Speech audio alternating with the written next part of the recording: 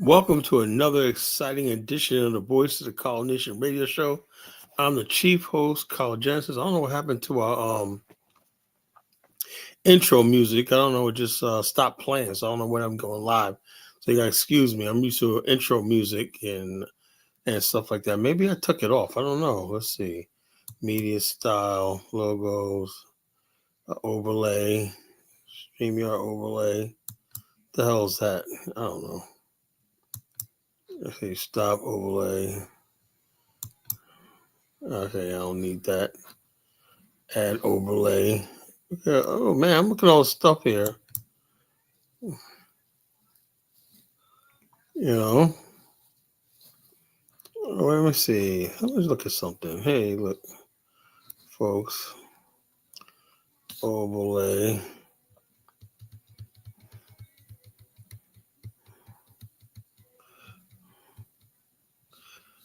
Maybe I use this.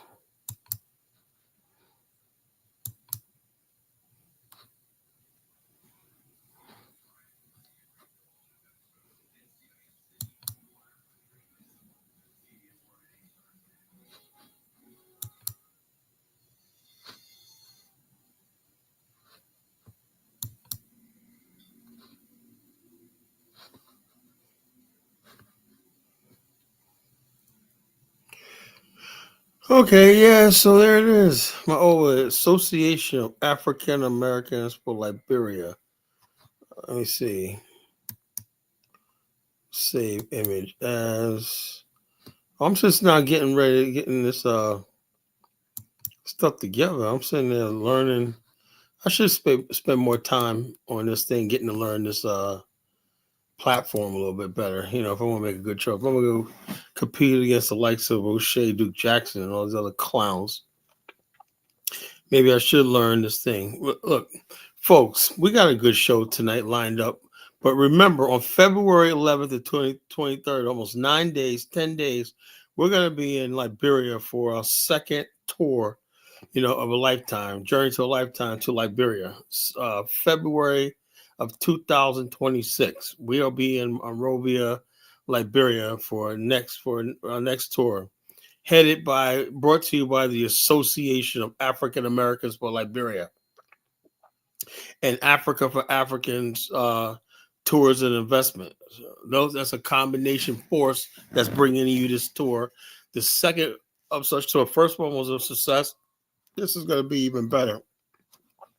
So if you want to get down with us, get down to the College Genesis and everything like that, just look on the bottom of the screen, basically email me. Why not send me your phone number? And so we'll add you to the list. We'll keep you updated on posts and everything like that, where to submit your initial payment and stuff like that, and where you can make payments and stuff like that for your tour.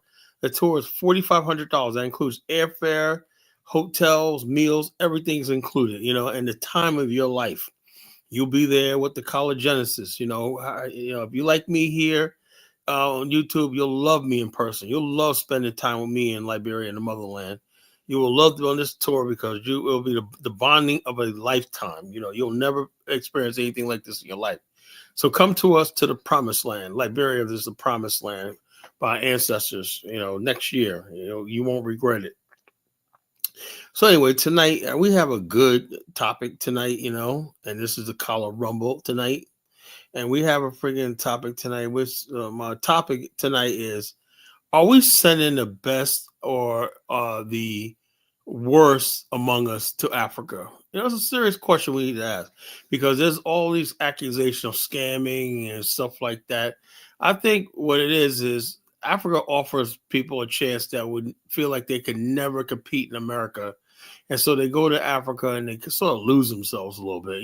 They take risks and stuff they never would probably do in America because America's so racist and, the way it's a stratified society and everything like that. So basically people take chances and risks, but I'm not going to be mad at anybody for taking a risk in Africa, right? Because you figure you're around your people, you figure that the people you're going to look like you, so you think they are like you, right? That's a mistake we make. We think because people look like us, they are us. That's not necessarily true. Africa has still got a problem with tribalism and just really in the really scheme of things, as far as like people their culture and their ability to adapt and develop and keep up with the rest of the world, keep up with the West and now Asia and everything like that. Africa's falling very behind, in its cultural development. Its culture is the reason why Africa can't have these problems, of stability, development, and stuff like that. It's a culture. We're going there with our modern culture and stuff like that. Where the world works a certain way, and we don't have to. We take for granted a lot of stuff that we have in America, and we go to Africa and we think we're just going to just go there and just do everything like we do in America. We think land laws work the same way in America that in America. Oh, I bought a piece of land. Yeah, I bought a piece of land, but the bottom line is in America. Do you understand where land laws come from? Land laws in America and the West are built. Took thousands of years to come up with the idea of private property. The idea that comes from the Magna Carta. Magna Carta basically ended feudalism in Europe and gave arose this idea of state, of a state where people could be the master and have their land and everything like that. Out of that came the idea of a republic. Instead of feudal systems by feudal lords and everything like that, and chieftains and stuff like that, you had a republic that had power of eminent domain over the territory and stuff like that. But your private property was protected under law. That's what the Magna Carta. So our system in America was built on that, built on the idea of it was a life, liberty, and pursuit of happiness. And also in the Declaration it said the pursuit of a state. That was the right to have property. That's in the Constitution, the right of property. When you have something that's yours that you paid for, whatever like that, is guaranteed in America. Now you ask yourself this question: if that's part of America's value system, right? And I just told you where it came from, right? Can you be so sure that that same value system exists in the country you're going to? Most often it doesn't. They don't have land laws the same way in America. You purchase a land and you own it, whatever like that. It's your property. You can go to the city thing and your property deed will uphold in court that is yours. Okay, nobody can take it from you without fair market value or agreement or whatever. The only state can take it for you, and they still have to give you fair market value for it. That's law. That's the root of everything we know in America. The same thing doesn't exist in most of these countries you're going to in Africa, where, you may have land, but you don't actually own it. The state or a chief or somebody, a family member or whatever like that can lay claim to it. And next thing you know, you're in court or you're fighting for your life over a piece of land you thought that was yours.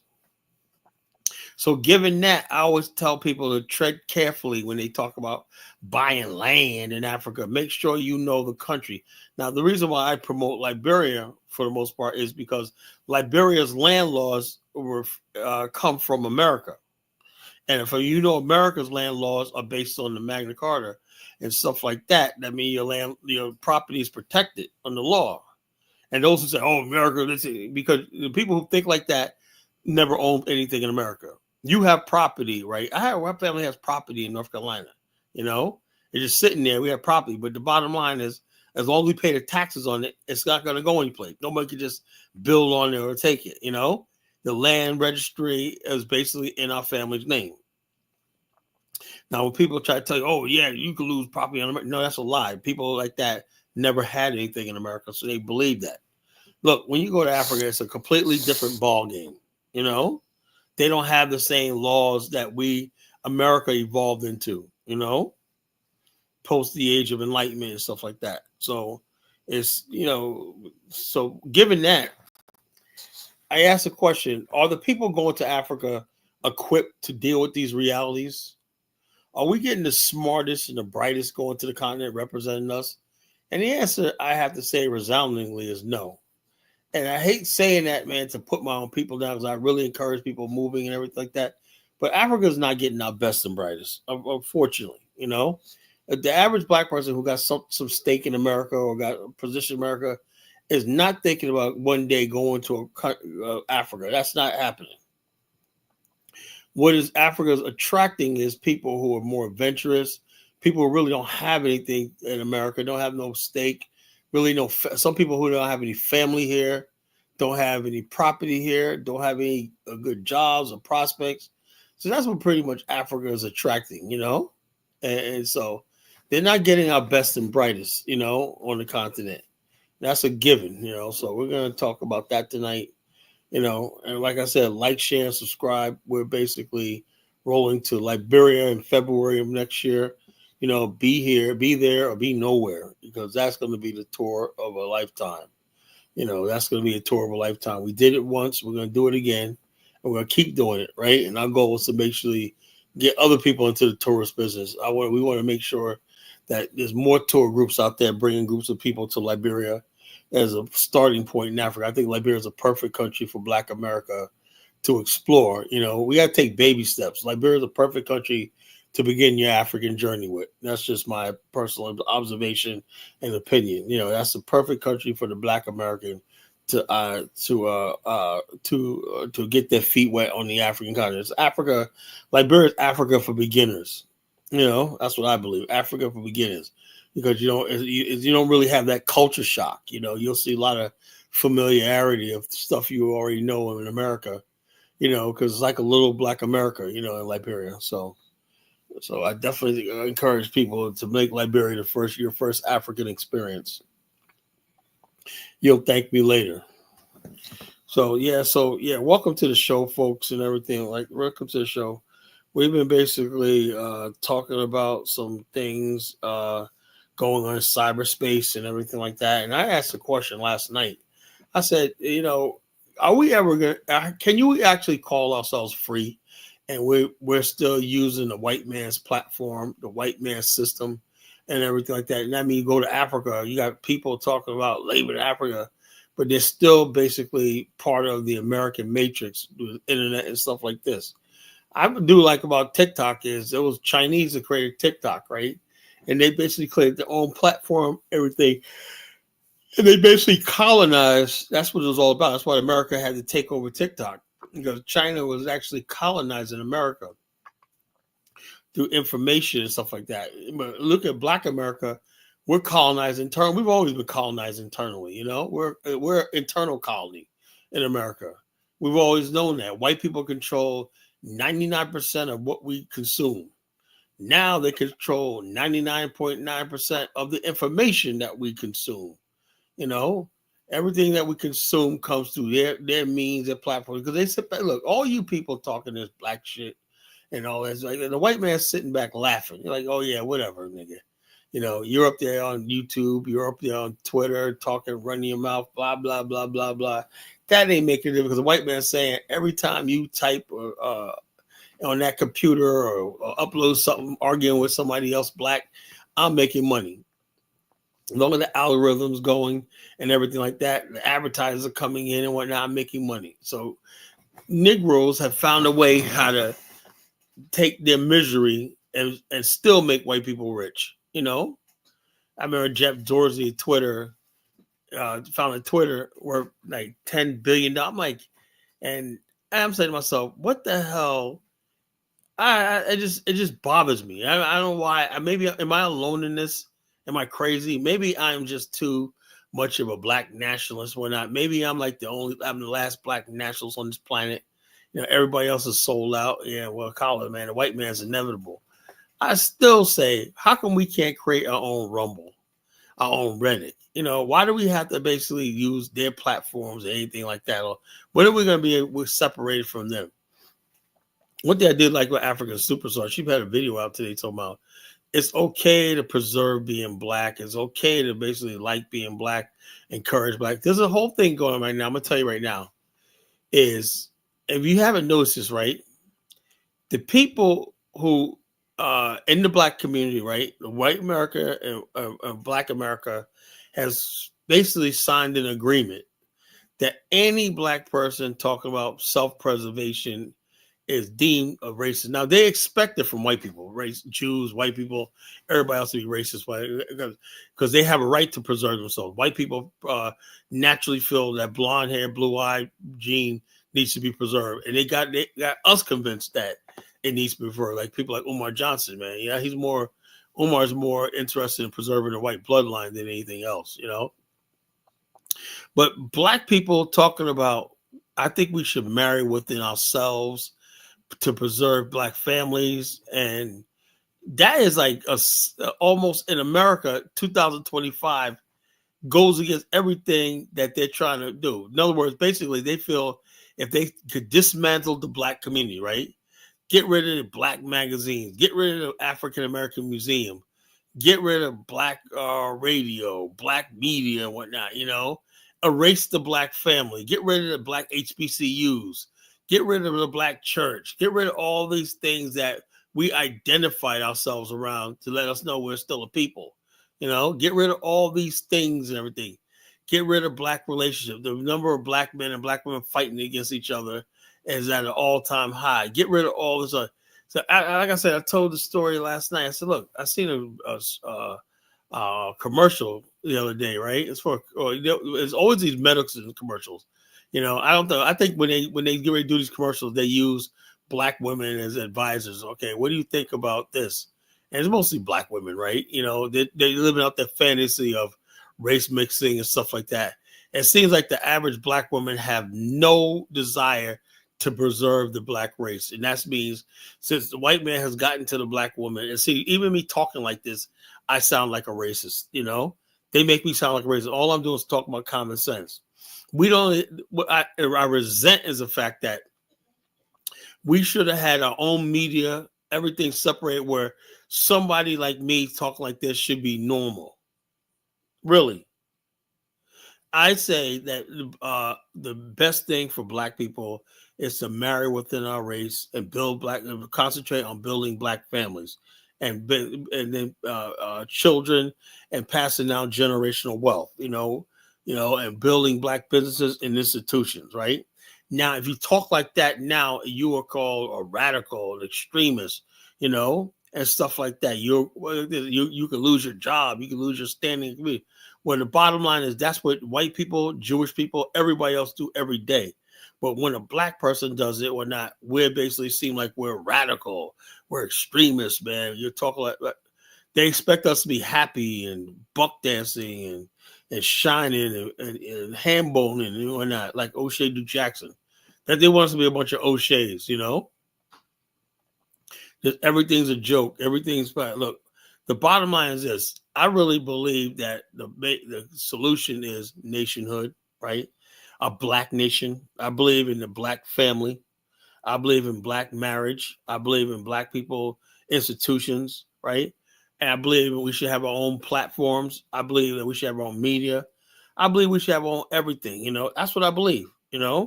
I think we should have our own award shows. I don't think we should be in the Grammys. I don't think we should be in the Oscars. Every time I see up there, Chris Rock talking about Oscars so white. Let them fucking have their own goddamn. Why can't we have our own movie award shows? Why do we have to freaking integrate with them and be with them all the time? That's what they do. They make it seem like when you talk about black people getting Oscars, that's no flex.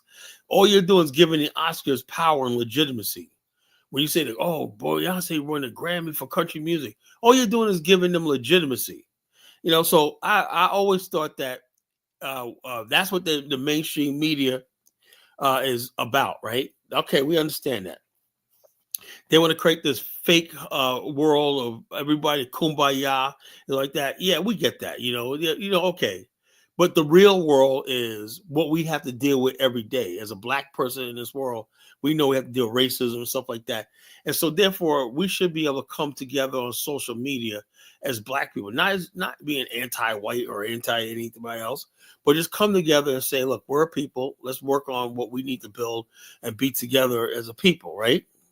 And so the bottom line is this. They have it so that if you talk like this, you're considered a racist or like this. Now, I basically am getting the impression that they're agents and provocateurs who don't want us talking about black African power, true African black power, right?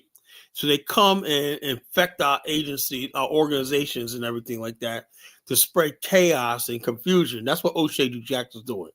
He's a fucking person that does not believe in black unity, black power, and all stuff like this, right? He hates it because in his view, Black America doesn't value him. Unfortunately, he feels that he's not loved in Black America, so he wants to destroy Black America. That's what I believe. I could be wrong, but that's what I observe. So the bottom line is this: those of us who believe in nation building and stuff like that, Black nation, and whatnot, we don't understand that we can't be serious about nation building. You know, yeah, yeah. Yeah, yeah. Eddie Thorne said, unfortunately, a job is done on a lot of Black American men too. They get rich on a. So yeah, the bottom line is I can never understand why people think it's important to be around white people. Once they go, I don't get it. I just don't fucking get it. I mean, you can go around people or not, but your base, the thing you're supposed to be around, that's supposed to give you security, is your own people. You got to work on that. We got to work on how do we get along with each other and whatnot. But as soon as Black people get a little bit of money, they're off in the Hamptons and all these other places where white people's at. Busty Bro said, can we still call America a racist country when everyone comes here and finds a way to succeed? Well, I don't see the difference is, Dusty Brothers, that's a good point, what you just made, Uh that's a good thing. It's not always about making money and you can make it in America. There's always there's always been Black people who made money in America. But what do we have? There's an old saying, Dusty Bell, what's the profit of man to gain the world and lose his soul? Black people are now feeling, I can see it, this emptiness, that we lost our purpose in life. So the bottom line is not about making it in America. That's not the point. We can make it, like I said tonight. There's people making it on YouTube, but is that the point? Is YouTube our end game? Perfect thing I want to talk about what I talked about last night about YouTube, right? We're making another thing of people rich. We're basically living for the benefit of other people. When are we going to get to the point where we have power over our content of our existence? It's not about just making money. That's not enough. Look, I make money in America. Everybody I know makes money in America, but I don't really think people are happy because we don't have power over our existence. We don't have any power. Let me perfect example. I'm talking about Dusty Bros, right? Right now, you have Donald Trump talking about purchasing Greenland. Do you benefit from that? Are you happy about that? No. Do you, the Panama Canal? You happy about? No. That doesn't concern us, right? But at the same time, if you're a Black nationalist, right? I'm saying, man, this is what I need. I think needs to happen in Africa, right? I think the United States should not cut aid to Africa right now because I think that's cruel because people need that money. But because we're Black in a country, right, we have no say so over the policy, the foreign policy. Donald Trump administration just shut down 17 embassies in Africa. We have no power to stop that.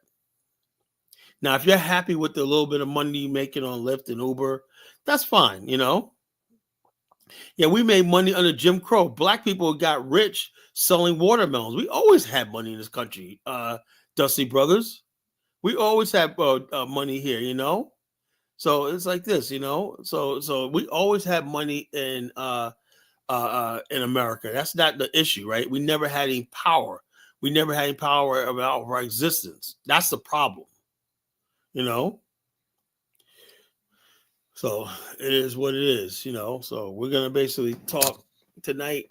We're gonna have a good show tonight. And like I said, I am on these agent provocateurs in Black America. And, I really am fed up with it, The bottom line is this: I'm looking at all this beef going on between Black people accusing people of scamming and stuff like that and everything. And I'm saying to myself, if the time you would spend organizing and building something, right, we wouldn't have no people talking about scamming because we were all winning, Basically, we don't have a system. Like I said tonight, this is about the friggin' Black people going to Africa or whatnot, and the people who are accused of scamming and the people who are accusing of scamming. Are these our best representations? I live in a world where I do business with Black people all day and all night, And the bottom line is this: I never have this thing. I deal with Black professionals, at the top of their game in their career and stuff like that. Nobody says, "Oh, she's getting." We never have these things, happen, right? Why is it that when I turn on YouTube and when people talk about Africa, you know, it'll say, Royal said, well, of course, you're Royal Honor, you're ADOS FBA, you're a slave. You don't want power, you're satisfied with being a so-called foundational black foundation buffoon America. You don't want no power, So the bottom line is this, it ain't no, you give them power. The Chinese people in America are tied to China. They got real power. The Japanese people are tied to Japan. Everybody else has some sort of power base outside of America. The Jews basically have Israel. They got global banking systems and stuff like that. The black man in America are the only people cut off from the rest of the world because we got these stupid ADOS FBAs, people who are crawling back on the plantation on their knees, talking about massa, set me back. I'm sorry, I'm a foundational black Negro. That's nothing but plantation politics. And that's why I say the ADOS FBA people, they love social media. This is where they love the white man's social media. No, you're a slave in America because you don't even want to be free. You don't even want to be free. I say like this, you talk to me about Liberia and whatnot, those people are free in their own countries. They may be suffering, but they're free at least, You go to Liberia, you got to listen to what they got to say. They're calling the shots in their country. You ain't got no power in America, The FBA is not a power play. It's a joke, Being able to control border boundaries is power. Yeah, it's power. Africans don't have any African American FBA people don't have any power,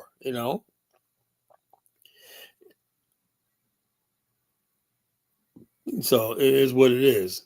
So how is the FBA? That's so funny. Delineation is not power, bro. You have no power in America. What's the power? A bunch of dusty people sitting around talking about I'm delineating. I'm delineating right now,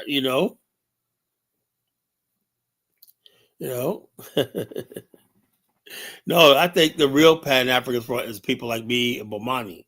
We're building, We're actually accomplishing things on the African continent, We're the realest people in this fucking movement, So bottom line, that's why I said, I'm not gonna stand for a fucking troll like O'Shea Jackson talking shit about us, Yeah, so you don't know anything about American Liberians, They're still the ones running shit in Liberia when it really comes down to it. Because they're the smartest, always have been, always will be, The bottom line is this: we're African Americans. We are the most powerful black people in the world and whatnot. And the bottom line is we're making Liberia a base in Africa. We're building institutions. We're investing. We're doing all stuff like that. So you guys sit back and watch and sitting back in your little ghettos. I know most of ADOS FBA people are fucking people. Every time I say ADOS FBA people, I think of roach spray and rotten, smelly diapers. So you ever go to these ghetto ass people's house? It smells like roach spray because they spraying roaches all day, and it fucking smell like soiled diapers because they won't go out and take the diapers and put it in the incinerator or something like that. So it is what it is. So Association of African Americans were like there of Liberia. It's just one of the things that basically like that. We got thousands of members, Liberians and African Americans working together. Association of African American Liberia was organized a tour last year, So the FBA is not legitimate, The FBA is not legitimate. And the bottom line, the Afristan is built in us, and before we even get land and territory, we feel we know we're part of Africa, We're not part of no damn FBA shit, We're not a foundational black American. I'm not a foundational black American, so you can go to hell with that shit, So it is what it is. Fuck O'Shea. I don't give a damn if he's pissed or not. So whatever it is. Whatever, little boss, You know what I'm saying? I can tell, little boss, you're a little young guy, a little stupid motherfucker. In the real black world, a Jamaican and a black man in America that lives in America is the same damn thing. It ain't a damn thing difference. Ain't a damn difference between Bomani and myself. Just he was born in Jamaica, I was born here. So what the fuck is the difference? We're both black men. We both know that black people need to marry black. We need to build black, whatever like that. And we're both descendants of the transatlantic slave trade, the Maafa, and we're going to one day come together and forge. All the slave descendants are going to forge and become one people, and a nation of our own. Whether it happens in somewhere in this hemisphere or it happens in Africa, we will be a nation. We will have an Afghanistan. That's the end game of all this. So you guys can talk all you want, You can talk all you want. We're gonna keep doing what we're doing, So I say all these scary ass Negroes can go someplace else. We're gonna keep doing what we're doing. Liberians don't shit in the streets, bro. What are you talking about? Actually, Liberians are cleaner than Black America than you FBA people, Liberians don't shit in the streets, bro. I've been there all the time. That was during the war. The Liberian beaches are very clean. So shut the hell up. You don't know what the hell you're talking about.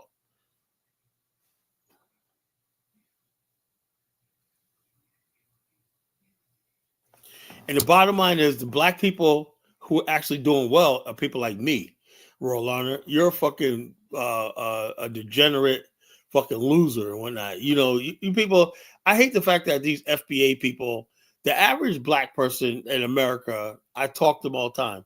They always tell me, I can't wait to visit the motherland. They ain't trying to go live there. They say, I can't wait to visit the motherland. I can't wait to go to the motherland. I can't wait to make my trip and everything like that. But the FBA people tend to be ghetto. They're probably ignorant. The people have never read a book in their life. They've never read nothing. They're not really well read. They're dumb and everything like that. And the FBA people tend to be cut from the same thing. Yeah, look, everybody I meet, right? All the people I meet, when they tell me, oh man, how was it in the motherland? How was it in Africa, man? I can't wait to go. And there are a lot of people already, but that I know. And we're not, oh yeah, I've been to Ghana. Oh yeah, I've been to Tanzania. Oh yeah, I've been to Egypt. Yeah, I've been to like this,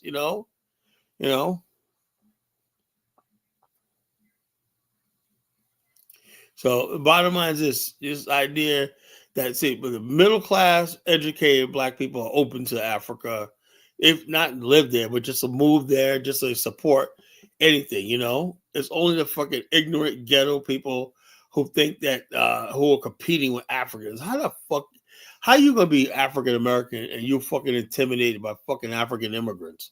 That's what I don't understand. I know that I'm so way above what an African can accomplish in America that they really don't bother me one bit. I ain't worried about no damn African. The reason why you worry about Africans and Caribbeans and whatnot is because you haven't accomplished anything in your life. So you feel threatened by them. That's all it is. So you basically like this, The people like Lil Boss and whatnot. You threatened by African immigrants because you ain't got shit. FBA is not power. FBA is weak. That's what I'm sick and tired of. Most black people, 99% of black people never heard of FBA. And they're going out there living their life and everything. And you got these morons on live calling them FBA. Like people like, what the fuck is an FBA? 99% of black people don't know what a fucking FBA is. It's all you online Tariq weirdos, Tariq the She weirdos. To my FBA, that shit don't work. That shit only exists on social media. That the FBA only exists on the social media plantation. You guys are plantation bucks running around with cotton in your head. Get the cotton out of your head, Little Boss and Royal Honor. You plantation bucks or not, please stop it. FBA is not gonna be no fucking common. That's funny. FBA is not gonna be no common household aid. Less than like 2% of Black America ever heard of it. Knows about it. And the bottom line is this: as long as people like me around, we're gonna keep criticizing it. And then when people do hear about it, we're not all they basically talk about is this. Yeah, well, the Africans, I admit it, Africans only exist in social media. The FBA is FBA ADOS was started by white supremacists. That's what it was started by. They vet by Yvette Carnell in there, and they did a clever job of dividing black people between African immigrants, Caribbeans, and black Americans. That's all that was. That's all that was. It's then the thing is the ADOS FBA movement, right, had legitimate things they will talk about. Because some of the things Yvette Carnell said initially, I agree with, but it morphed into something more sinister, and basically then along comes Tariq Nasheed with outright fucking hatred in his heart and stuff like that. I don't know what it's in Tariq's heart, but I'm like this. I look at what Africans say online, stuff like that. It doesn't fucking bother me, It's always better to be Black American, African than anything else. That's what I know, So but I look at this online beef like it's a fucking joke, So it doesn't matter. That's another thing, bro. Everybody, you little boss, you're making my point. YouTube is nothing but a fucking plantation. Tariq is nothing but another plantation buck. YouTube is a white man's plantation, And you were talking about who got more subscribers. All it means who's bigger on the plantation, who's a bigger plantation buck, All these YouTube plantation bucks and whatnot for fighting for subscribers and whatnot. I got this, I'm the king of this shit. Angry Man says that. Oh shit, I'm the king of this shit. King of fucking what? Getting on YouTube, running your fucking mouth, Tariq got more subscribers than all you guys, man. What be fucking do for Tariq, That still don't mean a damn thing, So it is what it is, Dude, shut up, man. Most black people who are not in gangs. The Black American gangs don't represent Black America. Black American gangs are enemies of Black America. So it doesn't really matter who they fight. They're not fighting for us. They're fighting for themselves and whatnot. And the degenerate shit they talk about. Little boss, you go to jail when they stick a dick up your ass or whatnot. You think they're going to protect you when they're bending you over in jail, you little bitch, So Black American gangs, when those same gangs will bend you over when you go to jail. Don't get locked up, bro. You big enough Black American gangs. Nigga, stop, So with that, I'm going to open the chat line up. You want to talk about that? Are we sending our best and brightest to Africa? Where's our best and brightest going to step up, O'Shea ain't got shit copping. O'Shea got Jamaican copping. What the hell are you talking about? O'Shea do. Let me tell you something, bro, little boss. Right?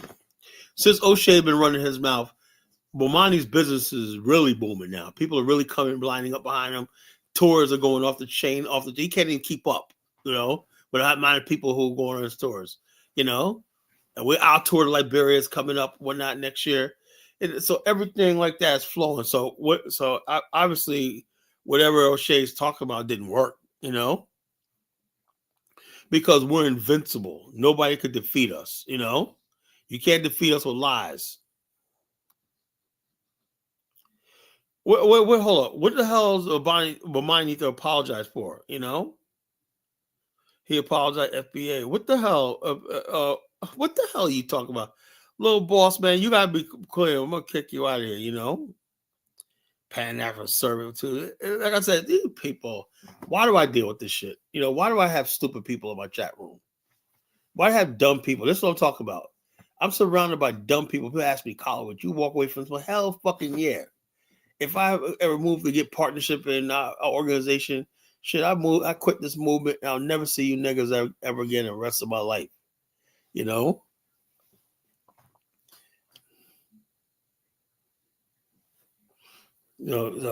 Just ignorant motherfuckers, The internet brings out the worst people in the world,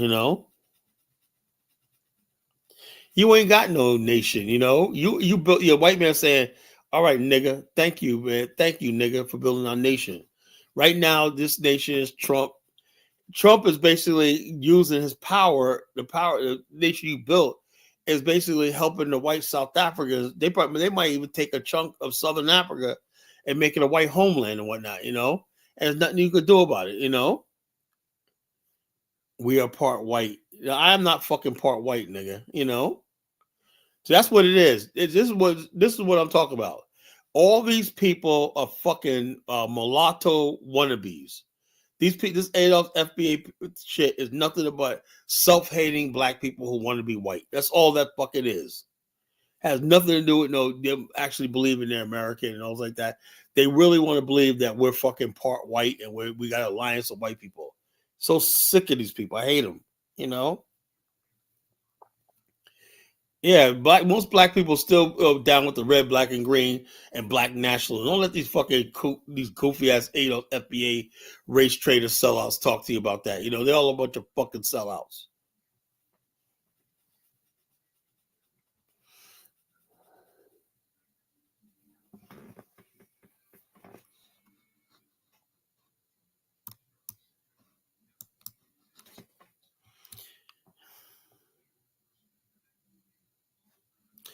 Classic man, what did happen in Cleveland, Ohio?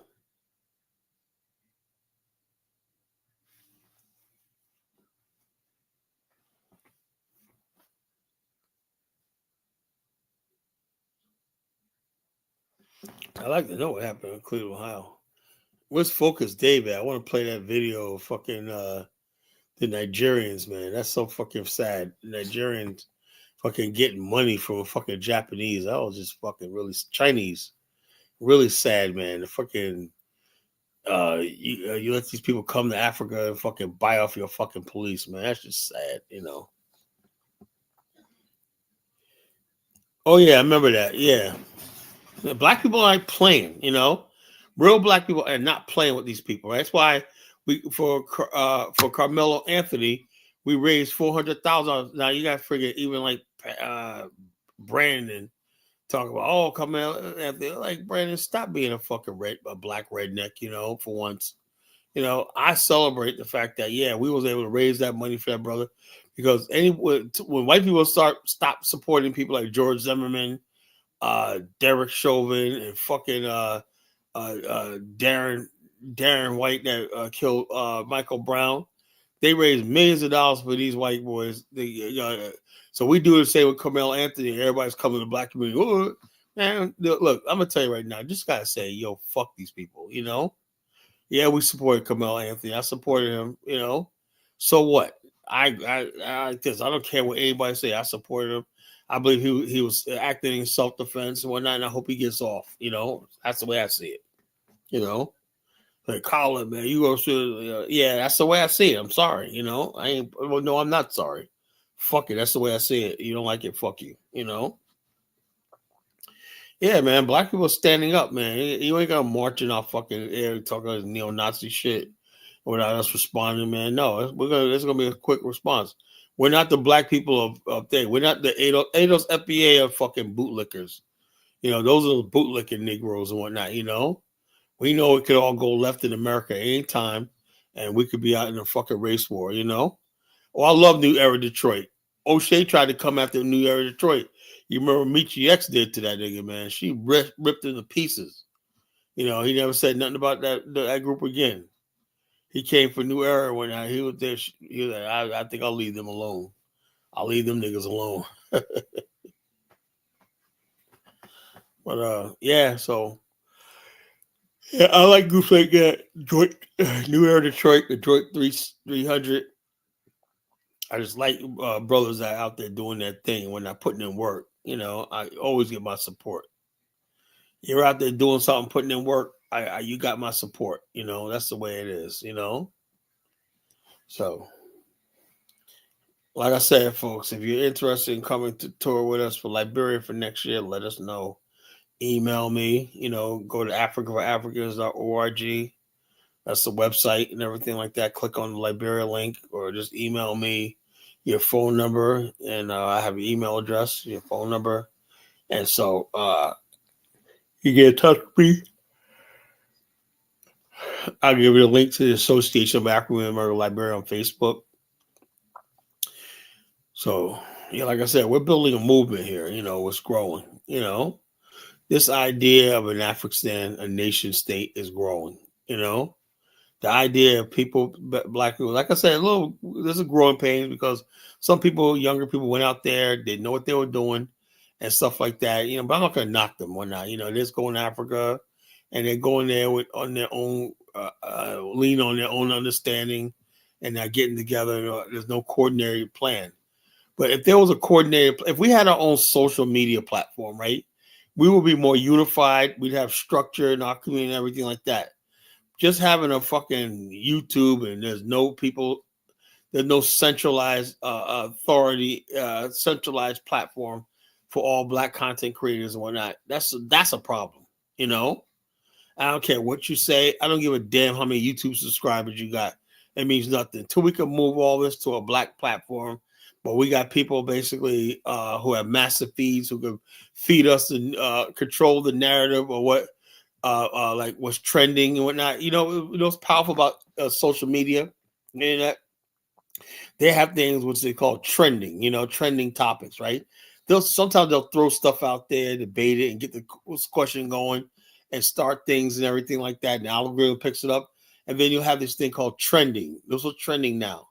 Right now, when you turn on Facebook, what's trending, because we're all lumped together, white people, what's trending most time are stuff that they're interested in or mainstream. Let's see. Let me look at that, what I'm talking about. Let's see what I'm talking about, folks. Let's see.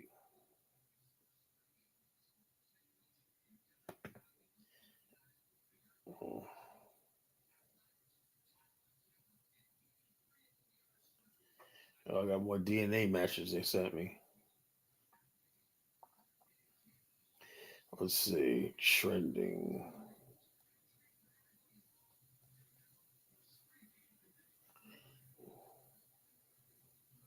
Search. Trending.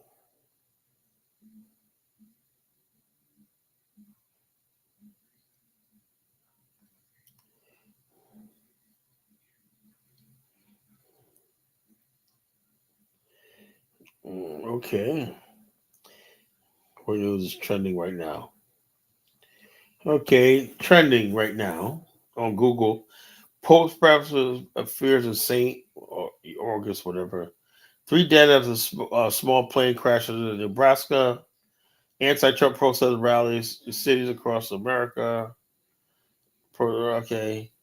Cops at January 6th. Okay. Easter date remains divisive after 4. That's trending. Celtics attempt to repeat as NBA champions. Oh, Celtics are on the championship again. So that's trending, Okay. But nothing specific about what's going on in our thing like that. What is the top 10 news of today? U.S. Senator gives record breaking 24-hour speech against Trump. Bill, okay. Joe's file shutdown of USAID. Okay. Okay. That's India weighs options of Trump's today. So like I said, trending news. Like the AP. We don't have fucking we don't have our own media outlets, right? So we don't know what's trending in Black America, right? We don't have really have no idea, So how the hell are you going to lead people when not, and you don't have any centralized platform? YouTube is not it. YouTube is not it. So I tell you that fucking you can have like 10 million subscribers. It means really nothing, Long as we're mixed together with white people and Asians and Native majority, long as you're a minority, like people haven't figured this out yet. You always, like Dr. R. Clarence, being a minority is being a loser.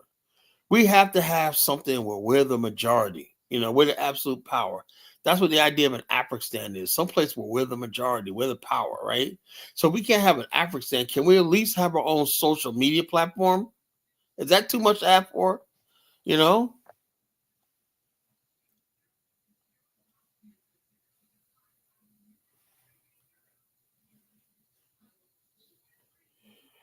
Wow, Principe calls O'Shea Ashy. That's funny. Lil James like mini boss. They say what you want. Collar, he wild, but he got good. Jack, of course I am. I may be freaking crazy or not, but everybody knows I'm in my heart and what I'm doing is in the right place. I'm not living in Africa preaching FBA garbage. That should never come. If I'm a real black nationalist and Pan African, yeah, I check Africans when Africans are friends to us. I'll take any African as a brother, right? But if you raise your hand to me like you're an enemy, But the bottom line is, yeah, you're an enemy. And but I gotta protect my people first. My people come first, and I will never basically start no freaking unnecessary beef with another black people. Just like I ain't gonna call Jamaicans and Caribbean. They're all people. Even Africans, they're all people. But sometimes you gotta say what needs to be said. But you don't come out there talking. Real black nationals and Pan Africans don't talk like that. They don't do. They don't talk about FBA talking points. The FBA talking points is divisive. Among black people, it's divisive. It's like one of the most evil things ever created in black history, right? This ADOS FBA shit.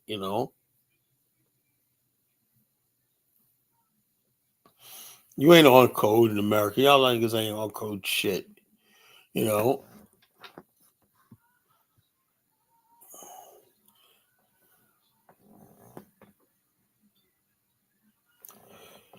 We don't have that's a good luck with that, man. How can we have a powerful news outlet when you look? Everything tells me like the people, the guys who created Rumble. Let me see if I can find a video. Let me see if I can find a video. Maybe I could bring it home to you guys.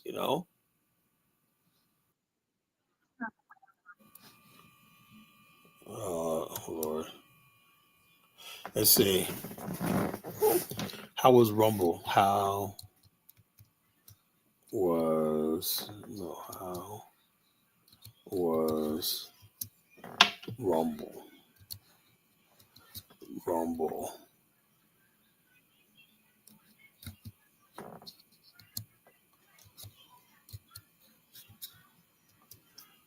Rumble platform.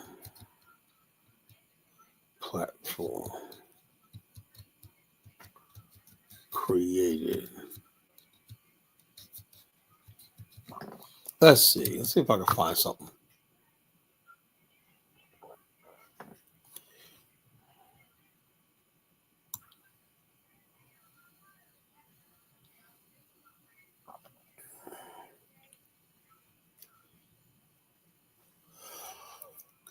Let's see. I installed Rumble app for free. Okay. How does Rumble work? Oh, okay. Here's a good one. Why Rumble might be a real competition. But yeah, YouTube definitely needs competition.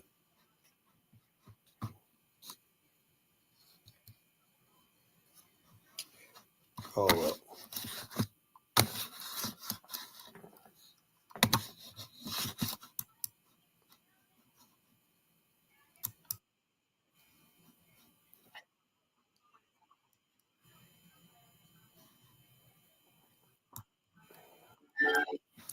okay, folks. Let's watch this together. This is fair use, folks. Fair use.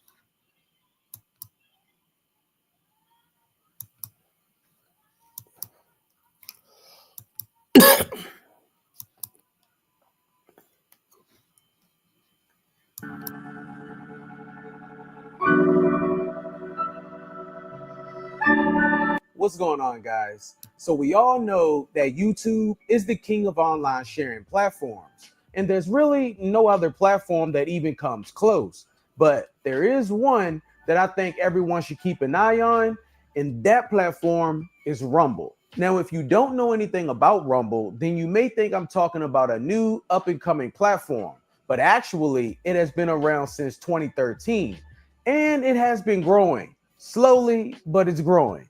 Now, the people that know about this site love it more than YouTube because it gives the creator more control of their content without being censored or controlled by the platform itself. Because companies such as YouTube, Facebook, and TikTok decide what you can post or see on their platforms. But just like those, Rumble does state that adult content, copyright infringement, and racism are not allowed.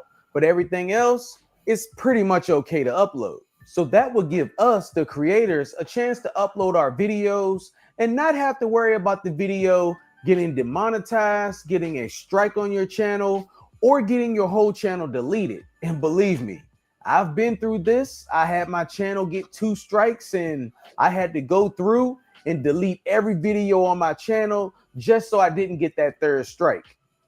It was a tough time. So ever since 2020, YouTube has been cracking down on what they want on their platform. And each year they are adding more rules and causing content already on the platform to become demonetized or get deleted because of the new rules. So this is called. Hold on. I gotta move something.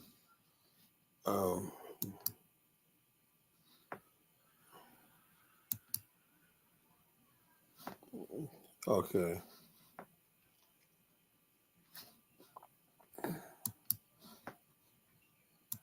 Causing a lot of creators that have been on YouTube for a while to stop making money on the platform, or the worst case, they just lose their channel altogether.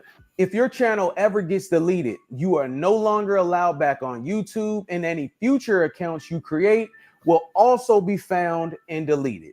This is why when I had the 2 strikes, I deleted all of my videos that I felt could get a strike.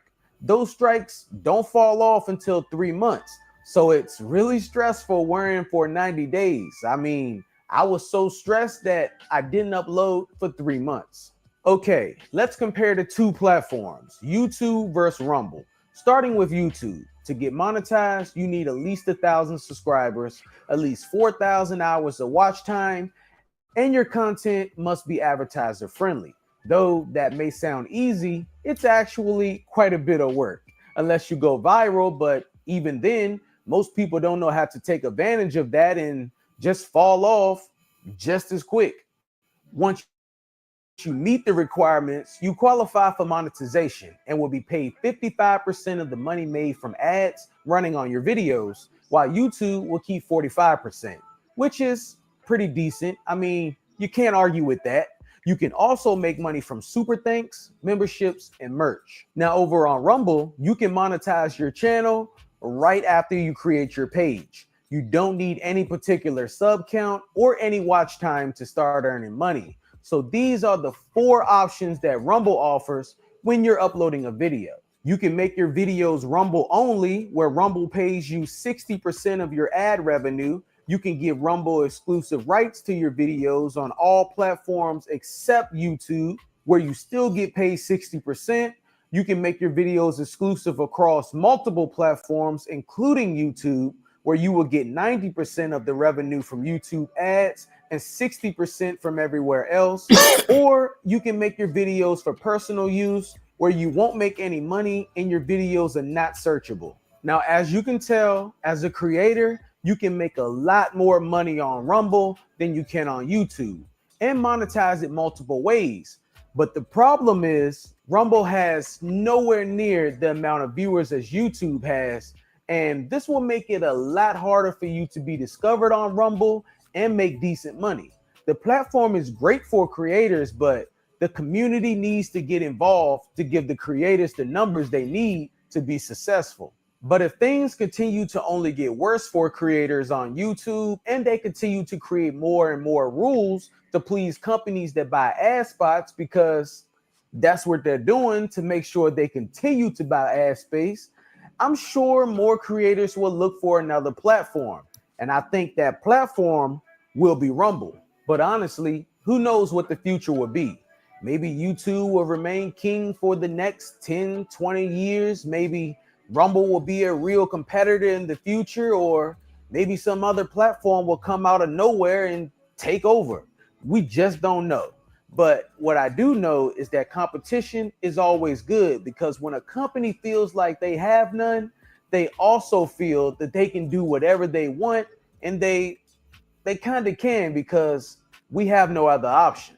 So I would like to see Rumble continue to grow and YouTube to continue to remain successful as well, but maybe just ease up on the rules a bit and stop having bots browse videos and give out false strikes. And yeah, that happens all the time. And last, I have created a Rumble account for myself for educational purposes. Thank you guys for watching, and I will catch you in the next one. Peace. Wow. So it goes to tell you, yeah, there's other platforms coming up. And I was asked the question, why hasn't somebody black creators, so that we claim we got all these talented content creators, it's like that. But the only thing you fucking know how to do is great content for fucking white people, white advertisers, and everything like that. I could even see if it was black people buying these ad spaces and like this, you go on YouTube, whatever like that, and white people are marketing their products through your channel. You're giving them a platform to friggin' to sell your audience a laundry soap, some everything, coffee, travel information, whatever it is, automotive stuff. Where's the black economy in that? Where's the black business at? Where's the black infrastructure in that? Where's all the stuff that we're talking about? What's the purpose of being here? And we're not trying to build black excellence, black cooperative economics and everything. That's what I thought that's what I signed up for. That's what I thought we were going to be here for. So if we're not doing that, then what the hell are we doing? What are we doing? What are we doing if we're not building black excellence, black economics, black business networks and stuff like this? And we're not pulling together. What are we here for? To get online and act like a bunch of fools and probably take the book, fighting each other, throwing accusations against each other and trying to slander each other and insult each other all the time? Is that what it's all about? That's what the white man thinks we're all capable of, is acting ignorant and stupid and dumb and everything like that. So this is what we're talking about tonight. So in that mentality, right, is seeping into the African continent, right? And the opinion of Africans, Black America, Africans, of Africa, of Black Americans, Africans, is very, very low at this point. Because they see us as a bunch of fools. And I'm telling you, Africans, you don't believe anything else, you are not seeing the best of us on the African continent. You're not. You're not seeing our best and brightest. You're not seeing our most trustworthy, most honorable. That's what you're not getting on the African continent, And these people know that. That's why they're all at each other's throats. The whole expat community is at each other's throats on the continent. They hate each other. Can anybody show me any group of expats on the continent that get along? None of them. Ricky and the Bag family doing their thing. Crazy boy doing his own thing. Mark B. Safford doing thing. O'Shea's doing his own thing. And all these other people that live on the continent, they do their own thing and they basically don't work together and stuff like that. It's like, that's what it's all about. That's what it's all about. Just going, hating and all the stuff like that. What are you talking about, Ghana, Principe? In Ghana, black people in Ghana are divided too. Ain't no unity in Ghana. We saw that with the Sabo community, whatnot. People are divided in Ghana too. Nobody wants to do like this. Ghana has what community? Except for the one Bomani's building, there's no community in Ghana. People always think that people, but those people in Ghana don't work together. I mean, they're there, but they don't work together. No community there. People overestimate.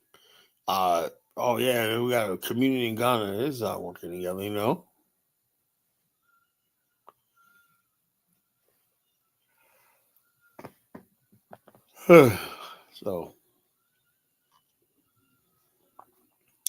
So like I said, the question is, are we getting our best and brightest on the continent? And unfortunately, we're not. We're not getting our best and brightest on the continent. And and I would say that our worst. Why you keep saying AA community? Those are most of those people in Ghana are actually from the Caribbean, principally. They're not African Americans. It's rare to see African Americans live in Africa, except for South Africa. And you might see a lot in Kenya. But those people that go to Ghana are mostly Caribbeans.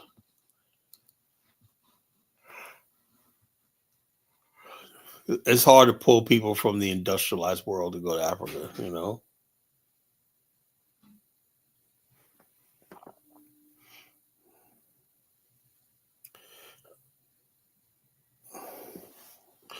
Principally, what community is Senegal? Yeah, you got African Americans in Senegal, you know. FBA won what, little boss? You know, won what? You guys are losing.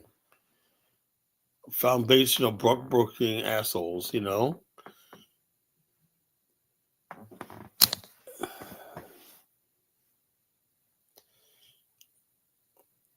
FBA, man. ADOS FBA, something no one ever heard of, you know. I'm gonna go down to the store. I'm like, I'm gonna see a brother. Okay, my FBA brother. I was like, what the fuck you call me, nigga? I said FBA. Don't you understand? What the you call me? Are you saying fuck me? You call me a fuckboy association? That's what FBA stands for? No, no, no, no, no. You know? Yeah, we don't have community. We have college. Funny, you know.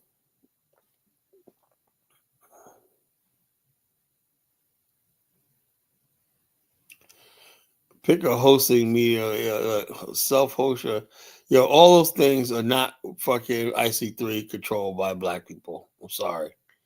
You know, none of those things are controlled by black people, you know. Well, so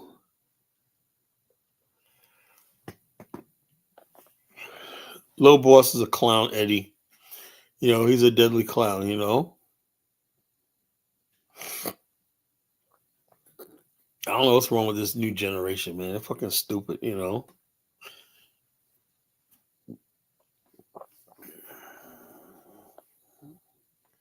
Stupidity is like a disease in Black America, you know. It's a really stupid disease.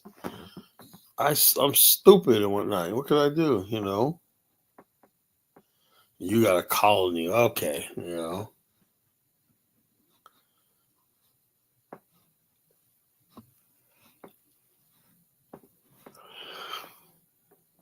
All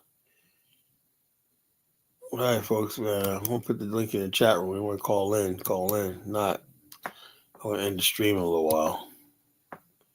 I wanted Dave to come up here and tell me about this. Show me this Nigeria shit. That shit was sad. You know, I'll read it. Like I said, sometimes I look on Facebook and I get people. Okay, yeah, some things are actually good, but you know, okay. Oh, Kiki replied to me. Thanks for commenting. These people are looting our elderly on a massive scale.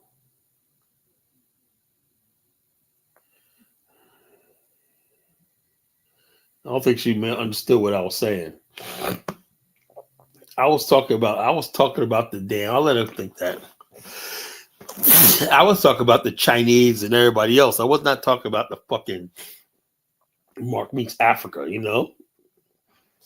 I mean, I don't know what the hell is going on with that. You know, it just seems really damning what they're saying if it's true. But the whole thing is this. Let me tell you something, folks. If you basically have uh,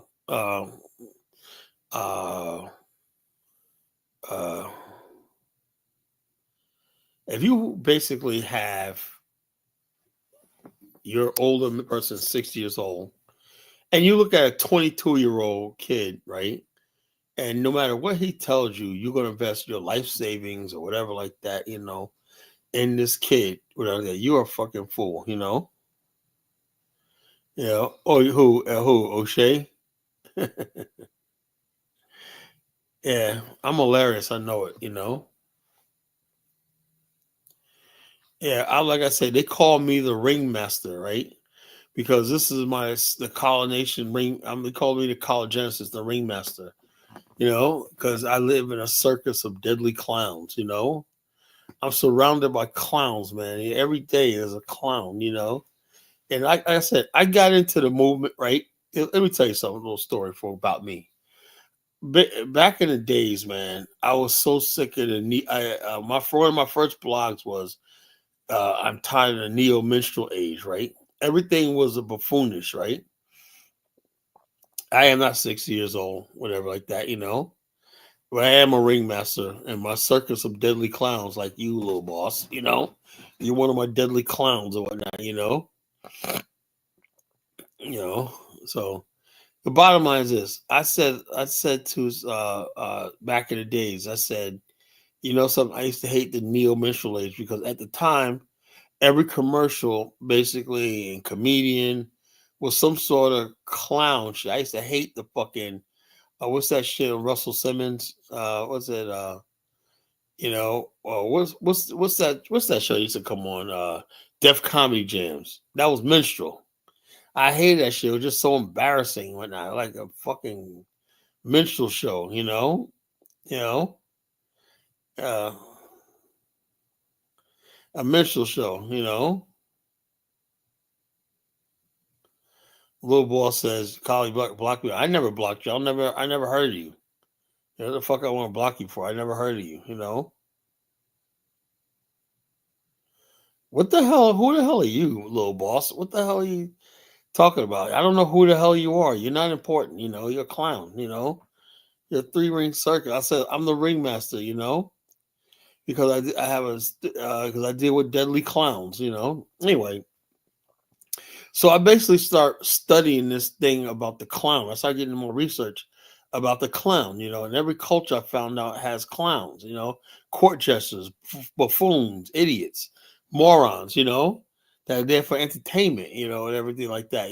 They exist in all civilizations and all societies, clowns. And I said to myself, it seems to me that they're trying to make the face of the black man in America a buffoon, a clown, an idiot, a moron, And so therefore, I said, I'm going to fight against this. That's why I became the collegegenesis, the culture critic, because my job was to critique clown behavior, and I hate clown behavior in black men, Some black men act the clown so they can appear non-threatening. So you basically do shucking and jiving and stuff like that. You ease white people's tension. That's why black people always try to look comical all the time. You look foolish, buffoonish, and everything like that. So I fought against that stuff like that. So I said, man, the one place I know that I don't have to deal with clowns anymore, right? I really hated it, right? I hated clowns. I hate black clowns. I hate deadly clowns. I hate them, I said, I'm going to be a black nationalist Pan-Africanist. Then I don't have to deal with that fucking clown shit no more, right? So basically, online, this was my first got online 20 years ago. I started only going to black national sites, right? I stopped listening to the radio, I stopped listening to radio, stupid nonsense, hip hop nonsense and everything that was going on. This buffoonish shit that I was seeing all the time. So everything that basically, I said for like 3 months, I was in certain social network sites for hours, right? Talking to people and stuff like that. And they would show a lot of people had traveled to the continent at the time. And they would show me images of Africa, images of South Africa.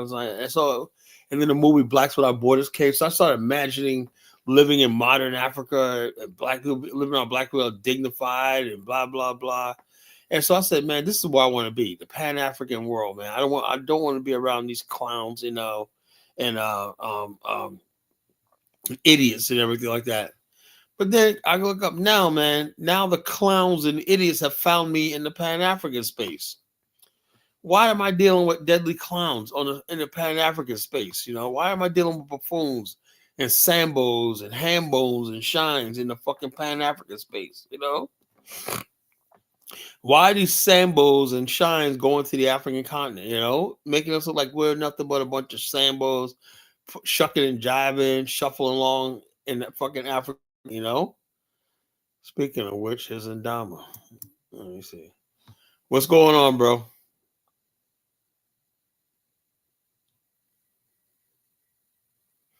Oh yeah. What's up, Colin? What's going on? I know. A couple episodes ago, you talked about that coup that happened. You was talking about that coup that happened last year in the Congo, and I actually did some research into it. And it was crazy. Like, attempted coup. Yeah, and then the dude, I guess his name was Christian Malenga. It was him and his son.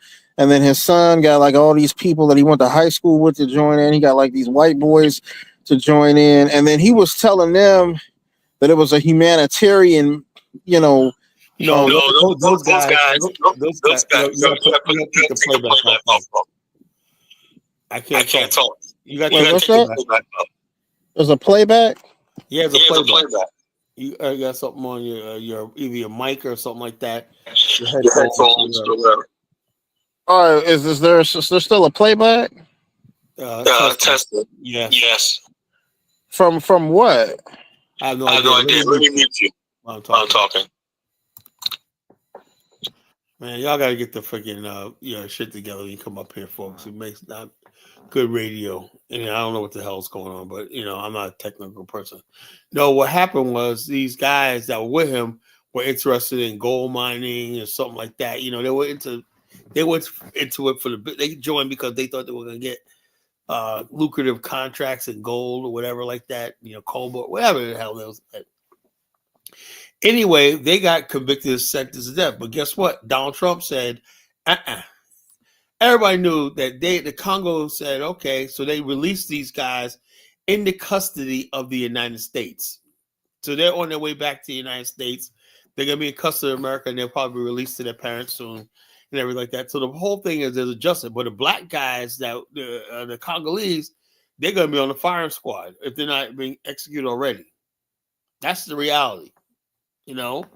So the bottom line is this is what we're talking about, the Congo. That's why I said, we basically, when we talk about Africa and whatnot, wait till the college Genesis comes with a plan, That's why I said all these people going to the continent, fucking up and whatnot, don't want to listen to college Genesis and whatnot, or go out there on their own, and that's why they're making these mistakes. How the hell are you going to listen to a 22-year-old like Mark Me Africa?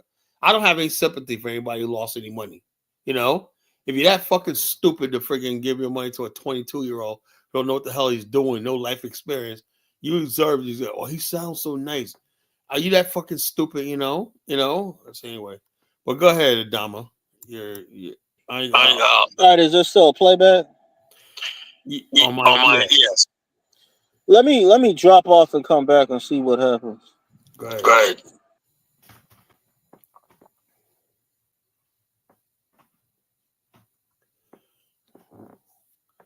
Yeah, so the bottom line is this. So I basically wanted to get away from the fucking negative hip hop, the cooning, the clowning, just everything I've seen in black with the pants sagging, just ignorant motherfuckers all over the place, right?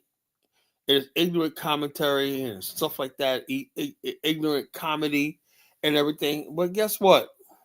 Now I have this shit follow me in this movement, right? If you look at my picture in the screen right here, I'm standing next to a friggin' African canoe, and I'm in friggin' like Robertsport, Liberia, right? Don't I look like somebody who's fucking serious in life? When you look at Brother Bomani, that's a serious brother. I'm a serious brother, right? We're not here for fucking fun and games and listen for clowning and foolishness and everything like that.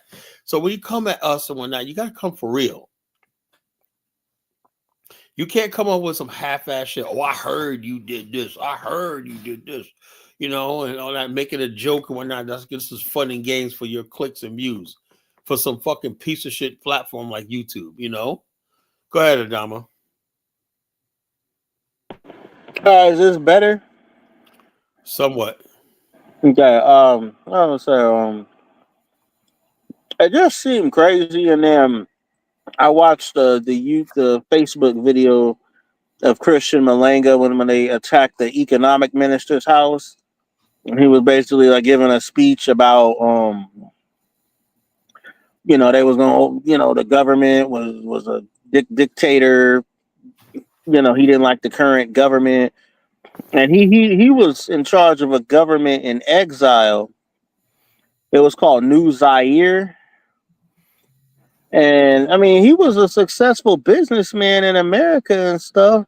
I mean, why? And then the problem in Africa is the fact that if this guy got in power, no matter what he says, he's gonna do the same fucking thing. Until Africa builds its infrastructure. That's why I said I don't listen to anything. You know how many Africans come to me and talk about if we could do this collar, we could. I'm like, man, get out of my face. You know how many Africans contact me with some harebrained scheme to overthrow their government. And, I say, man, I don't trust none of you niggas. Really, I don't. You guys are fucking useless, man. Useless fucking race.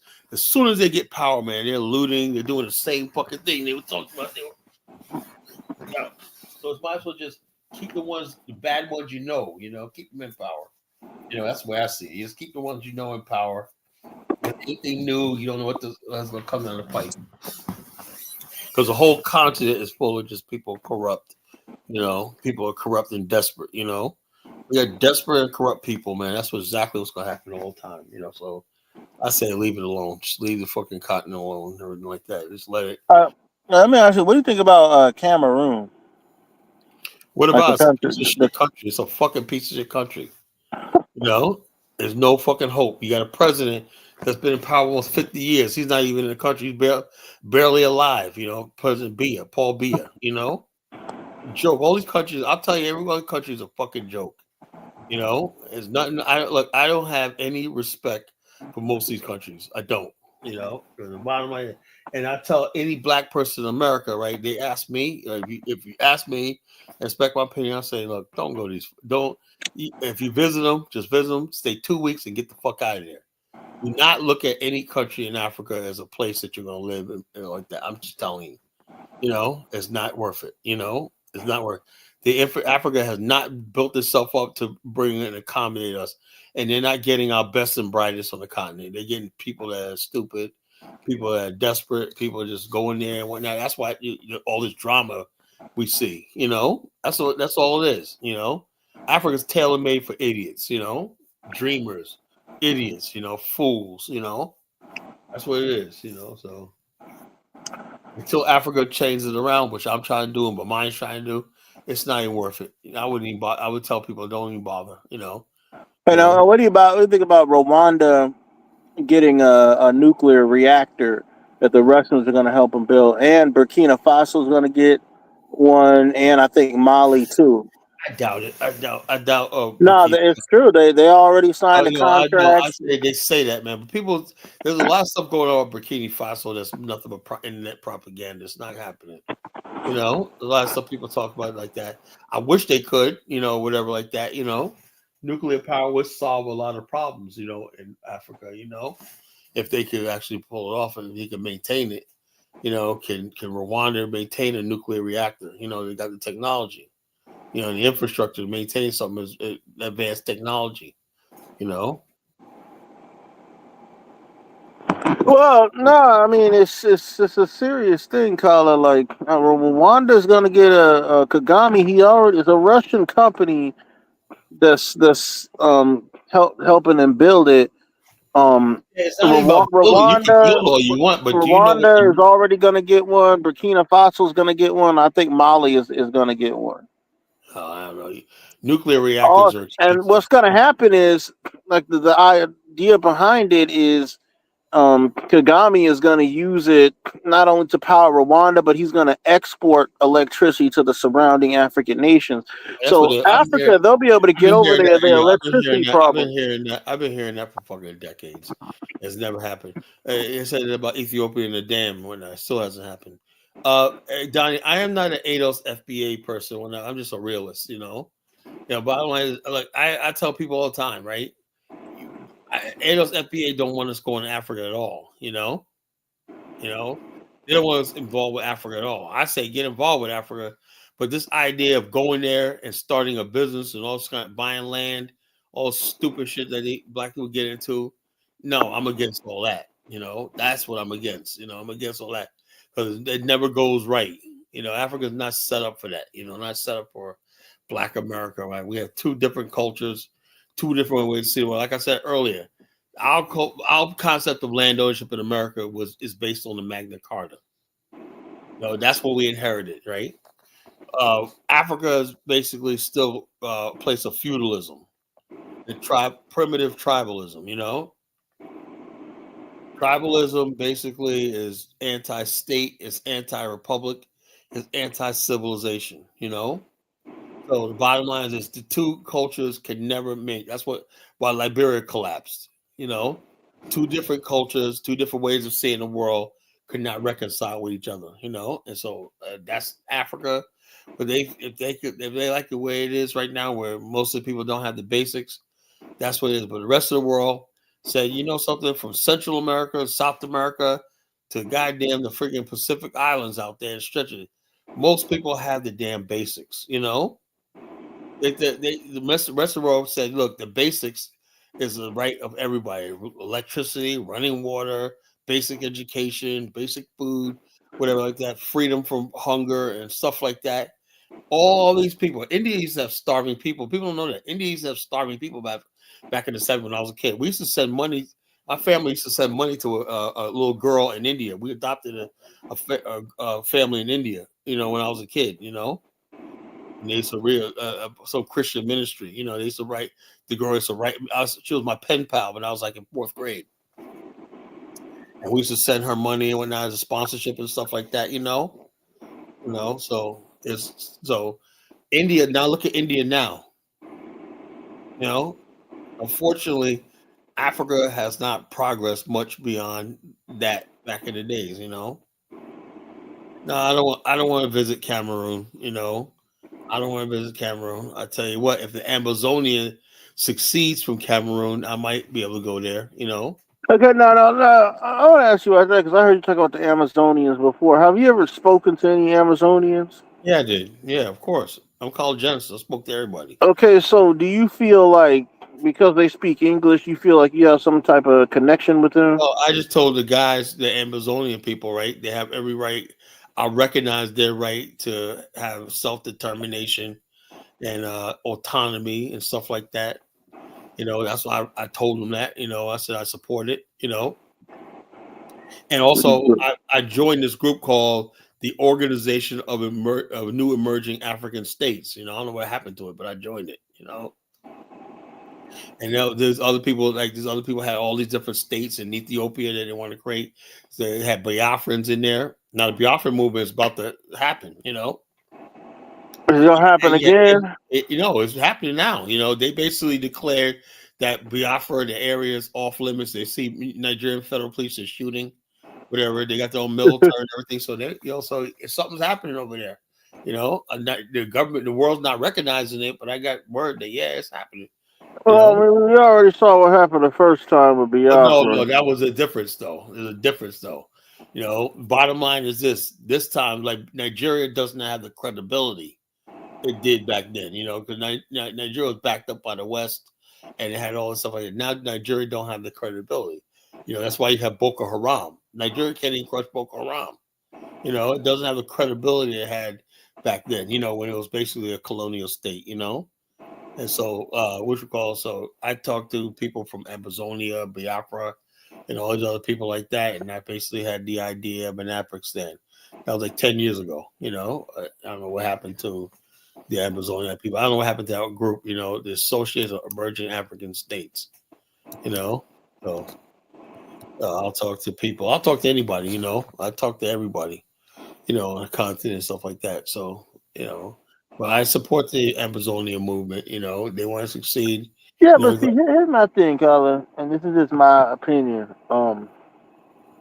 I've spoken to some Amazonians too, and the one that I spoke to, he was like real anti-black American, and he was very pro-white, and Well, that's what that's I not all. noticed. That's not all of them. Is You got that people. You whole got yeah? But people. here's the thing, You Colin. You got got to be people out there. careful. Well, let me just say this, Colin. You got to be careful because a lot of those Amazonians, they're English identified. They want to speak English, No, but that's at the not. same That's not. time, they're very Western identified No, too. Like not necessarily. Not they necessarily. don't like other Africans. You need to be Well, that's careful with that's the that. whole. That's Africans in general. That's African.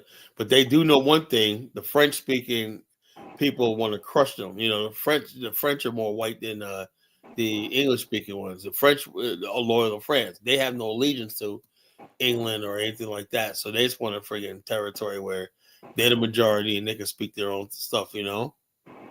So all right, Jonathan, what's on your mind? Well, but before I yap off, I just want to contribute to this Amazonian talk. The Amazonian and the Biafra movement are pretty close to each other. They actually work together in a lot of ways.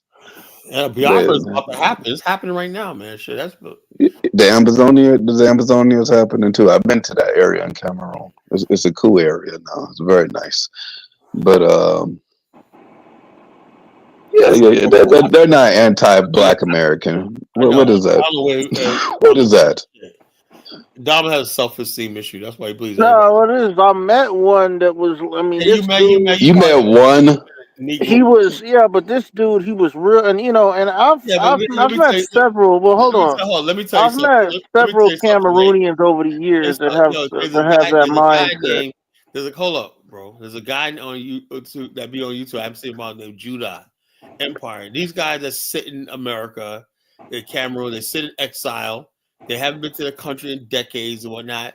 The countries are shit, so they develop these when they watch a lot of Western media. Of course, they develop a lot of anti-Black American things, but they don't mean that they have no power, and like that.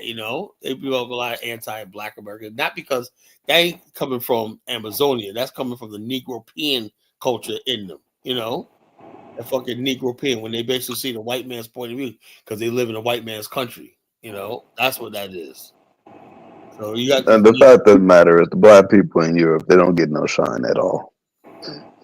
and so the They bottom they, they line, just don't. and the Bible, what you're listening to is Black Englishmen. They ain't Africans anymore. They're Black Englishmen. They like that. So, but they basically have you fooled thinking they're Amazonians or like that because they identify with the area, but they're not fucking real Black Africans, man. They're fucking sellouts. They're race traders. They're sellouts. But what I was saying, Colin, you need to be careful with some of those people because, like I said, the mindset that they have, It don't matter. It and doesn't matter what their mindset they have. They can't do anything. What they got to do? yeah, but see, here's the thing, Colin. The ones that I've and it's not just them. I spoke like Cameroon is a weird country because it's in Africa, but it's a former French colony. But a lot of the people there, they still speak French. They're like French Yeah, so it's identified. Senegal. So it's I met Ivory a wait, Coast. hold on. I met a Cameroonian chick on Discord, and this chick had all kind of French flags and stuff all on her avatar. And I'm like, You "What you got doing with you got to stay on French social media. flags? Like, it's You it's got to it's stay. weird." You got to stay on social media and actually meet people in real life, bro. Real life is. Yeah, this chick had French flags, and then Yeah, she man, was, yeah. and then, I said, well, bro. hold on, but then she was trying to talk. A lot of the Cameroonians that I've met, they think they smarter than everybody. They try to talk down. If you let them, they'll talk down to you, and then like that dude that I was talking about, that Cameroonian dude, he was extremely anti Liberian too. Like he was trying to say that the Americal Liberians enslaved the crews and the Yeah. So the natives and bottom line is this: the guy's an idiot. He doesn't know what he's talking about. So I wouldn't yeah, even. but you need to watch out for him, Colin. I And mean, I and would have to then watch out for him, man. The bottom line is I'm not gonna have anything to do with people like that. and then one last thing, and then like another big problem I have with Cameroon is that they're like the worst African country when it comes to like bed wenches. Like they got the most bed wenches that Common be man, would wanting you to lay stop? up with No, they white don't. You men. gotta And stop with that. yes, You they No, gotta they are. They don't. the worst country when it come to that. Dude, we gotta Th- Them stop. th- Cameroonian No, chicks. no, They the they don't. worst when it come to that. They're not even the top 10. No, they up there. They either one or number two. They Nah, up there. Trust me. I've seen so many camera. And they then they when they they can come they, to the they west, can't outdo the Kenyans. They yeah, cannot yeah. do But the here's the thing: Kenyans. when they come to the west, they want to be super feminist, but then they want to be swirlers too. So they're feminist against black men, but then they want to be swirlers. Like it's just the That's weirdest fucking that's country. that's all black immigrant females that go to the West. That's not all of them. It's That's not it's all of them. all listen. It's all of them. Nigerian women go to the UK looking for reasons to file for divorce, and and they do so. And then they hop on a white man. They all do it. They all do it. Same thing in America. They all do it. It's not a Cameroonian thing. No, they don't all do it. I don't know why y'all trying to defend these chicks, man. I It's mean, something that you can I've look up. seen these Yeah, but chicks all you're making over social media. These Cameroonian chicks, You yeah, like can, I said, they social have the media. weirdest attitude. Yeah, They you think got too much Ndama, social media. Ndama. You got too much You social. can look at statistics that tell you what you're saying is false. I know it's Just not look at the false. statistics. You can't. You only see on social media, unless you just sit on social media all day, God forbid. You only see maybe 100 people when you look on social media. That doesn't represent anything. And whatever you look up on social media, especially if you intend to look for it, that's what the algorithms are going to push to you.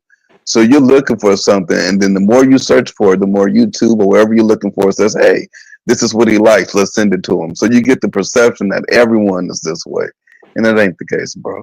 You got to separate social media from reality. I know. I know what I'm looking at. I know what I see. And then this chick, she went so far as to like they'll say straight up that they want to be with white men, that they want the white man's money. They will. They'll tell you that. And then here's another thing. There was an older Cameroonian lady way back on G Plus years ago. She was about middle age. She came from a household. Her mother was Cameroonian. Her dad was like this. She grew up in Utah, right? So her dad was like this, trailer trash, like white, basically cracker, pretty much. Like that's what her mama married. And then she said one day she came home and her mom was sitting on the couch and she had like this big gash like on her thigh, because her trailer park daddy had whooped her ass and real bad. And then she was like, "Oh, well, that's why I don't want to ever get married." And I'm like, she just had this whole feminist, ultra feminist, you know, message. And I've always been weirded out by those chicks, man. Them Cameroonian chicks are just weird. Nigerian chicks don't act like that. It be them Cameroonian chicks. It's that What? French, it's that French, genes that they got in them. When the French ran up in there and colonized them, they love their white Zach. They just and then they hate like regular black men. Like they'll go after regular black men and mute you and block you and all of that. Brother, You know, brother, but brother, at this I point, know how they are. just so Don't you defend these chicks. They don't just no, deserve no, no, that. no, I'm going after you now. You sound like you've been damaged. It ain't got nothing to do with me. I'm just You reporting sure, what I'm brother? seeing. They Yeah, block I never you. did like Man, that. you saying they blocked you? They blocked you, bro? Why would they block you? Were you online stalking them, McDonald?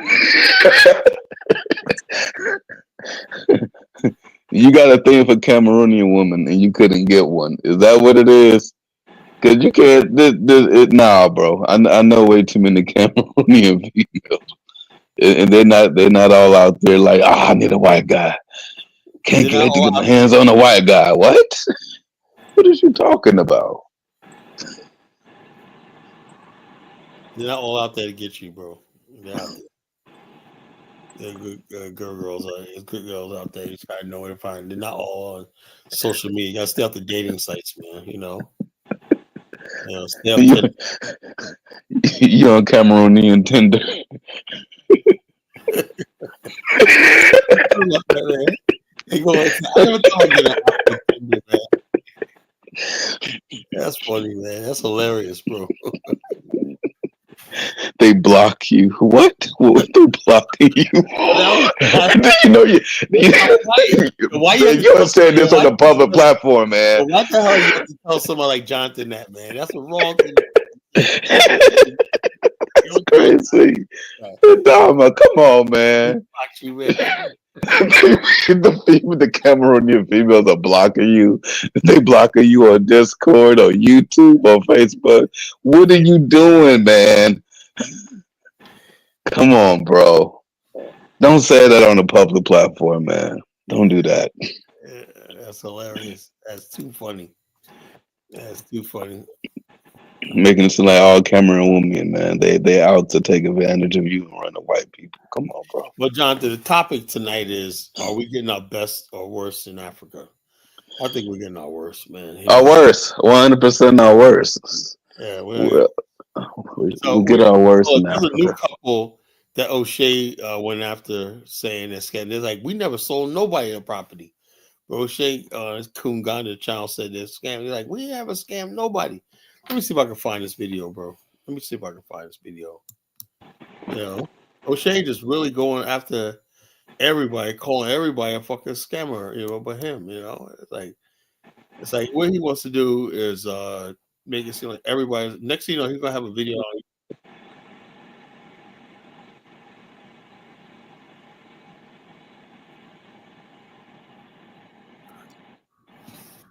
Hold up. Let's see. IC3, what the hell are you talking about?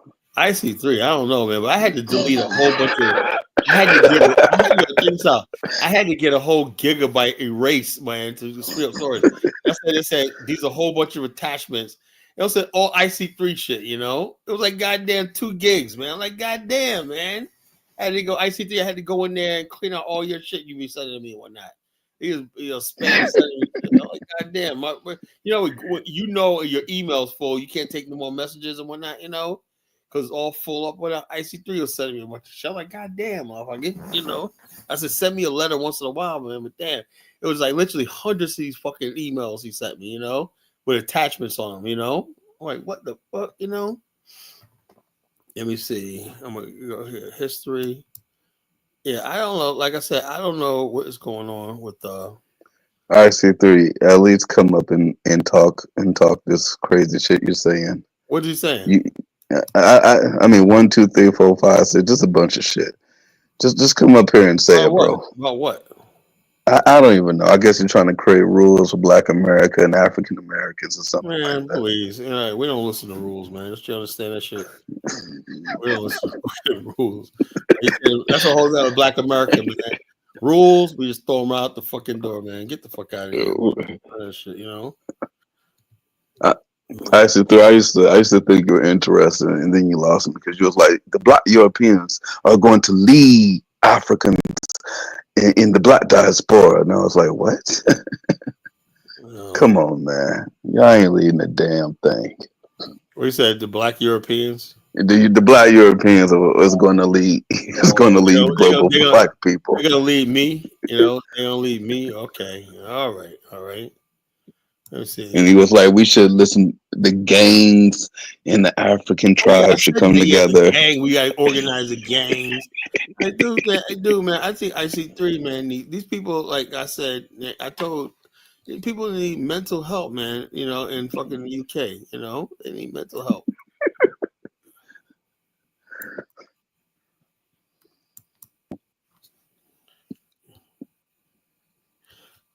You know, I figured out what Kinganda stand for. Kunganda stand for Kenya and Uganda. So you put Kunganda. You know, I finally figured out what it's all about. Kunganda. You know, That makes sense. YouTube scammers are doing this to African Americans. I mean, let's just basically okay. Hold up. No, this people basically no. This is a responsibility. Let me find this. It was like this. We didn't scam anybody. Okay, we didn't scam. We didn't scam. Let's see. Let's see if I can find it like that. Didn't scam. Scam in Africa.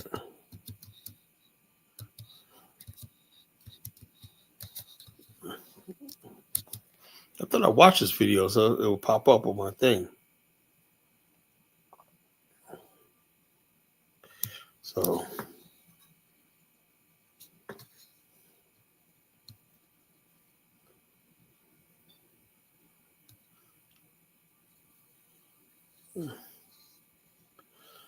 I'm looking at this stuff, right?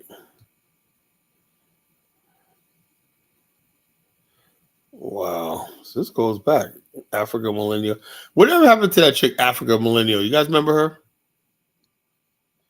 She was living in Canada or whatever like that, you know? Oh yeah, I used to talk to her. I have a theory about what happened with her. You ran her off, Adama? You scared her off, man? No, no. You I stalking her, mean, man? You stalking her, man? I have a theory. I think she probably met a white dude, and you know, and she Man, just you got these crazy theories about every black woman ain't with a white guy, man. no, because Maybe she she got, abruptly disappeared. Like she was up there from like 2015 to like 2020, and then like about 2020, she abruptly like disappeared. Like this chick like fell off the map like without any warning. So you know, and then I have another theory. Maybe her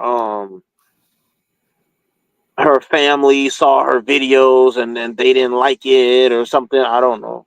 That happens in some of those cultures, like you know, when the daughter go to the West, and if she's on social media and stuff, sometimes if their family see that, they don't like it. why is African families do everything but provide for their fucking people? You know? Man, they be on social media in Africa doing all kinds of crazy shit. They don't give a damn about what them people do in the West. You look at real lately on Facebook, it's all these little African girls showing their behinds and fucking being provocative, you know? What's wrong with that, Colin? I'm a fucking grown ass man. I don't want to see a fucking little girl shaking her ass, you know? Diamond man, see, you got to get rid of that. You creeping women out with that pervy shit, man. You know? You gotta think, you gotta think with the head on your top of on your shoulder, not between your legs, man. You know, you being led by your head between your fucking legs. You're always gonna make mistakes, you know.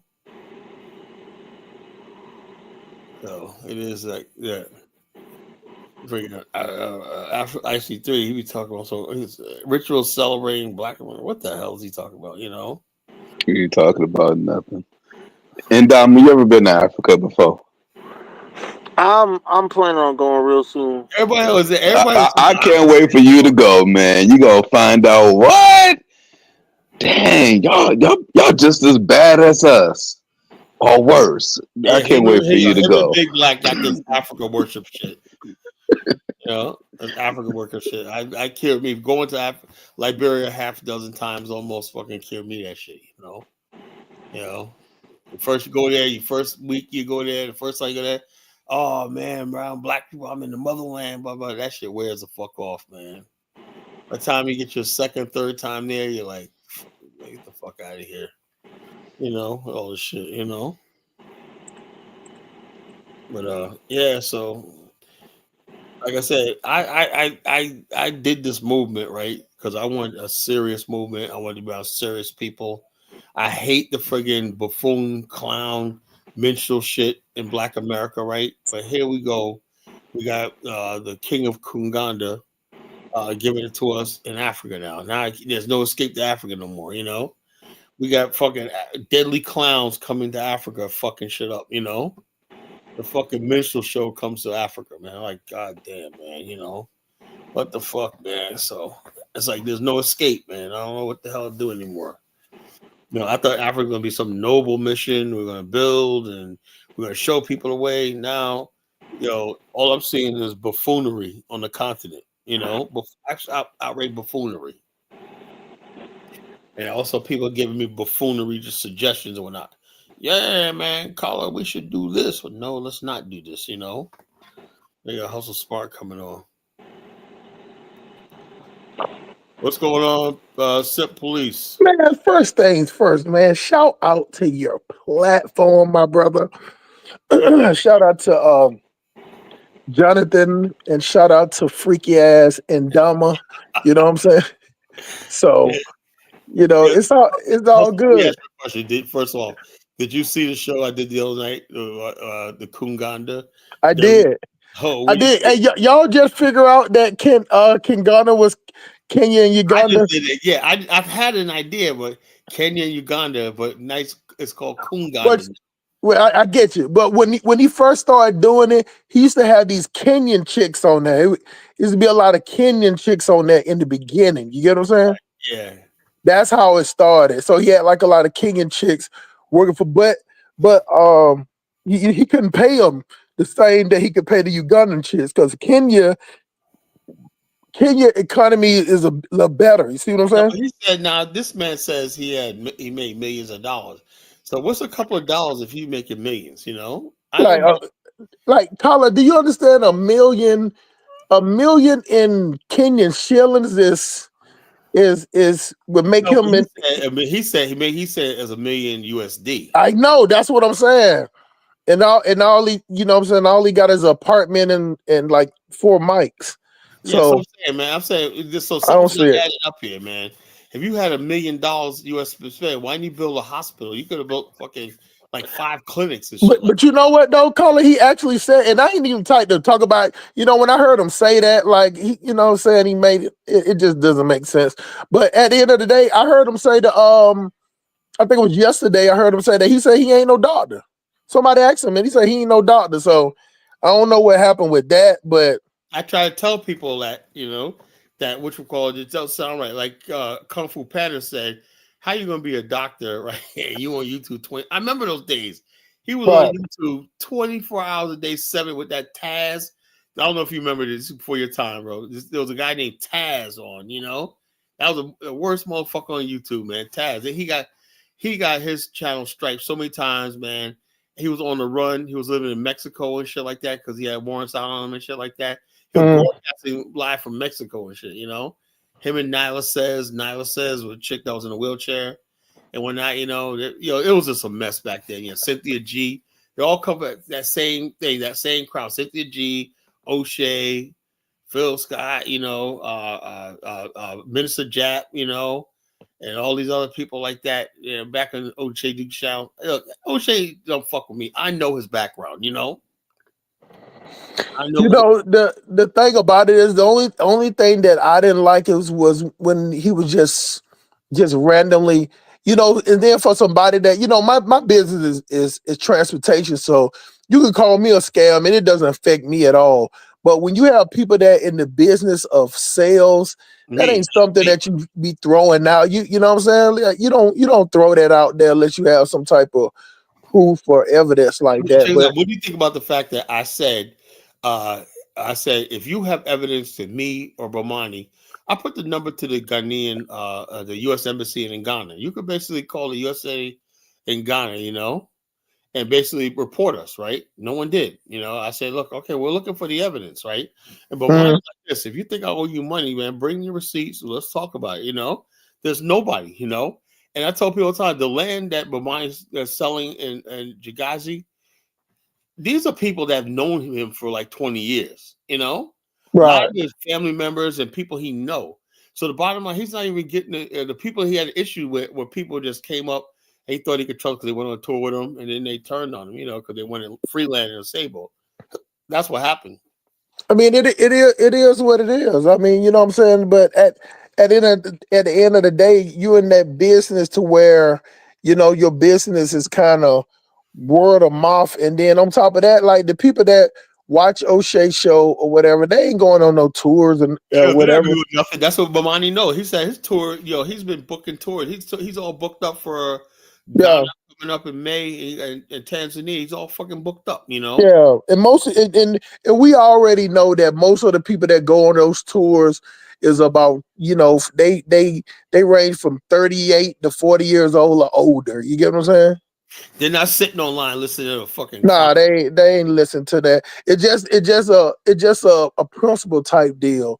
You get right. what I'm saying? It just like I was telling Jonathan the last time, that first time it happened, I was like, it just like somebody say, "Hey, Jonathan, if Jonathan starts selling cars, don't buy no cars from him." And Jonathan ain't said a damn thing about selling cars. You get what I'm saying? Right. Like that's how erroneous it was. I mean, I just didn't get the whole thing.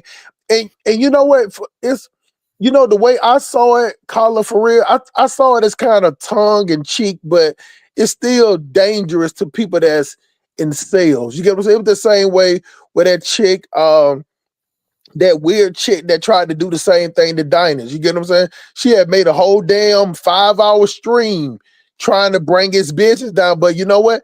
The thing I had to tell Brandon and diners. I said, man, that's what y'all get for just letting these chicks float around. You know what I'm saying? Trying to simp for chicks. And I'm like, sometimes these chicks, they'll get up under you and try to pump you for information. You get what I'm saying? Like at the end of the day, if you're trying to make some type of movement, unless that chick is a spokesperson or working for you hand in hand, man, don't have no chicks around you, because soon as you make them mad or they don't get what they want, they're gonna turn around and try to bring your business back. Cause that's what they do.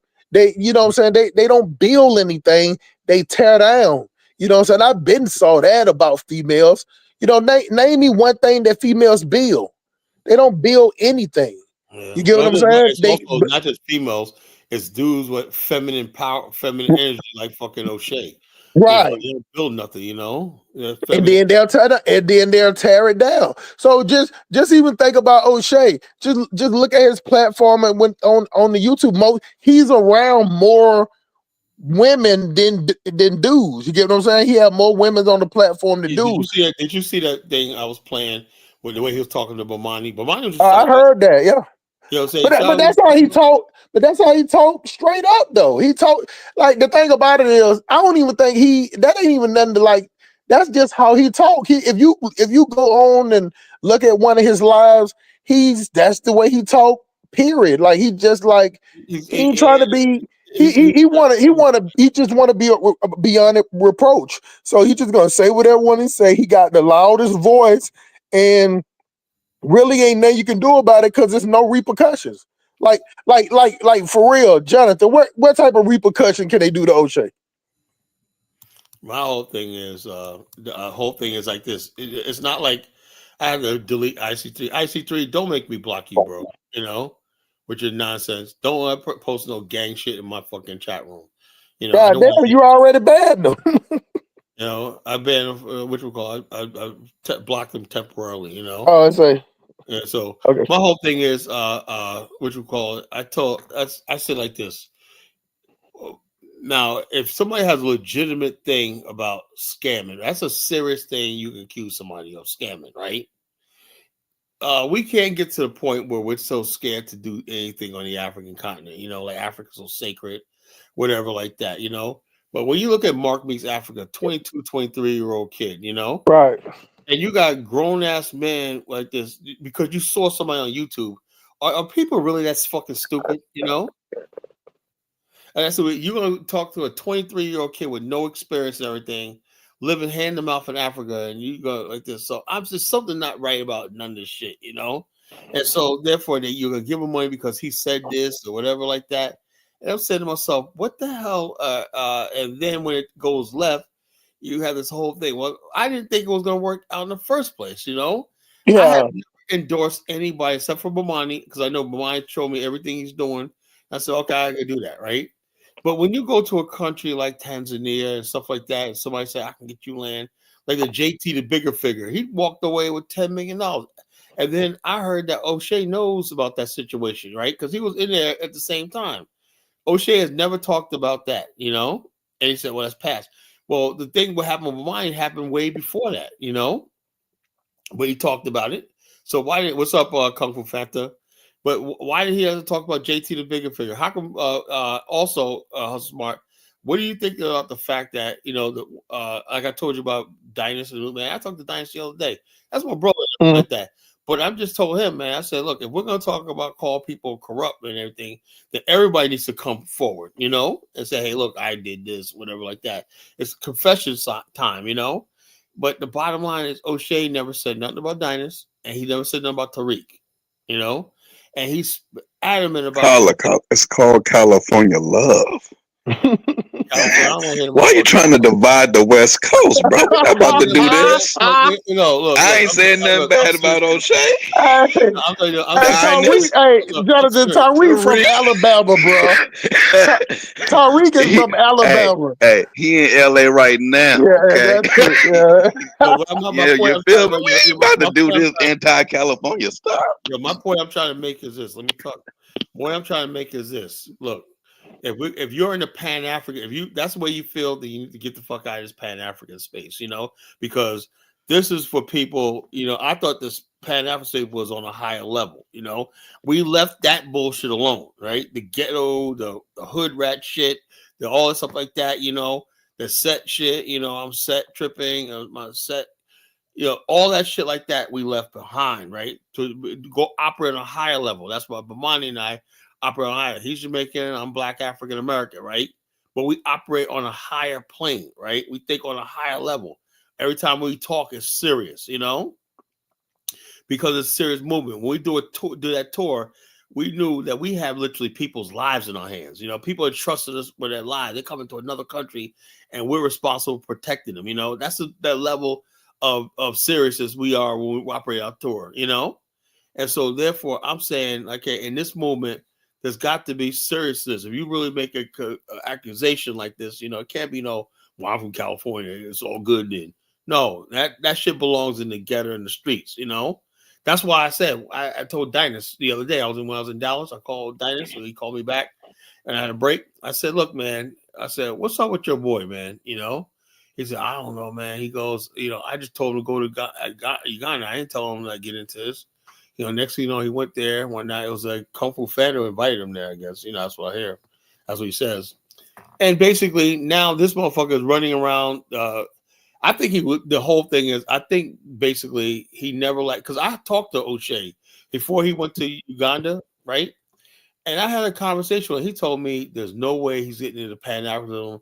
Pan-Africanism was dead. It was stupid. It was never, black people would never go back. And by the way, nobody will, if I did a Pan-African show, nobody will listen. That's what he said, And then suddenly he had a change. Who said that? Yeah, he said that. Who said that? Yes, he said that to me. No, I said, who said that? Who? O'Shea said that. Okay. And then basically he was in Poland. That's when he was living in Poland. And basically next thing you know, he goes to Uganda one time, liked it. I guess he must have got laid. And then like a few months later, he decided he wanted to move there. Like a year later, he decided he wanted to move there. Yeah. And then next thing you know, he said, something, I could do YouTube from over here and make it African centered. I said, okay, and I supported it first. I said, maybe that's what we need, right? But my whole thing, Hustle Smart, is the fact that I all the time thought that we were going to get all these platforms and content creators and create like our own Rumble or Reddit or something like that. We're all like a Justice League. I get it. Yeah, so like that. So we have like this platform. So we basically could have monetization ourselves, and we can do whatever we want to do. Our own platform. I think we need to be in our own world. When you have your own platform, right, you have your own trending topics because we're controlling the algorithm, and stuff like that. So I thought that's what we were going to. But all this division, everything, I said, I did not know people were going to make YouTube a fucking career. I had no idea, I thought people just go on YouTube just so you learn this. Because I had a guy in my organization, the Black African Infrastructure Organization. This guy built a platform like YouTube, and he built a platform like YouTube, right? And then next thing you know, but he didn't work out some kicks. I signed up for an account and it kept crashing, right? So I got to work this out, whatever like that. He was working on it, right? Good. But it was like YouTube, right? You can upload, links, everything like that. But I said, this is going to be it, man. All I have to do is convince Dynas and everybody, Brandon, to come on this. It's going to grow. We got millions. I had this grand vision, Boy, where the fuck was I wrong, man, And then at the one time, around that same time, right, Dynas had several black-owned platforms, that he was streaming on along with StreamYard at first, But he don't do that no more, So everybody's just YouTube, right? I said that's, to me, in my opinion, that defeats the fucking purpose, I thought the whole idea we're gonna have our own shit. I thought black nationalism and Pan-Africanism was about us having our own shit. That's what I thought, I was wrong, I was wrong. People were comfortable being on the plantation. That's my show about last night. Well, think about it like nationalism is about that, not Pan-Africanism. Yeah. Well, even a Pan-Africanism could be a part of black nationalism, So basically, and also a lot of Pan-Africanists, and I don't know how, you got Pan-Africanists are perfectly happy living under white supremacy, Right. That's what I'm saying. That's why I have to agree with Jonathan. It can't. It's like oil and water. It seems like it could be the same, but it's not the same because the the two ideologies gonna bump heads. You know what I'm saying? It's when you get down to the what I'm saying is they can be friends, but they can't commingle. You get what I'm saying? Because one ideology is gonna push left, and the other ideology is either gonna stand still or it's gonna move to the right. But they can't merge. You can't merge black nationalists with Pan African. It's like an oxymoron. It's not gonna merge cohesiveness. No, it's not. It's not gonna be cohesive. But what I'm saying is a good idea of practice, but what you see is that sometimes, Carla, you can be it was just like me when I was in the trap with all my homeboys, and I'm thinking that we're on the same planet. We're gonna get out the trap, we're gonna get in transportation, we're gonna buy some houses, buy some property. I got tunnel vision on it. You know what I'm saying? All of them was saying the same thing, but when it got time to get out the game and to get into business, I was the only one that did it. All them other they went. You would have thought the way we was talking, Carla, that we was all going on the same. I had no idea because I had that tunnel vision, and even though it sounded good to them, that they wasn't like-minded thinkers on the business side of it. They was like-minded business. There was like-minded people on the thought of it, the thought of being businessman. But at the end of the day, Carla, you know for a fact being a businessman ain't sexy. It takes more work to be a businessman than somebody that worked 40 hours. It's not fun at all. It's not fun. It's not fun. It's a lonely life. My last business I had when we was doing insurance still, but we did a side business with medical transport, man. We had that thing for 2 years. We didn't make a dime, but the payroll, and I tell people all the time, I said, I wouldn't wish owning a business on my worst enemy, I mean, we had to be up. I had to be at the office by 6 o'clock every fucking morning.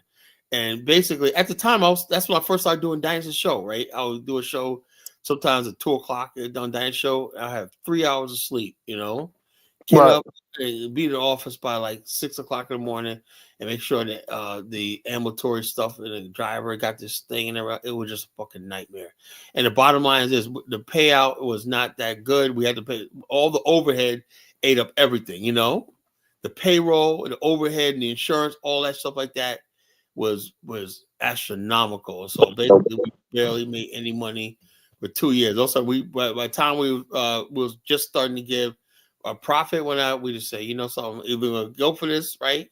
That means invest a whole bunch of money in repairs in advance, or just give it up. So we just gave it up, man. I said, no, we just gave it up. It was just too much, so we just went back to just doing insurance full time. Now we're glad because we went to Dallas this week, man. We found out that they're considering making us partners. Now my sister actually a partner. Now I just moved to SGA. So basically, I told these guys, I might have to hand this all over to these guys. Because I can't have any sort of social media. If I move into that position, as partner. So I'll have to hand this over there to somebody else, I get it, because it's a word of mouth. It sucks that if you can't really do YouTube the way you want to do YouTube if it's a word of mouth business. You get change that if your business in real life is a word of mouth business. So that means that anybody can copy, paste, snip what you say, find you got a customer and find man, that's what he thinks or whatever, it's too much of a risk. I can't. It is 100% a risk. And that's the one thing that I like about transportation where, man, them goddamn folks, you can't even, you don't even know the number to call the people. I don't even know the number to call them people. You get what I'm saying? I don't even know an email to call them people. Like they don't care. They just want you to pick up that trailer and take it there somewhere, get it unloaded, and don't hit nobody. They don't care about how you think. They don't even care if you show up clean or dirty, Carla. You get what I'm saying? They don't even care if you riding in your truck butt ass naked with a bonnet over your head. They do not care as far as the transportation. But when it comes to insurance and what you in, that's word of mouth. You get what I'm saying? Like it's very professional, high level. It's professional. My sister's married, man. Her husband will kill you. Yeah, And and that's what we was on Dinah Show today, and that's what I was trying to explain to people. It was like, that was a good comment. That two Niger pissed me off when he said that. man, I was so freaking heated. I was driving. I'm about to pull on the side of the road and just start cussing him. I tried to give him a chance. Because I like to Niger. You get what I'm saying? And you know what? What it made me think about that day you was talking about how Diners will give just anybody a platform to talk or whatever. I mean, not Diners says he did shut two Niger down at the end. You get what I'm saying? But that's that part of talking about, we do that thing in the Black community. Sometimes we talk about stuff we have no idea. Like stuff that I have no idea about, you won't even hear me on no platform. I won't even go on there just to sit and be like, there's a lot of stuff I don't talk about because I don't know. Check this out. What he said was, he goes, the Mexicans are not taking, these are high level Mexicans that are not taking jobs that you guys are like we don't have professional jobs. Like you said, the jobs you do in the trucking is professional, right? He makes it seem like all Black people are just like menial workers and whatnot, And it was weird. It was weird, his whole angle of it. Like I said, what we have to do as Black America, we have to rebrand ourselves. People have to know who we are. When I was in Dallas, man, like and I'm looking at like some of the top agencies that came down there. Like 5 other Black agencies, right, on the top level. We're the top agencies in the country. We're the largest FMO and the top. So we're the largest agencies, best agencies in the top FMO in the country, right? And we're the largest marketing group. There's a marketing group, there's the FMO, and there's us, right? The agencies, right?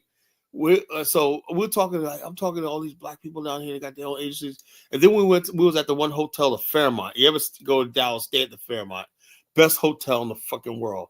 I slept on the first day. I was so posh on the first day. We had dinner and whatnot. I was in an executive lounge. Who is the Fairmont associated with? Fairmont associated with it. They said an Arab guy. It said some Arabs own it. Oh, for real? Like the individual? I thought it was like connected with Marriott or Hilton. I don't know, but I never heard of it, so I went there. But I do know this. Somebody said it was some rich Arab sheik or something like that. It's an oil person that owns part of it, as part owner of it. Hold on, let me interject something real quick. I hate to say it, but when them Arabs and them sheiks build a hotel, they build that motherfucker for comfort, man. I was in royalty, bro. I got to admit that. Royalty. Check this out. I slept for 13 hours. That bed was so comfortable, man. They got adjusted and everything. 13 freaking hours. I didn't get a flight on. I didn't get any sleep on a plane. So basically, I was operating all morning with, after breakfast with no sleep. We was on the plane and we had to shower. I had to shower and go right to the conventions by noon, right? And so all day, we had dinner at like 8 o'clock, went at 7 o'clock. After all day festivities and everything, they gave us a tour of the building and everything like that. And all of a sudden, basically, I went to bed. I was like, oh, I was parched. Slept all friggin' day, I slept all night. That was the best sleep I had. At first, I thought I was going to do a show from the hotel room, man. I got in that bed. I was like, man, I'll see my audience later. You know what? You don't never do a show from the hotel. That internet is not as fast enough to do a show.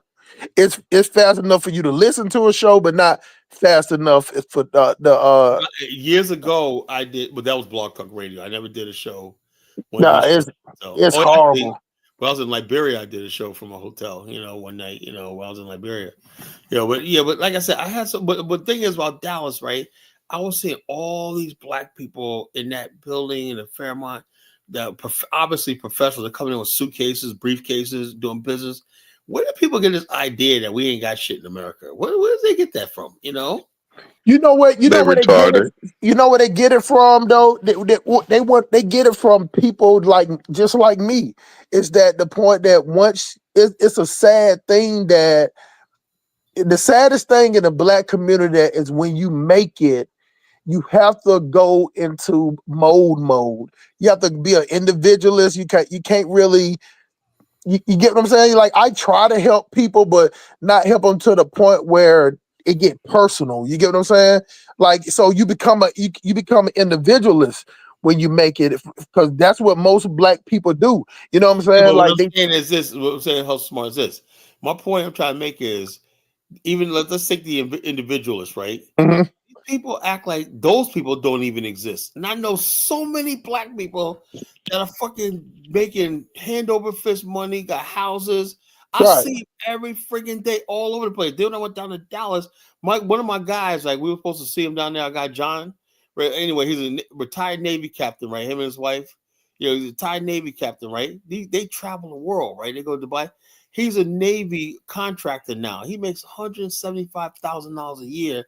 His wife does make that type of money too. But but I'm saying to myself, these are black people, right? And my brother goes to see him because he's in Dallas, but we couldn't see him because we was pushed for time. We was in their business, right? But the bottom line is this, I know so many black people. Most black people I know are doing very, very well. But the thing is, though, it's like, why are the people that basically people think are always front and center in our community? And that's what I say. Even in Africa right now, it's like the best representation of us never gets in front of people. You know, whether it's here or it's Africa. You know, it's like I don't see the best representation because there's so many black people that could basically put a good face on Black America, but people choose to look at the worst among us to be like, that's Black America, like to Niger. Oh, you guys don't have to worry about it because these people are getting jobs that you guys don't get. What the fuck? Makala, they only compare themselves to the worst of us because that's all they can compare themselves to. They're not going to compare themselves to you or to a shower supporter or Sim Pauly. They're not going to compare themselves to successful people because they'll look stupid. If you ever notice, you never hear me acting like I have a problem with Africans here because there's no competition for me. Yeah, it's no company.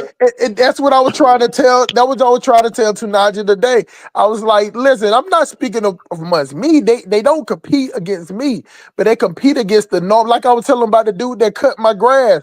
And then the dude tried to come in, and the Latino guy came and knocked on my door and tried to offer me because I pay the guy bi-weekly. He cut it every 2 weeks. He tried to undercut the black guy $20. $20 every $40 a month. So Yeah, I'll be hustle smart. I'll be honest with you, man. You would have did it. My cleaning lady, the black girl that'll do my. Yeah. I'm sorry, she had to go, man. No, hey, now, hold on, Colin. Let me be honest. Now, if it was like cleaning, I definitely go with the Latino. Let me tell you the reason why. Hold on, Colin. Let me tell you the reason why. Because they're just more.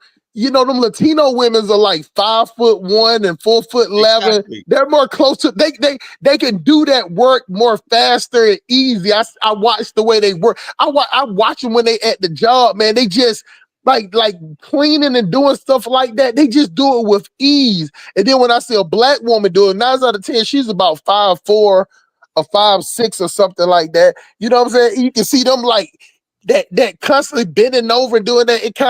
They don't do it as fast. They're not efficient and they don't work together. Anytime I see the Latino women, they work. They tag team. You see, it's when it comes to honest, they tag team for $20. They'll do it for $10 each. That's the only difference right there. Let's be honest up here, okay? That sister gonna take that $20 with the worst attitude you ever had in your life. $20, shit! I ain't about to be doing all of that. Just like that gay dude on Baby Boy, $40.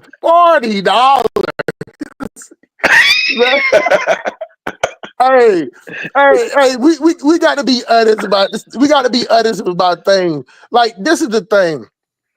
If it comes to a Latino woman, I'll hire her before I hire a black woman. But if it comes to just like a black man and a black Latino dude, I'm gonna hire the black dude. If it's something just like far as cutting the grass. But I got to admit though, Carla, them goddamn Latinos, I should have put the video up on my YouTube. They got them put a brand new roof on my house, bro. They put that bitch up in like 6 or 8 hours, they bro. Work good. They work hard. When it comes down to it, let me tell you something. Now, Principe says he's taking my black nationals card away from me.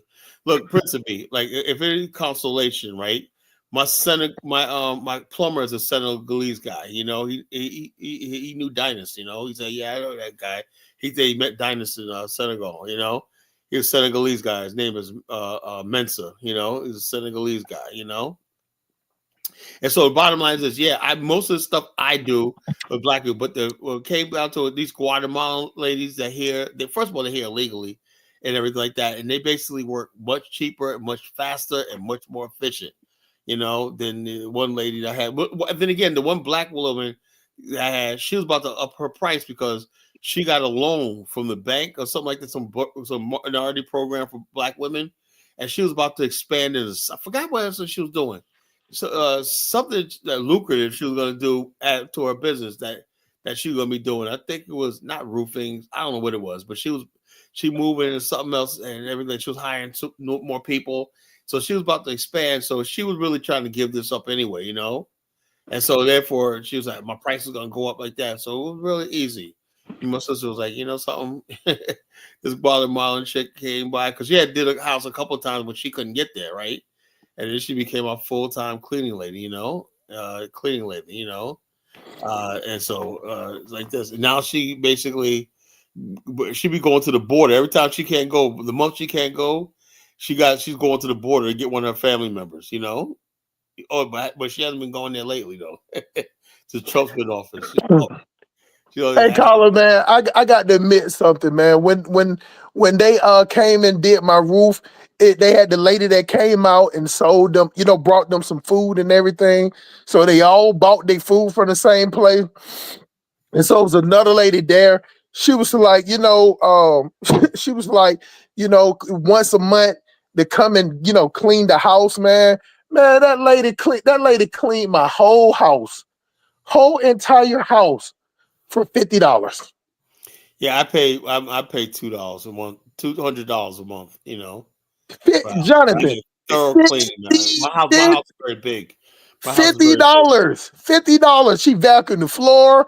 And most of my houses is all the rooms is carpet. The only thing that's not carpet is the living room and the kitchen and the bathrooms. That's it. Man, I'm talking about she got them scrub the showers, everything. And then on top of that, it only took her like 2 hours, bro. Like it took her 2 hours, and I was outside of my truck, just, you know, doing some work, you know, doing emails and getting everything. Man, when I walked in the house, I'm telling you, it smelled like a different house. Like I was actually ashamed of myself that I ain't never smelt my house like that. Yeah, they do. They do the fragrance and all stuff like that. People are good. They're good at what they do, man. You know, they're good at what they do. Donnie don't like that, but Carla, she had the motherfucking spray bottles on her back pockets. yes, they do. They walk around with the spray bottle. What the fuck? Have you ever seen that before, John? I've never seen that before. Yeah, all the Mexicans do it. That's what they do. I'm talking about she had like 2 spray bottles on both of her ass cheeks. Of course they got them pancake square body SpongeBob asses, but I just never seen that before. And it was just like, oh, they're not competing. That's just how they get down. Yeah, man. Like I said, the whole thing is Black America. Like I said, these people coming from third world country, like you said, they don't have the same standards you have as far as the trucking and stuff like that. You know, you remember the country singer Toby Keith? Yeah. You heard about that, right? What happened? His father was killed by a Mexican illegal alien driving a tractor trailer. Mm-hmm. You know, think about that. Toby Keith, you know, country singer, when killed by the guy had no license. He was coming from Mexico, you know, because they said basically you gotta understand something. You probably know this, right? They're trying to build a super highway between Canada and Mexico right through the United States, you know? Remember that? Right. And that was George W. Bush that was trying to do that. So it was a big treat. So in other words, basically, it's like people could drive all the way from Argentina all the way to the United States to Canada, through Canada, when nothing to see here. I'm just driving through the United States. In other words, borders don't mean anything. That's the world they want. They want borderless a world where they could bring people in, you know, when they want to. They could flood your country with goods and untaxed, and everything like that. So that's why they said this pesky thing called nationalism. And like you got Maximilian said, yeah, man, I don't like. Why does it feel like you got to apologize for voting for Trump? Man, I hate that. I be saying that shit all the time. They always be trying to think like I'm trying to be an asshole. I'm like, bro, y'all don't have to fucking apologize when you want to say what you want to say. But the problem is, Carla, because in 1 minute he try to be neutral. And then he'll sit back and, or maybe get somebody like me on the platform that's not trying to be PC. Well, who is he trying to impress? I have no idea. And he's the oldest on the platform. I hate. Look, I had this one dude, man. One time, I was smart years ago when I first got on the internet, right? And this one guy was speaking, right, and he was like saying something, like, and he was like, and an older guy, right? This guy was old, like in his 70s, like. But that's all I'm gonna say, man, before I get in trouble. I said, what is somebody gonna do? Knock on your door and beat you upside the head? You're on the internet, nigga. What the hell, man? Carla, you remember when that thing would happen with you and Elvis them, and I was telling Dollar Bill, I was like, Dollar Bill, you got to stop doing. Dollar Bill used to do that sometimes too. He used to be like, when he was trying to appease to those women and all that, be like, man, don't apologize for saying how you feel. Either they gonna accept it or not. But when you always starting off your sentence with apology, that means that everything you say after that is not going to hold any weight, because you feel like you got to apologize before they can listen to you. If you got to apologize for somebody to listen to you, you might as well not even talk after that.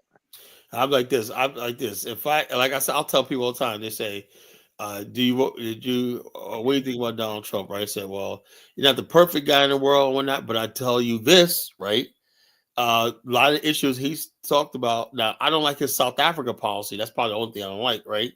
But everything else, right? You can't have an open border like that. You just can't do it, you got people, Democrats, are trying to bring a fucking MS-13 person back from El Salvador to put in the United States. This is insane.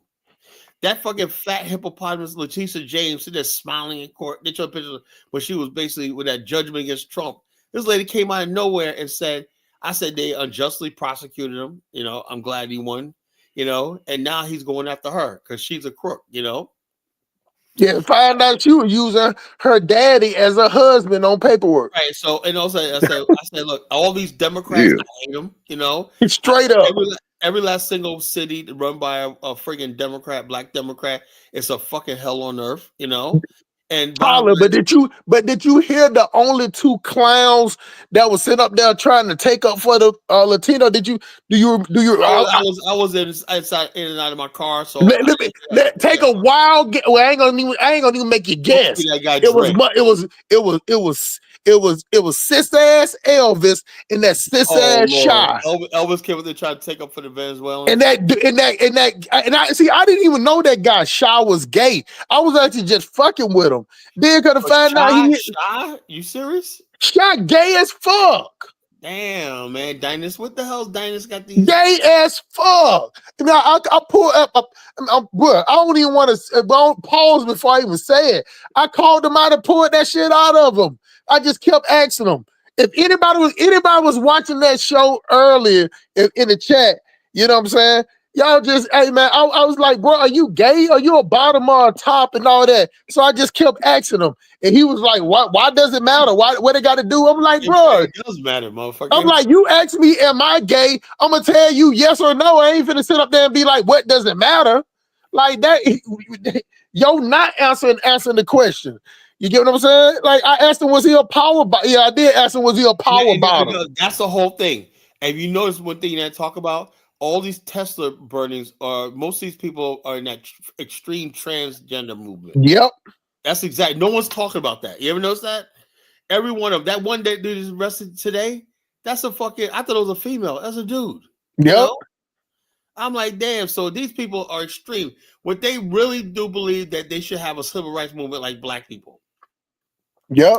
I am 100% against equating gays, trans with being black. right? That's why I don't vote Democrat. That's why I support Donald Trump. Men do not belong in women's sports. You know, we should not have to have pronouns, whatever like that. What's your pronoun? There was a student recently. Megan Keller was talking about that. The teacher said, "What's your pronoun?" He goes, "I feel uncomfortable talking about that." What's your pronouns? God damn it! What's your pronoun? He was like, "I'm just my name's like that." What's your pronouns? They'll say all stuff like this. So they're indoctrinating children into this stupid nonsense. And this is a cult. To me, it was a culture war this last election. I am not about the friggin' left wing. Now, how did black people get caught up in this stuff? I have no idea. But I know Black women. Black people, women, like oh my god! yeah. But the thing is, listen, Colin. You know what? One thing I don't like. I'm gonna interject this point real quick. One thing I don't like about black people, we always try to act like we don't know who the corporate pushing that shit is. It's black women that's pushing these churches. They the one keeping the churches open. They're the ones that making these little thugs out here, they boyfriends, and raise them up like that to be emotional out here doing all this wild shit. It's black women that boosting up goddamn the Democrat Party. It's black women that sit out here and root for all of that shit. Like we can't sit up there. America. It's black women that literally ask you what's your pronouns before you keep saying anything. Yeah, hold on. Really? Who, Carla? Maybe you don't know this, but who is the number one best friend to gay men? Jonathan, black woman. Black women. And the number one person to try to out a gay person right afterwards, black woman. She's gonna make. They just they're just confused. Gays a hard priority. That's what Jasmine Crockett said. You know, ain't no damn priority. Yeah, that bad weed heifer need to sit down somewhere. She be sitting up there with that stupid wig on where she turned left, then the wig turned left like 3 seconds later, bro. Yeah, I saw that, man. I thought it was just me. I said, yeah, crooked or something, head crooked or something. Listen, Jonathan, it would be funny if I was making it funny. She stood up there and was saying something, and she threw her head to the left, and the wig moved like 3 seconds later, bro. Just looking stupid, bro. You get what I'm saying? That go Dusty brother right there. Yeah, it was Elvis and the gay dude. Even after I called him out, like, Elvis, your boyfriend or something, bro. Y'all got something going on. You know what I'm saying? And then he was like, well, I want to give him the dude need due process. What the fuck you mean he need due process? He already got his due. Here, man. Export these motherfuckers the hell out of here. You know, the bottom line is this. The dude was beating his wife. One dude was beating his wife. You got a sitting congressman went all the way to El Salvador to get him back. This, I don't know if somebody said, Colin, wake me up tomorrow and say, oh, that was just a bad dream, I would believe it, right? But this is fucking real, This is literally fucking real. You got AOC, Bernie Sanders, all these people talking about we gotta bring these fucking thugs back. I'm like, are you kidding me? Let them rule the streets. Let them have the fucking Baltimore. Let them have New York. Let them like this. Where are we gonna go? And then we say, something, life is so unbearable. Now it's time for an African. No, y'all can't go nowhere. Man. So these motherfuckers, like I said, these people are trying to destroy what's left of Black America, everything like that, and replace us with these freaking idiots from the third world and shit. Like I said, let them try, Colin, have you ever noticed that when it comes to some of these immigrants, when they be sitting up there saying, like, you know what, I just think that your woman have the right to choose, but you go to their own country, if you start talking about their numbers dwindling in their own countries, ain't nobody talking about abortions there. You get what I'm saying? Let me tell you right now, you go in Africa, women have fucking no really rights, really. Right.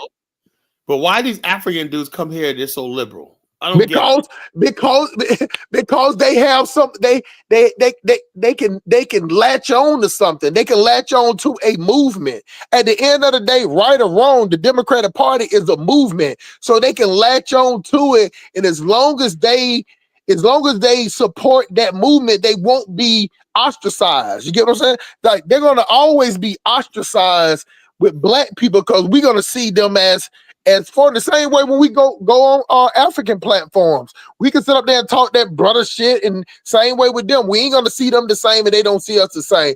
But when they're part of that party, they figure like that. You know what? We ain't gonna support.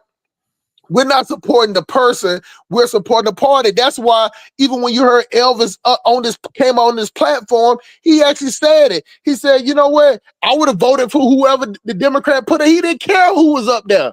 He didn't care if it was. He didn't care if it was Joe Biden, Kamala, or was it RuPaul. He was gonna vote because the Democrat Party. He's voting for that because that type of shit is against. It's not helping black people. Also, you gotta say something. It's bigger than that too. You know what it is? There's this idea that America is defined by. There's three stories of America. 3 stories. Period. Right? There's the Anglo-Saxon original American story, 13 colonies, and the white people who joined them, became Americans. That's one story. Then you have the African story, the Native Americans, and then you have the African story, right? You could say the Mexicans are part of the Native American story, indigenous story, right? Then you have the African story, right? Which basically defined by African slave descendants, right?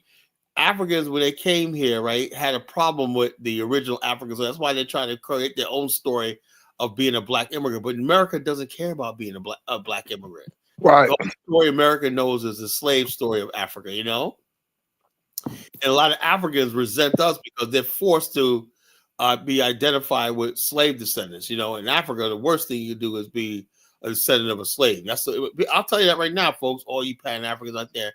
The worst thing you could be in African culture, they'll tell you that, is to be, in their eyes, a descendant of a slave. That means once you're a slave, you're forever a slave. That's what Africans think, And so I don't know what people selling this kumbaya shit with Africa. Right. Hey, Colin. They damn sure think they damn sure see us as American descendants of slaves. That's just how they see us.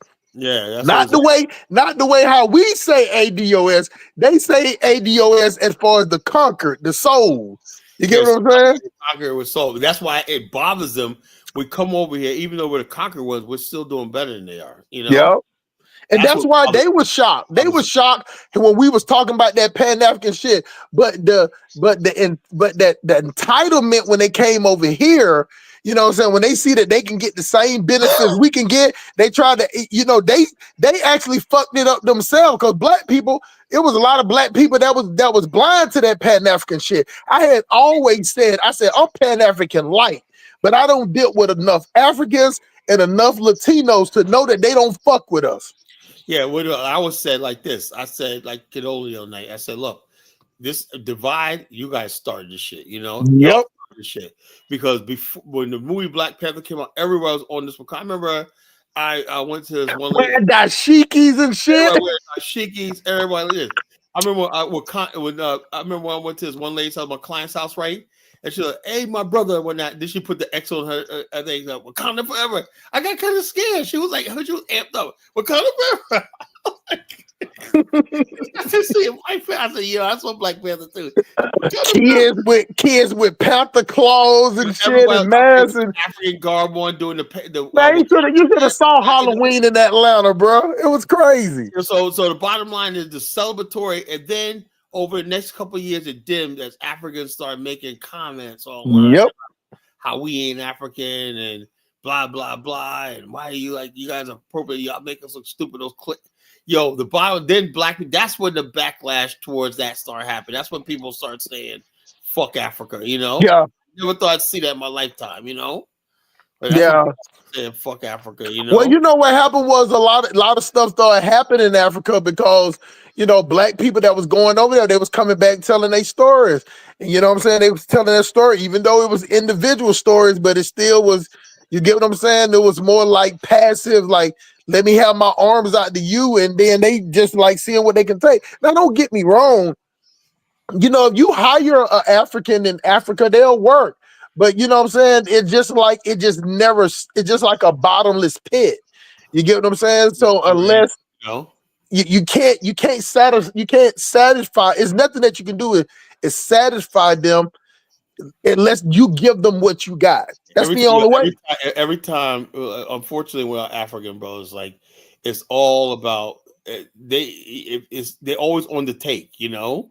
Yeah. If they're not taking, they have no, like you and I can go out smart. We can have dinner. We can talk. We can kick it, whatever like that. I'm not trying to get in your pockets, right?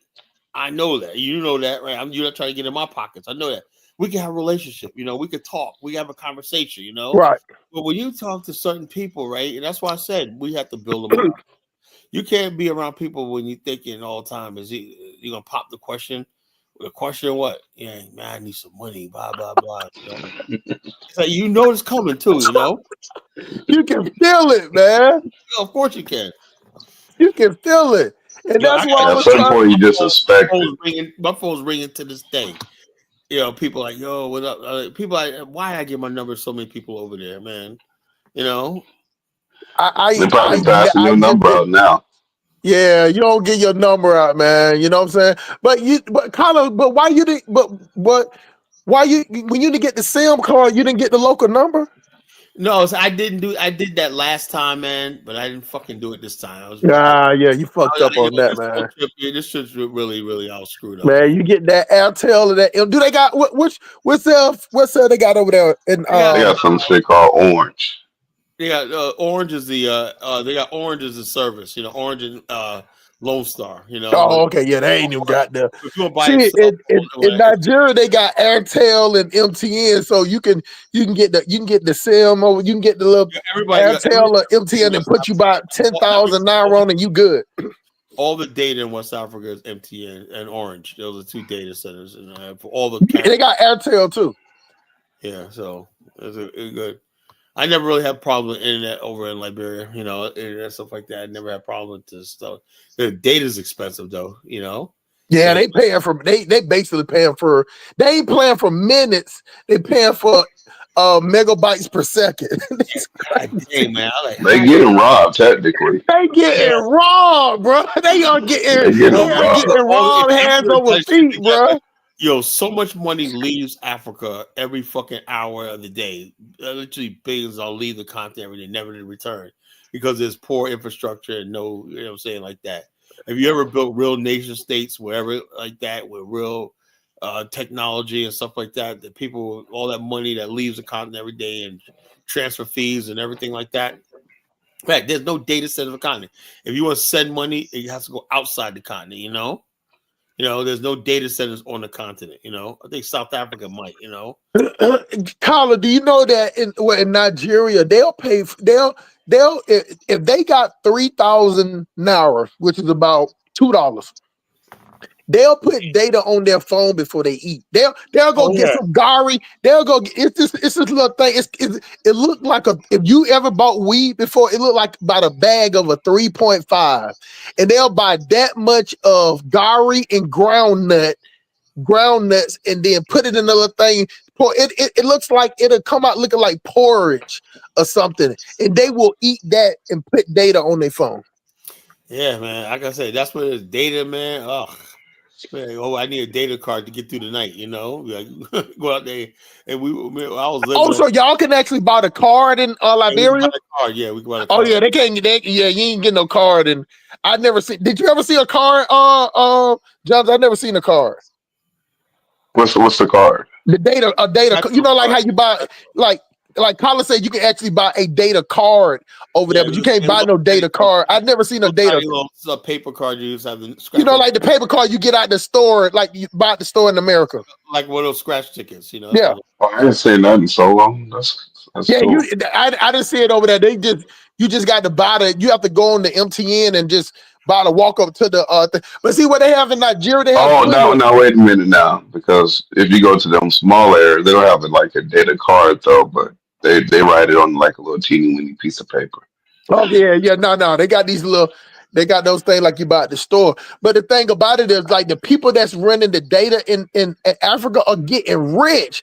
They're the ones that are making a lot of money because the basic. In Liberia, what they do is the street vendors, right? Every street vendor has a little thing where they sell data cards. You know, they sell them and they do the re-up, whatever like that. You know, there's so everybody. Every time you go in a corner, Because somebody on the corner selling data cards, you know. Do they have the do they have the point of sale people like they do in Nigeria on every They corner? have a person out They there. got that. You buy the score for cash. You know, you can't charge it for cash.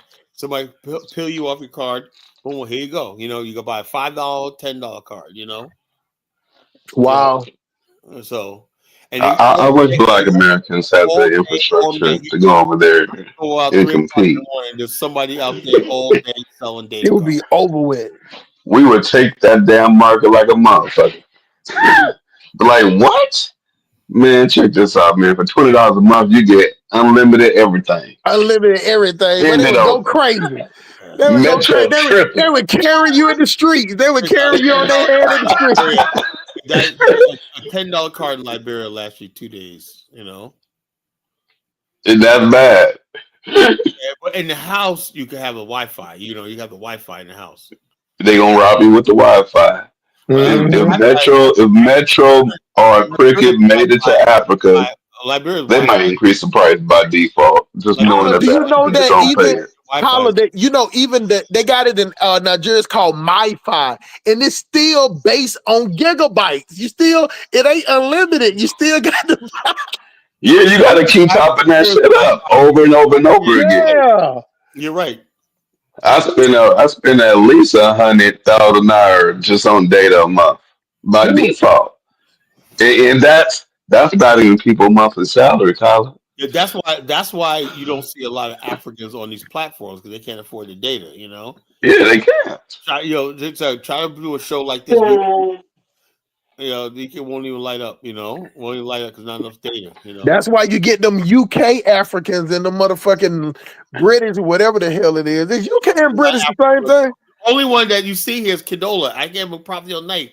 You're the only African got the capability to call in, man. You know. Colin, no. He's married to a white woman. Yeah. That white woman making sure that he's good. So don't do that. That he don't count either. Being in Africa with some damn euros does not count. Yo, him and Lozi in South Africa, the only fucking Africans I ever call. Yeah. Hey, Kaizo, you know, that's about it. That's 3 people from Africa ever call these shows. You know, that's crazy. I don't count either because he goes to the UK all the time. Yeah, but sometimes he calls from Kenya, right? I haven't seen him. Where's he at, man? I haven't seen him in like 2 months. UK. He in the UK. So he's not doing shows while he's up there? Who y'all said? Kaizo. Okay. I haven't seen him in like 2 months, man. I haven't seen him since I got back from Liberia. Yeah, he got to make his money in the UK. He ain't got time to be on platforms. Just like Lewis. Yeah, that's the same thing that happened to. I think I was talking about African millennial earlier. Right. Yo, when you had freaky ass Indama up there was talking about his theories. his theories. He tripped me out every time I hear him say that. Oh, remember Indama crazy as shit. Yo, remember Lewis and guys over to it? So fucking remember that they got into it, you know? Yeah. Oh, shit. And then about Kenya, it was so funny. He goes, Kenny Kaiser say, "Listen, man, Ghana's a shithole." And Lewis went off, man. That shit was so fucking funny. I mean, you know what? Compared to is Kenya and Ghana, it ain't even no comparison, man. Because Ghana about the size of Alabama. You know what I'm saying? Like Kenya's way more bigger. Kenya's competitor is South Africa. Lewis gonna call in, man. Yo, come on, man. Call in, Lewis. Yeah, he can't do nothing about that. I mean, you can see, you know, Ghana is what it is, and like I say, that return made the prices go up. It made all the prices around that go up. So the people that return saved them. They're talking about hitting everybody up. Some people say no, we only talk about white people, and no, they're talking about hitting everybody up for living in Ghana. They're tired of everybody. They say everybody gonna pay. They want to stay around here. You know, Ghana figured out there's 54 countries in Africa. Do you realize that shit? They don't care because each stupid ass country in Africa, they especially in West Africa, that they in their own bubble. You get what I'm saying? Like it ain't nowhere in the world that like Togo should be a country. I know. There's nowhere in the world that the Benin Republic should be a country. Or fucking Gambia. Or the Gambia, you know what I'm saying? There's nowhere in the all world. these countries don't make no sense. But Black America, 45 million people. We got millionaires, billionaires. We can't get a crack at being a country. Come on, man. You know, that's what I don't understand. You know. No, because we will actually poison the community. Yeah. We would poison them with our way of living. You get what I'm saying?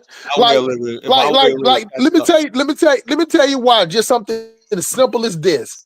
Like I wash my hands before I do everything. Go in the bathroom, wash my hands. You know, before I eat, wash my hands. You get what I'm saying? Like if I'm making something to eat, chicken, you know what I'm saying? And the chicken's like, why do you wash your hands after every time? I'm like, that's what using bacteria. You get what I'm saying? Like college, like they over there drinking rainwater and shit, bro. I can't do that. I gotta have water purification like we have here. I gotta have the basics. You gotta give me the basics, man. I'm sorry, you know. Because also, bad water, you get typhoid. You know. Yeah, bro. They got this. That's what two things they catch almost all the time: malaria and typhoid. Malaria. That's Yeah, the two. that's the. It just, man. You talking about, and you would think like, oh shit, they in the heat all the time. You know, in America, we have to worry about catching a cold and shit. They have to worry about catching malaria and typhoid. It's now, Melissa. And they be dying from that shit too. It is definitely primitive. It is definitely primitive based on that. So you're either going to get injections. So call it the two where and some of the people hate the injections so much that they'll just sit home and bucket. They'll just take the tablets. But what they don't do, they don't purify the water. You know what I'm saying? And they don't boil it because the reason why the African chick told me they don't boil it is because they have the cost of the propane, cost of the burners. It's just a whole setup. Is just the cost of it. The gas costs too much. Yeah, the gas so they're trying to burn water. Also, people understand a generator is more expensive than having fucking gas electricity. So solar panels are expensive. Generators are expensive. They need to get on a fucking ready. Most Africans need nuclear power. They need real hydropower, geothermal. They need to do something about the electricity. They never gonna have it. No, it's not happening. No, so it's just sad. That means that Black people in America are not going to be over there in any large number anytime soon. No. So that's why the people that can live there and they living off the grid, they just trying to. They're just stalling for time. They gonna go back to America. Yeah. They all go back. Eventually, they're gonna walk outside and be like, "Man, fuck this shit." You want me to tell you the prime example of that? Even Afro Stink Tank, he'll be out there on that catfish farm with his shirt off, motherfucking man, like dirty as shit, man. I'm like, yeah, and then his ass run right back on. Next thing you know, he doing videos, pointing and screaming at the camera, walking down the streets of in Washington D.C. with his shirt off, sweating, like don't want to cut on the air. Like that's that shit that kills me about Black Americans. Like don't you dare be riding in your car with the air conditioner off, trying to look like you still trying to get with that African shit, man. The air conditioner need to stay on if you got it. You're trying to sweat like you sweat, trying to make it seem like you look like you in Africa. We can tell you in America. Yeah, Afro Stink Tank. Well, I said like this, I ain't fronting, man. Like, cause I could do a month in Africa. That's about it. You know, I can't do any more than that because the bottom line is just too rough. You know, life is just too rough over there. Oh, you can't. I shouldn't have to do that fucking shit. But like, you can't. No, I can't. No, I need the basics. I need running water. I need a shower every day. You know, twice a day. You know, I need cooked food on the stove. I need refrigerated food. I never eat my whole meal. I always eat half and put it in the refrigerator and then go back later to eat, you know. So I need a refrigerator. I need all those basic amenities. Like I said, my house in Liberia, I have all the basics. I have a stove, I have a refrigerator, I have an AC unit, I have all this stuff like that, you know. And basically electricity, running water, 2 new showers, heads and whatnot, you know. I love it, you know. I said this is the only way I can live in Africa. So if anything else, no. Some people go to Africa, like I said, they're going over there and they basically are not set up right, you know. So that's why they get into these scams and whatnot, you know, because I tell people all the time, You're not ready to go to the continent. Oh, I want to go. I want to go. I want to go. Then they go over there and they get so desperate they hook up with the wrong thing. And now let me tell you something for the record. I don't think people are deliberately scamming anybody. I just think people just don't know what they're doing. They get over their head, you know. And like I said, me personally, I don't know how to do real estate. I don't know how to do none of that stuff like that. I don't get into it, you know, because I know if I got people's money, would not be responsible to make sure, you know, that the right thing happens. You know, I wouldn't know because you know, next thing you know, you got Rob Peter to pay Paul, and money starts going. Next thing you know, where's the fucking money at? You don't spend it all because something came You up. damn sure can't make no money over there.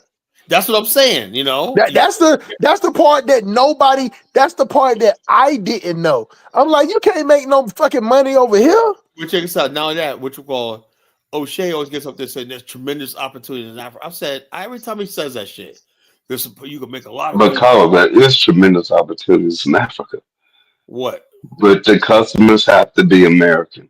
It Yeah, can't be but I said, local but customers. I'd rather stay here. I'd rather stay here and make money because all Agnes's customers and all Bamai's customers are all They're American. all from America, okay? Yeah. If you need domestic, like there's money to be made domestically, like no, So when O'Shea says you got it's not. Africans making $1 a month and whatnot, how the fuck are you gonna make money? Where's all this opportunity that they keep talking about? You know? It's not there. The only way you can make money in Africa is if you get a job at one of those hotels. Or you work for NGO, like what you call my guy Val Thomas, right? He said Trump until Trump cut that thing out. He said he was flown to Liberia and on the USAID. I flew on their dime. They paid for everything. I went to like 5 different countries on USAID. Oh yeah, that's true. I know people that work in Yeah. NGOs and Yeah, the they NGOs got a lot intentionally of money, they man. Yeah, intentionally like try to make it. I'm not gonna say all of that, yeah. Check but out. they go to They dangerous yo, areas and yo, they check get out. something Yeah. called like a hazard fee They be just having for all the plans. risking their life or something like that, so they get more money. That But check this out. NGO is that danger shit, bro. Yeah, but a lot of NGOs do a lot of stuff in the rural area, but they get paid good money. There's a lot of money there. They be putting requisites. I need $5,000 here. They be living good, NGOs and stuff like that. Yeah, But the bottom line is, the thing Man. is, a lot of times you they gotta get. get into that NGO business, Scott. What you doing? Well, no, the thing is, but you got to do the Risking due your life over thing. there in Liberia. Look, let me tell you something how it works, Jonathan. Right? I be honest, I make my money from the federal government. I bill the federal government my money, right? But when you're taking federal taxpayers' dollars, there's so much compliance and restriction. I can only imagine what USAID is. Every little thing they say, whatever like that. Your position. If they say today we're going to promote gender equality or gender this, LGBT this, you got to do it. All right, You got to do whatever it is. shit. All right, You gotta do. you want an LGBT flag in Africa? Shit, how much you paying me for it? No, Put no. What that I'm bitch saying, on no, up. I'm saying it could be Just something that don't put you my really kids don't want to around. do, or you don't want to believe in, whatever like that. But the bottom line, that's what the price is of NGO. Or you could say, look, you say so. I know something a better way to do it. You got to use their vendors. You can't basically say, oh, I got this project. I'm gonna hire this person, that person, that person. They're like, we already got the people. Tyler. It's called play the game. Just play the game. Nah, I ain't gonna do anything. I don't need You that. ain't gotta take it serious. Just play the game. That's like no. I just put no. I'm like this. Hey, look, whatever it is, it's not for me. I don't want to play their game. I don't want to be in Africa that It's bad. all good. I'll play the game. It's all good. Hey, go ahead, man. Do that. You do that. I don't want to be in Africa that bad. That shit dangerous, bro. They be going in some areas, bro. You get what I'm saying? Like, just being on attack like that, especially Nigeria, man. I No, just you saw know a what? You video. know I what? just saw a You know video what? One of where the there was worst a whole places bunch to of do an people. NGO is actually in Cameroon. Cause you get up there in those places where they ain't even got the roads where if it rains, the road that was there the day before is gone. Like think about that. If it rains, the road that you just travel up there is gone. Yeah, man. Like I said, Yeah, it's a wild scene, man. But you know what? I think that a lot of people was just romanticizing about it. You know what I'm saying? I was hearing that, but like when you see that, like you got to go over there you got to have money coming in from the US for like a pension or something like that, Or YouTube or you got to channel, have your or money YouTube, or already, because you cannot. a large YouTube channel. You can't, you can't make no money over there. You want to know what the most shocking thing that I saw that you get a culture shock is that when you go to Africa, the people that sell women clothes is gonna be men. Yeah. That's gonna be the thing. You'll be the dudes over there holding up women clothes. You just never see that in America. You go to a women shop, it's gonna be women working there. Go there is men out there holding up women stuff like that. You don't see that. Women with the jobs where you got to stand out and get the attention, just like how if you go to the mall and you have them Chinese people, if you walk through the food court, that's how they are, Carla. They are just like that. The dudes out there standing out there holding up clothes. Most of the females sit up there and do the fruit and stuff where they sit down and not too much Or movement. nuts, Yeah. drinks. Yeah, they sell that. But the clothes is, Man. I think I might have saw one woman that was there, but it come to find out she didn't even own the shop. It was a dude on the shop. It just the dynamics is different where you're gonna see that you can't make no money there. Yeah, the bottom line, you got the local people and people. One thing I thought They was hustle smart not to make fun of it. I'm sorry to cut you off, Colin. You ever see the dudes on the skateboard that be begging with like no legs and arms and shit? yeah, we got plenty of those in Liberia. I didn't see Oh that. man, y'all got them. Yeah, I we You didn't got didn't see see that. that? Oh man, you gotta. everything in I Liberia. didn't see that. Check this out. I But didn't Man, one see they thing them I be on will the say, discounting skateboard. people. I will say this, right? I learned real quick, right, that you cannot like skill these big Africans, right? They could take a car apart in their sleep and put it back together because they Oh, just now that's They ain't one got no thing I choice. saw. yeah, I that's seen what a dude out there breaking the whole KK down, a whole mother like that.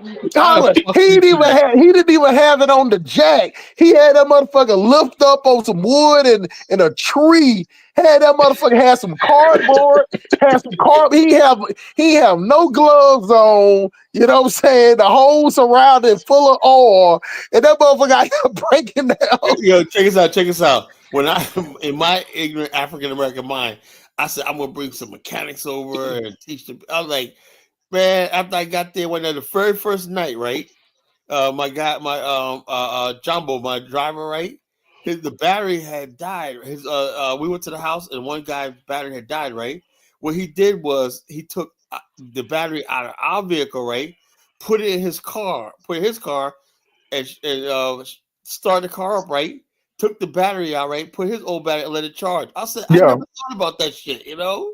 yeah, This you guy can do that. sort of situation, you know, he took But off at the end of the day, if you can do that, but you ain't gonna, once that battery sit, it's gonna drain itself out because it got a bad cell in it. But you yeah, can charge it up. that got him home though. Yeah, it'll get you home. Yeah, like right now, you can go out there and crank up your car and take the battery out. Once the car is crunk, it doesn't run off the battery anymore. It runs No, off the alternator.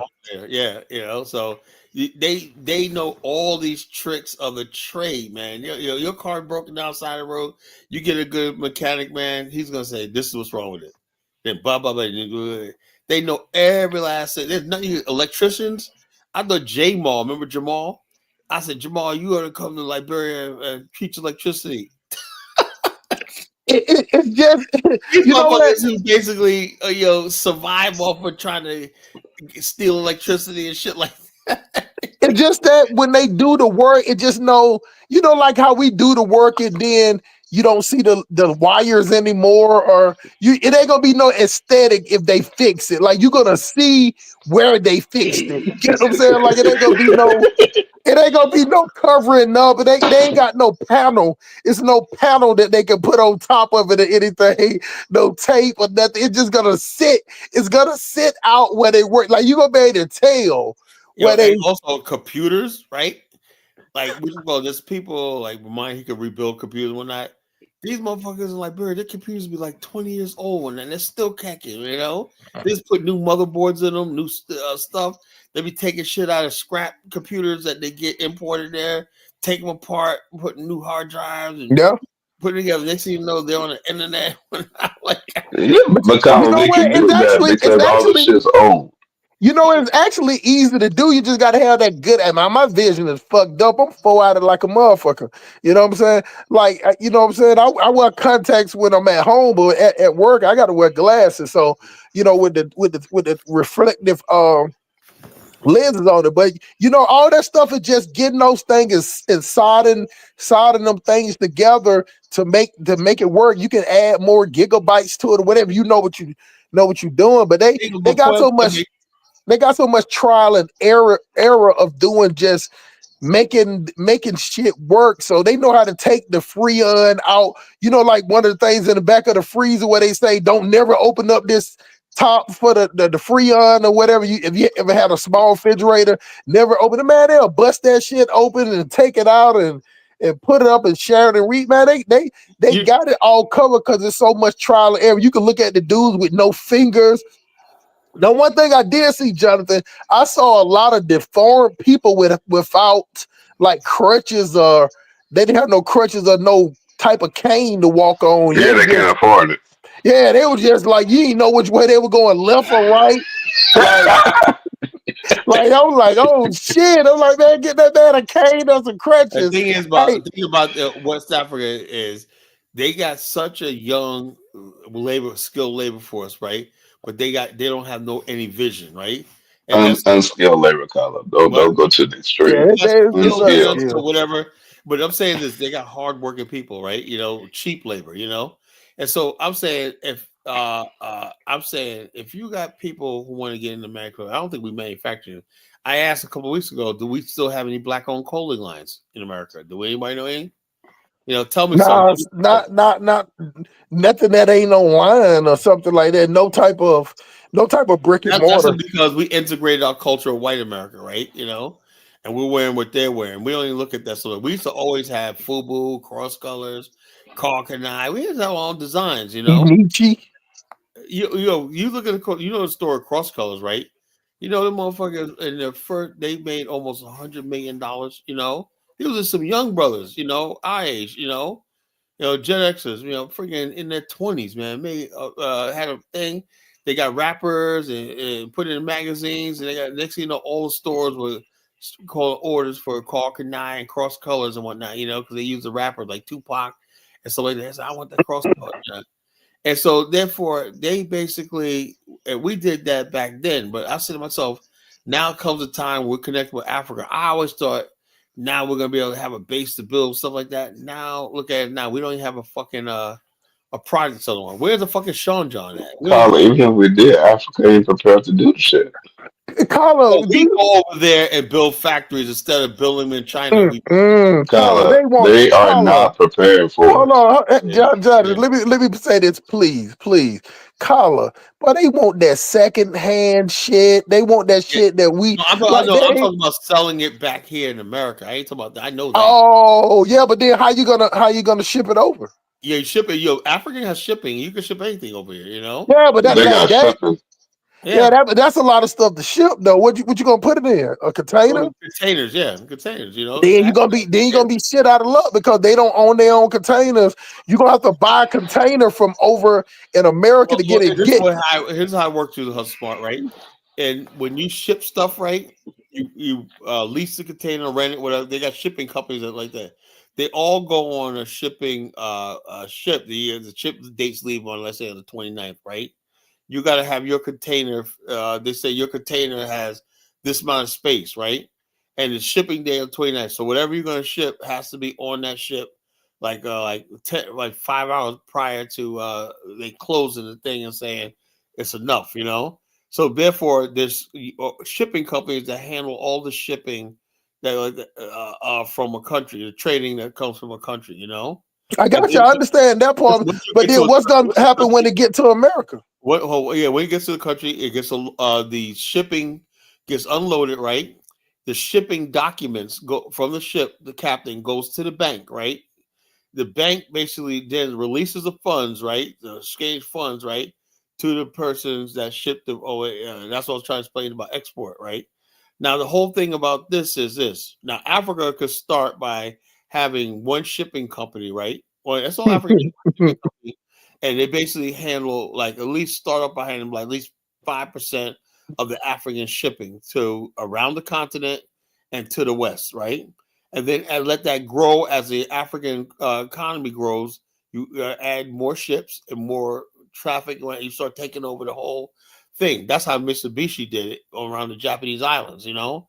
But I put that proposal out years ago, and when people like looking at it like, so I don't know. Like I said, I just think Africa is just so far gone, man. It's just Yeah, that's what it is. I mean, the idea is It's good, but over.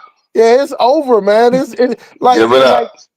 Colin, they don't want to. If for something to be built like that, you got to have the infrastructure, and they and now just that don't. what you call, I say like this, like the Liberia was the only country in Africa that had a maritime fleet. You know, that had a maritime fleet, and also they had modern fishing vessels and stuff like that, and everything like that. But you know, they used to be able It'll never be repeated, Colin.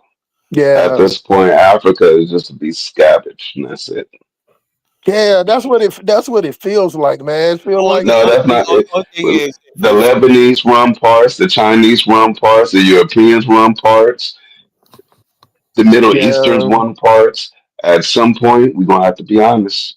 It's well, over. yeah, even Trump is even administration. The people who want to succeed Western Cape and South Africa, they're talking to the Trump administration. That shit might happen on like white people might get their own fucking country in Africa. You know, At this point, I think Black America's biggest mistake is we trying to be lovey dovey. Fuck all of that. yeah. Get in when we fit in, Go in there, shit, they'll go over there with that capitalist mindset. You know what I'm and saying? that's it.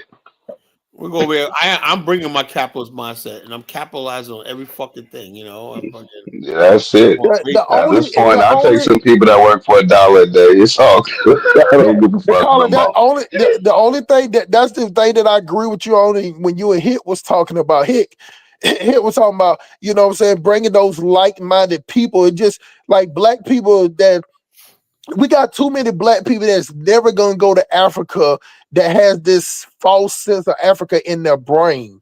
You get what I'm saying? There's That's a the romanticized version of Africa. Yeah. Hey, That's but dangerous. Dustin, brother, let me tell you something. It ain't nothing to be scared of. But we're not trying to make it scary. We're just trying to tell you, boy, don't go over there and get your hopes up high. Just don't go over there and be like, I'm at home, because they're gonna be like, oh yeah, my brother, you home, pay your dues. You got to, you Big got, man, big man.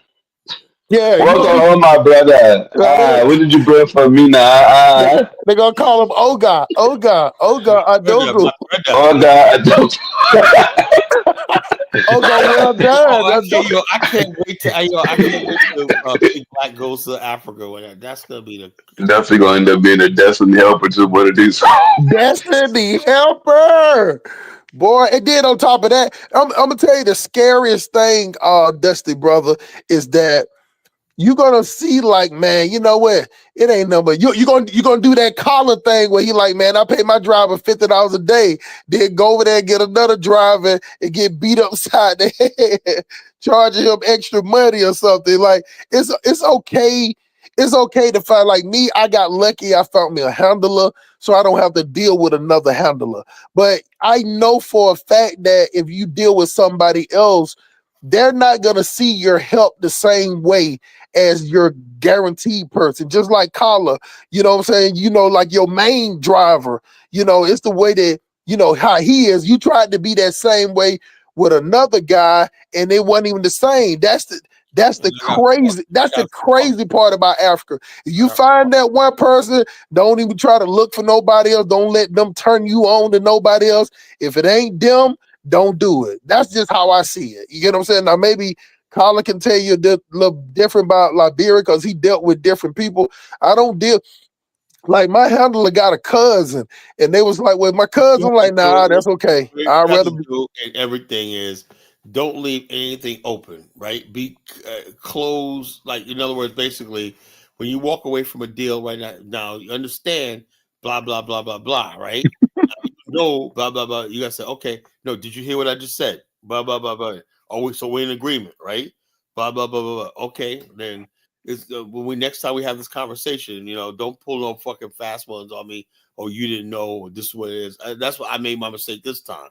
You know, and I was like basically like this motherfucker pull that shit on me and fucking charge me $150 a day for taking it out of town, man. I said you didn't tell me that shit. You should have been clear with that in the beginning. Then while leaving, motherfucker charged me a fucking extra $50 to go to the airport. Well, that's one fee, but driving to the airport is another fee. I said, okay, I could have sent the driver home for the day, right, and just paid for the airport run, right, and then Right. I would save $20. So Carla, don't they have Uber out there or something? no, they don't have Uber. So Both? They got Oh, both. that's fucked up. yeah, what you go? They have a lot of tax. They got some other apps. Oh, so you doing the negotiation shit? Yeah, you getting screwed So, over left and right. So like I said, my goal is to next time is to I want to try next year to have a car. Maybe by the time I do this tour, I'll have a car. But so I'll see. I got money. I spend this money on this tour. I'll see how it works or not. But I hopefully have a car by the end of the year. I can ship over there or buy it local there. Then I can So, just hire a driver. so what do they do more? Do they have the KK over there? Or they just do more They got motorbike? KKs and everything like that, but where I live at, the KKs come, but they're not really, on the streets that much. Okay. You go in the main areas, Because I live goddamn, in Nigeria, boy, you'll get tired of seeing yellow. yeah, man, Fuck. things are friggin' a pain in the neck, but but people use them, man. You could go from KK. I've seen people take a KK from one city to another, man. So you got the right, and they're cheap too, so. Hey, you know what though? You want to know one thing that I have never did though? I have never jumped on the back of nobody's motorcycle. My driver is sitting there with a broken leg. I ain't getting on a motorcycle. Yeah, I ain't get on the motorcycle. He still has a broken leg. That's been on for a year, man. Still healing. God damn, what type of broken leg he got? He sent me a thing the other day talking about. I felt Carla, bad. I hope you seen that leg in person. What? Don't you be sending that man money for his broken leg, Carla. That's a long time for bro. I saw him when I was over there. He fucked up. Yeah, but it don't take that long for a bone to heal up, Carla. He's going through therapy and shit like that right now. Oh, okay.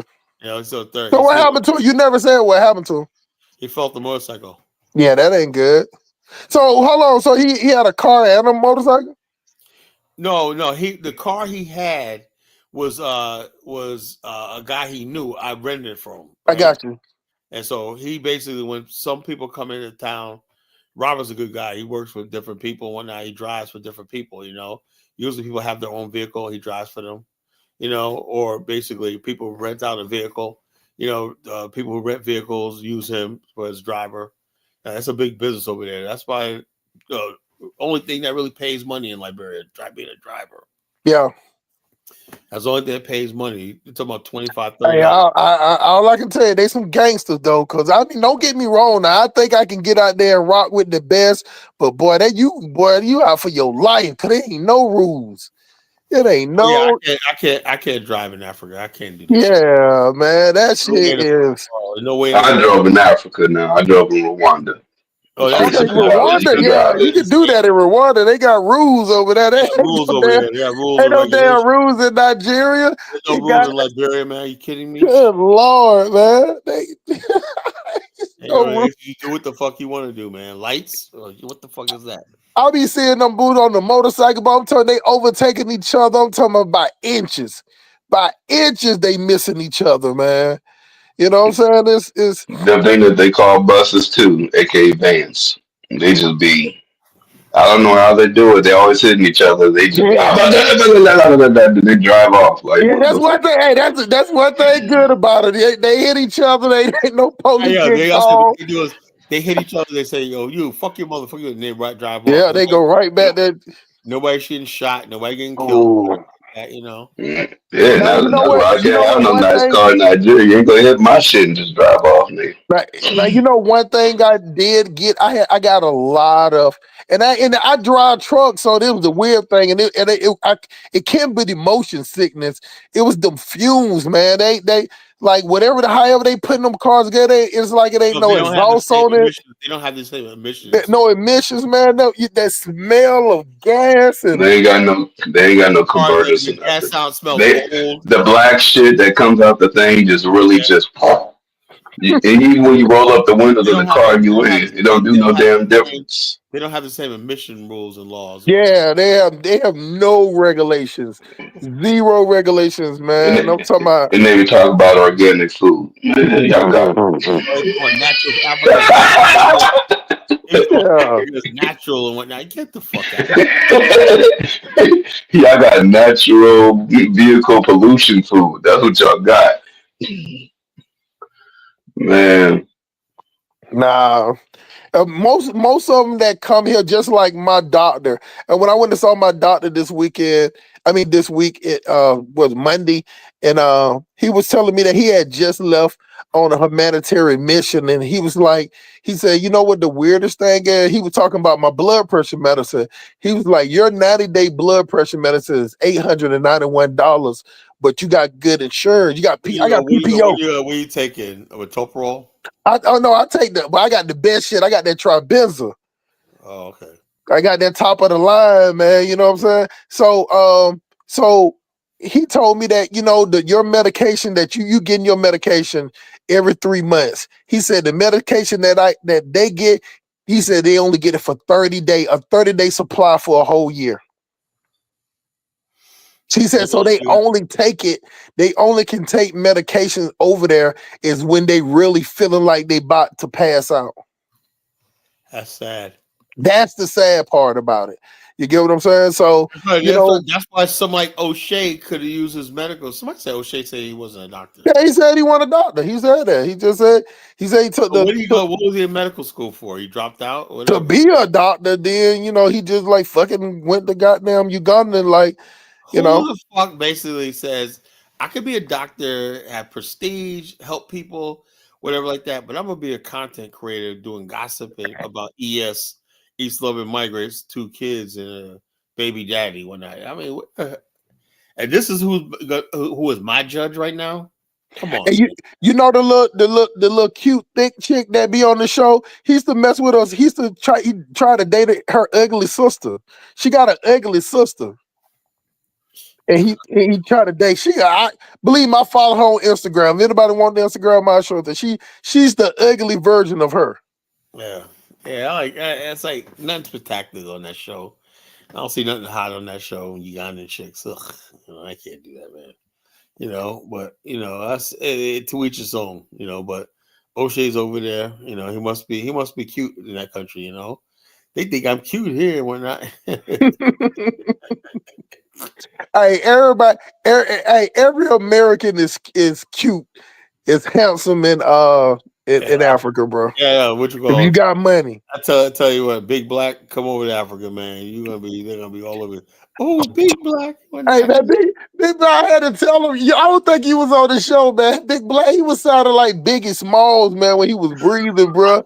I'm like, man, I remember that. Yeah, I'm like, man, get your big ass. Like, man, your big I remember ass. that. That was funny. You said you should get your big ass out of here. Say, Your big ass, come on, bro.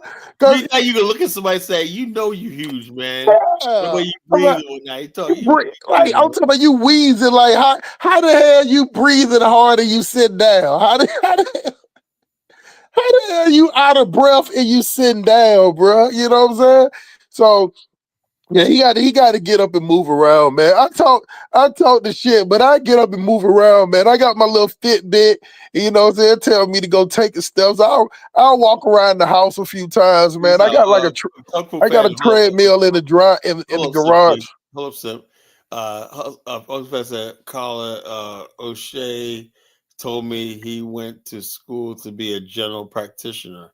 Yeah, primary care practitioner. Yeah, that's just yeah. I saw a doctor. Yeah, that's a PCP. Residency. He can get his residency. He ain't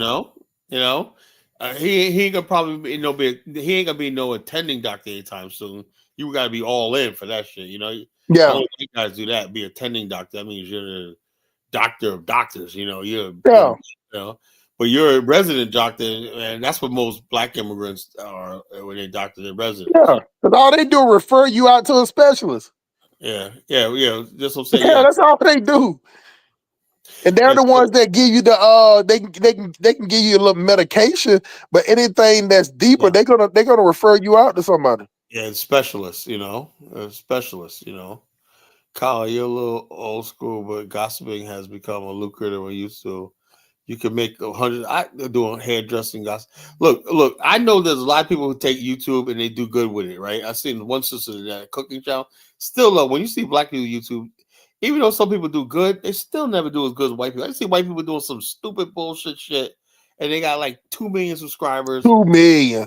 And like Motherfucker go to every eat. video is like 1 million, and they're making all kinds of money. Like it's nothing, I And saw then hey Carla, I saw a white dude eating out of 7-Eleven in Korea. And this video got 4 million views. Just going, he like, I'm just gonna eat out this 7-Eleven, all my meals out this 7-Eleven for 24 hours. you And he see got 4 Mr. million Beast, views. right?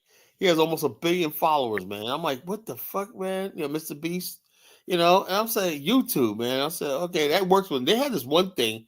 I forgot the name of it. It's like a YouTube channel, right? They got 1 billion followers, right? There's white guys. They go around the country. They got a van, and I forgot what it's like a movement. They do all things like skateboarding, gaming, and stuff like that. They go up to town, and all of a sudden they have a following, and people follow them to different towns and whatnot. They be doing like things where they show up at your town and they do events and stuff like that, music and stuff like that. I forgot what it was. I forgot what it was, right? But I said to myself, black people don't even know about it because all the fucking thing is nothing but white boys. It's like something like almost 1 billion fucking followers, or at least they get 1 billion views on that view. I don't think it may have 1 billion followers.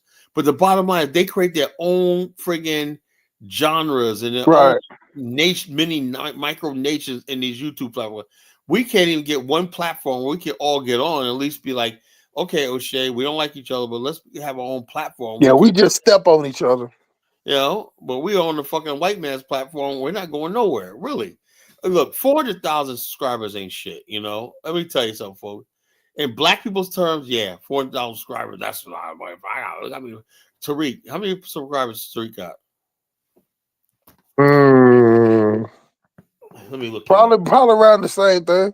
No, he got more than O'Shea, they say, So, but the bottom line, even that's not Tariq's like the number one person on YouTube. Still, let's see.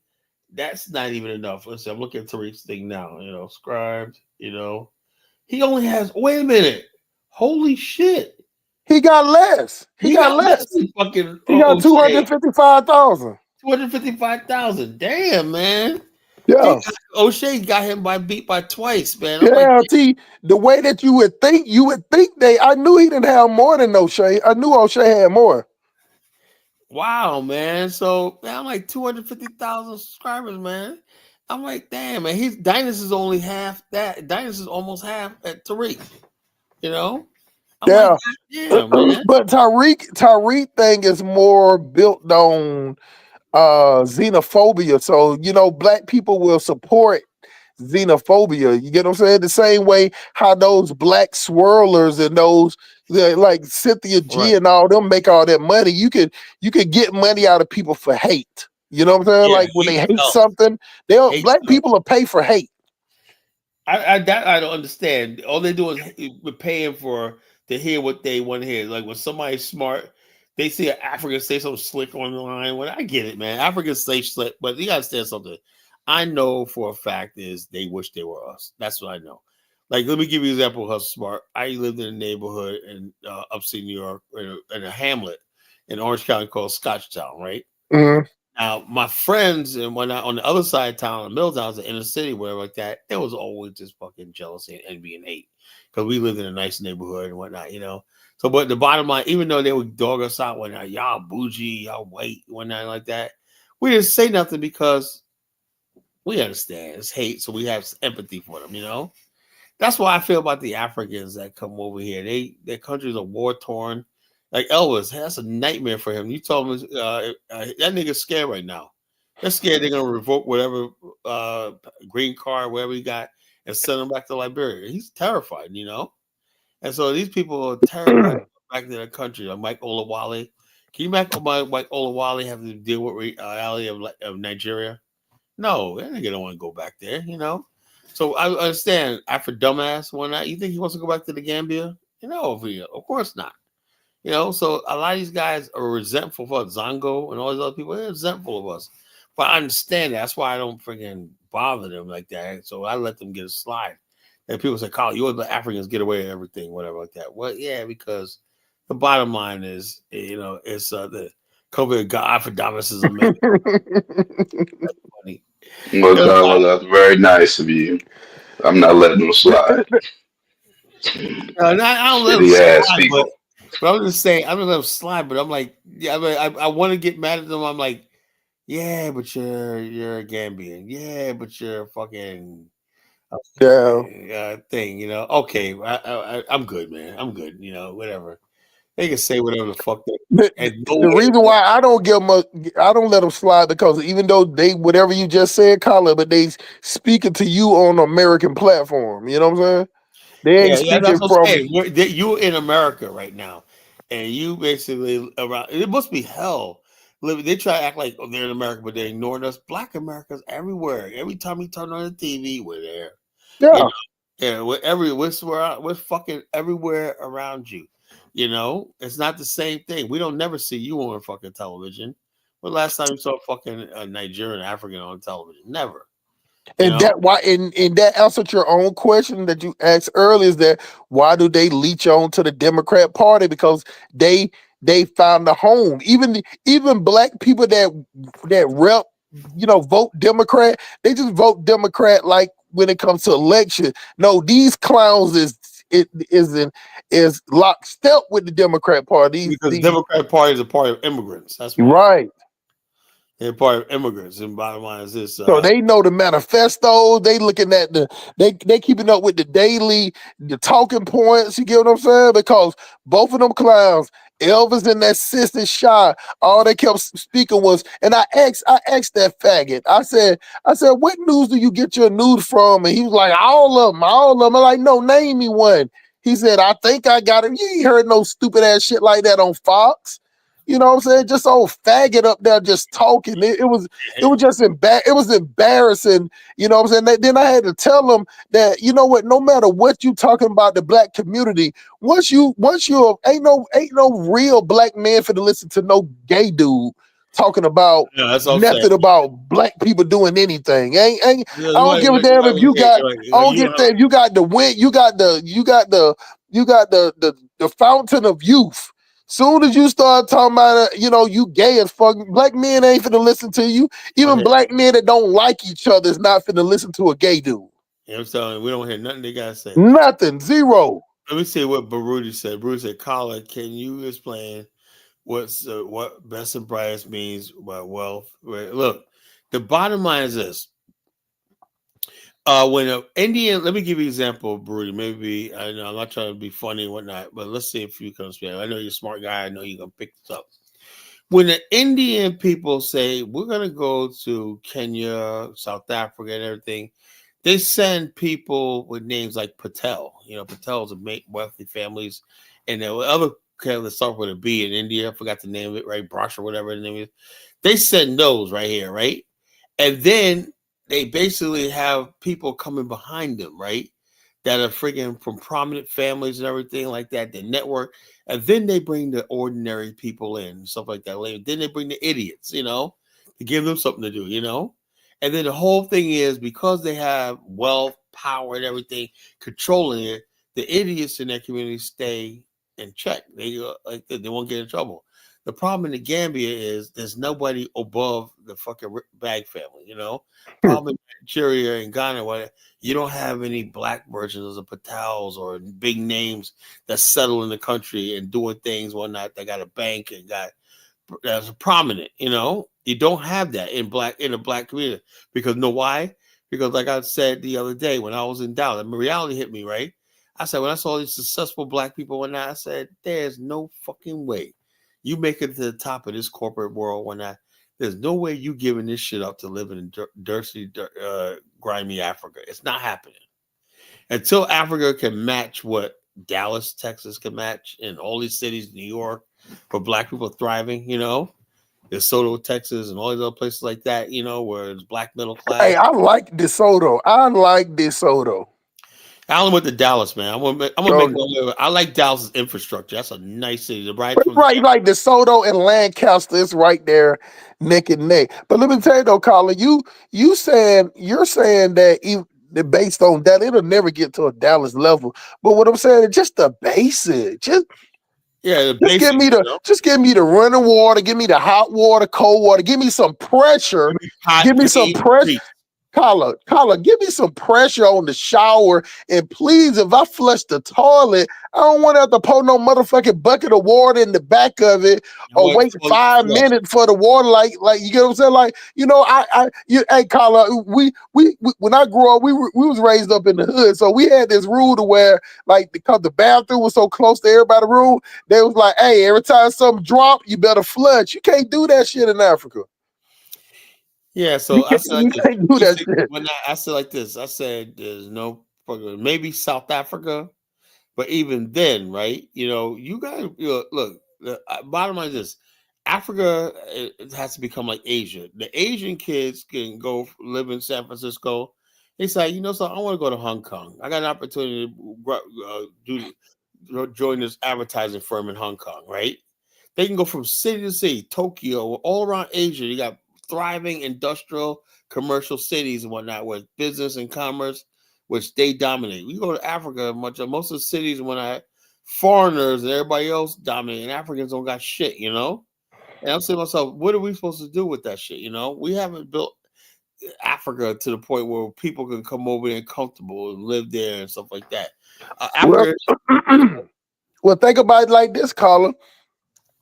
Let's use the China Hong Kong model. Look at all their apartments. Their apartments they build off high rise. It's easier to expand vertically. They vertically, so it's easy for them to have like their operating system is because it's all the water, the sewage is floating through one pipe through the whole building.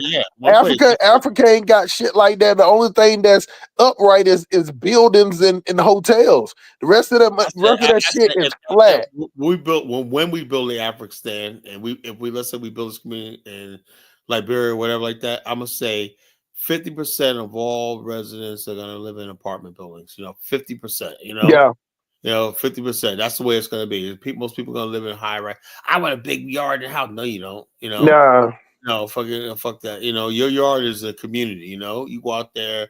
We have public parks, everything like that. Everybody don't need a backyard. That's why. Why? Because we're gonna guarantee you the basics. That's the brother. Hey, that's the brother. That was me. How like that's the brother that comment just came through. Colin. That was me. That was me calling him a pillow biter that wore leggings. I said he had on leggings. You know what I'm saying? That was that gay dude that was on the show. I'm telling you, I didn't even Colin, I swear to white Jesus on Easter that rose up from the tomb. I did not know Shaw was gay until today. And believe me, I ain't got nothing against gay people. Nothing against gay people. You get what I'm saying? I don't like that. Their politics is the one that now dominates Black America. They try to include it. They took it over. Man. They took it over, man. Shit, I can respect a gay dude that doesn't try to act like, okay, I'm gay first, and then our gayness, what we going through is tied. We want to tie that to black. Now, you want to be gay and want to do whatever that's it. Don't try to tie that shit in. That's how they hijack black. Oh yeah. Hey, Alan HB, I forgot about that. Alan, do Alan HBs. I forgot. I said, hey, Alan HB, I be dropping so many heat rocks. I was going out I told him, you know how them chicks in Africa wear them waist beads? Yeah.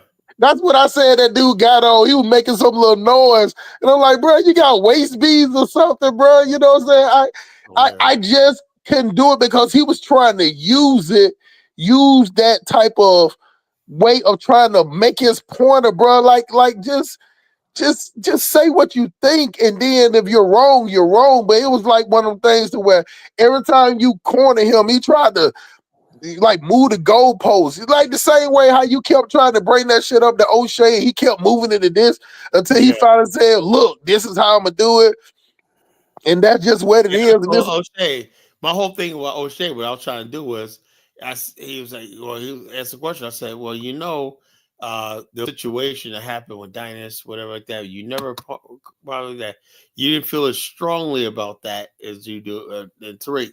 He said, why are you asking me this question? You're pivoting to another question. I said, but that's relevant to the original question because you made a point that you are going after all scammers and whatnot, right? Everywhere. That's why I did that, nothing else. I say if you say you going to scam, I agree with you, but my agreement is we should go after scammers, whatever like that. Yeah. Thing is, it seems to me that you are going after people that you select and whatnot, and you leaving other people that you want alone, even though there's more evidence against the other people that you ignoring, And so how you do that, you can't do that, Well, it's just that selective outrage, man. We do that a lot, man. You know what I'm saying? Like, so we all do it, but one thing, even to this day, like even though me and Bamani disagreed about RJ Mahdi, I don't know nothing about that little nigga, But I think is even though people lost money, there's one lady lost like $60,000, I realize that I know. Look, I know you know a business person. You can smell them across the room, right? right. You could tell somebody got money. Okay, I'm gonna invest in this guy. Boom, boom, boom. But a lot of times, like when RJ Mahdi came out years ago, and he had that they were doing this tour of a fish market that was for sale, right? And he had these black women. Oh, we're gonna invest in this one night, $100,000. What are you gonna do with your? This is how you do it. I told Mufasa this, right? I said, if you got $100,000, you don't use $100,000. You put in escrow, an account, whatever like that, and then what you do is you borrow against it. Borrow against it, and use that $100,000 as collateral, right? And you get a line of credit, right? And the line of credit is going to fund your operation so you can build a profit, right? Where they was gonna build his fish? Where they was gonna build it at? Where was that? No, it was a fish market. I forgot who owned by. They had the buckets there and everything like that. No, I'm saying where was that? It was Senegal. Oh my God, yeah. And now Senegalese aren't catching anything, right? So if the Senegalese aren't catching fish because the Chinese are taking all their fish, yeah, I was just going to say that. But anyway, it just another thing that disappeared, right? That was a red flag for me. Whatever happened to that fish? Because I was like, the way he showed it, like this is gonna be a big venture one night. He had all these African Americans that came there and whatnot, talking about we're gonna do in the business one night. And I looked at these people. Boomquishas and Pookies and whatnot. I'm like, these motherfuckers ain't gonna do no damn business. I said that, I was like, that ain't gonna happen. I just know who's serious about business, I know, because I know people like this. Okay, we got it. We know fishing. We did this before. These people weren't dressed like they knew what fishing was, whatever like that. We're just walking around. They said, oh, look at the refrigerator right here. We got a freezer. We got the bucket. Had all the fish the buckets, the trays. They had a whole bunch. Is that the one that was charging that exorbitant amount for them tours? I think so. He was in Senegal, a little light skinned nigga, So anyway, so that was before Dynas started doing tours, Anyway, around the same time, Dynas started doing tours later because RJ came on his show, and they also the one restaurant and nightclub. I was under the impression that he owned that. He said, no, he's a part manager, right? I was under the impression that he owned that restaurant, nightclub, whatnot, I was like, oh. But the thing is, though, so all these red flags and whatnot, still, then he had this guy, Mansa Fode. He was a complete clown and whatnot, he's in Sierra Leone, but he's on the run for child support, And so how did he get over there on child support? Before they did that, he knew it was coming. Dodge, man. South Carolina. Oh, he dipped. It was coming, so he dipped. On child support charges. And he went to Senegal, Sierra Leone. But I thought you have to Sierra. Oh, you don't have to do like Ghana where you have to leave and come back. No, he's over there. I don't think as a non-citizen. Just okay. He's living, just staying there, whatever like that. Taking his chances And I looked at these guys, man. He has all Mansa Fude, and they made him a chief, whatever. I'm like, that's all looking at this whole thing, man. These are clowns, man. You know, the whole movement is a fucking clown show. I don't want to be nobody's chief. You know, I don't want to be none of this stupid shit. You know, and I look at these motherfuckers. None of these people are people that look. If I don't think you could do business in America, I know damn sure you're not gonna be able to do business in risky ass Africa. You know. And people tell me, so in other words, basically, you go put money with Mark Speed. Did Mark Speed have a business in America? No. Has he ever shown you any tangible success? No. So why would you, somebody twice his age, three times his age, put your money into some guy who doesn't have any life experience? He's young and whatnot, you know, and everything. You gonna do that? So that's why I said some of these black people over there. I don't know. We're not getting the smartest people. We're not. You know what? And you know what? I 100%. I had to go back and look. Once you said something, and you made me go watch his videos, and I really do. I'm on your side now with that Mark Me Africa to the point that if he did get over on somebody, he didn't do that intentionally. That boy kind of slow. He what you call smart slow, or he don't have street knowledge, or He's not a street hustle like that. You yeah, know, he's they try to make him seem like he's not a he's a hustler. fucking street hustler. You know. Yeah, I know he's not a street hustler at all. Like, you get what I'm saying? Like, he's he's one of really those people that are good, but just make mistakes and whatnot. And just yeah. and whatnot. You know, I don't think. See, the whole thing is what you got to be careful of, right? Is as character assassination. You know, Yeah. and it's bad enough being black in this world, right? But when you damage a man's character, like me, the only thing I really have is my character. You know. And I feel under this pressure all the time in my real life and everything like that, you know, to always uphold this image, you know, perfection. Like, look, when I was in Dallas, my sister kept telling me, you know, bye, you know, I said, I understand. I'm not going to embarrass you, whatever like that, you know.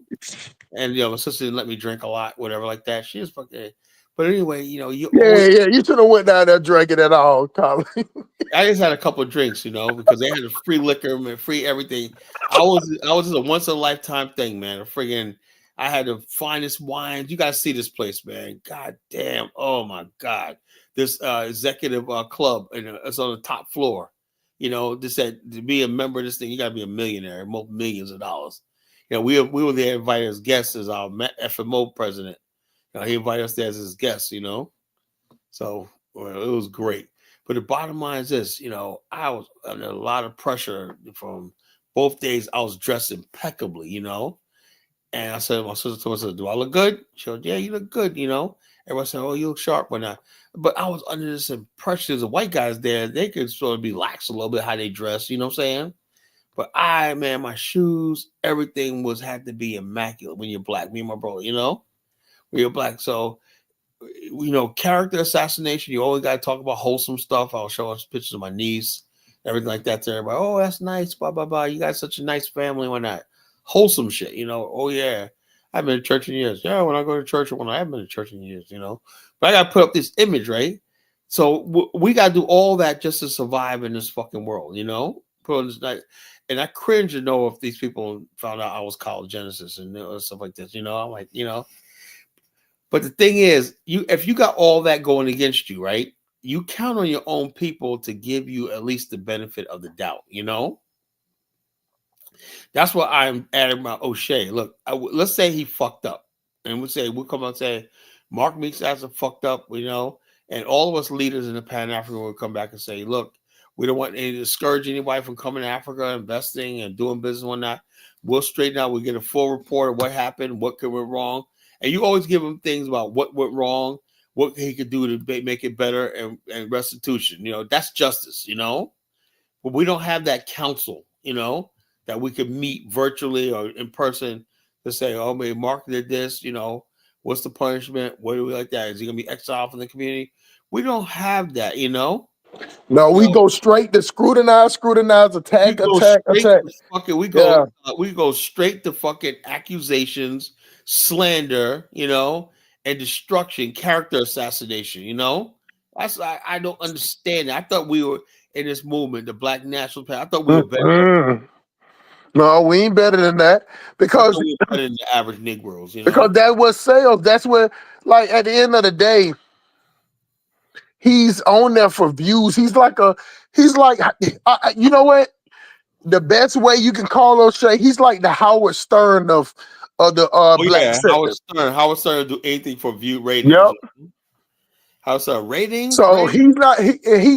he's not trying to have a dialogue because, like you said, the most mature thing to do is be like, "Hey, Mark, me after I brought you on the show, before I go in and attack on you, look, come up here, explain yourself. If you fail, you fail. You made a mistake. You made a mistake. Come up here and tell the people how you made the mistake.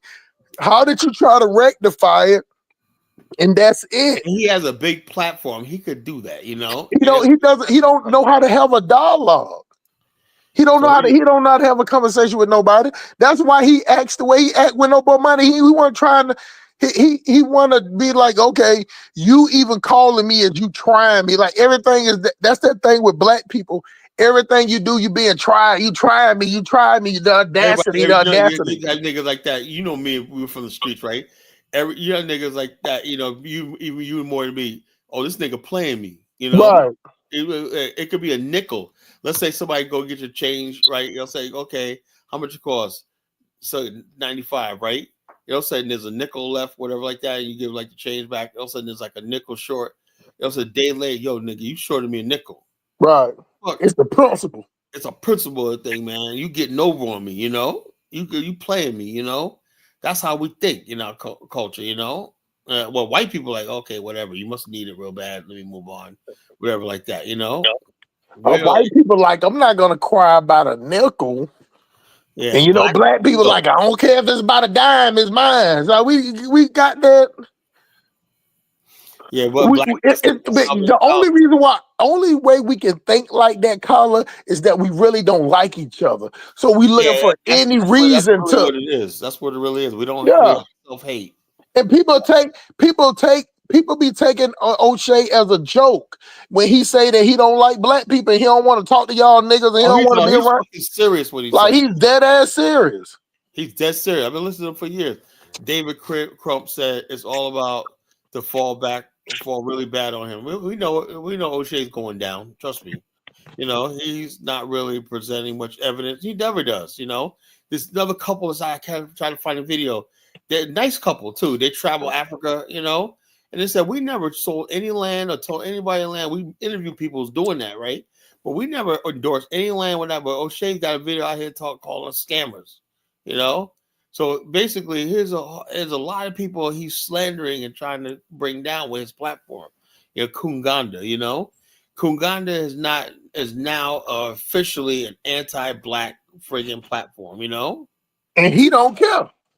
He don't care. Well, we're gonna make him care because when people think of Kunganda, now they're gonna think of Kunganda, and they're gonna think it's a friggin' Sambo show in Africa. That's what we're gonna make it. We're gonna make O'Shea the second coming of Step and Fetch It, you know.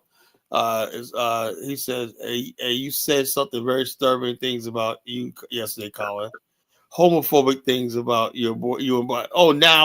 I guess me and Bomani are gay now.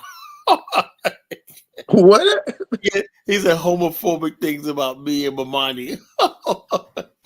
Oh, that's what O'Shea did? Yeah. Now we're gay and whatnot, you know. Oh wow. You know, wow. And black people, man. Hey, and you remember when I first came on? I was like, man, we doomed, and everybody was like, man, I ain't gonna say, man, we are doomed.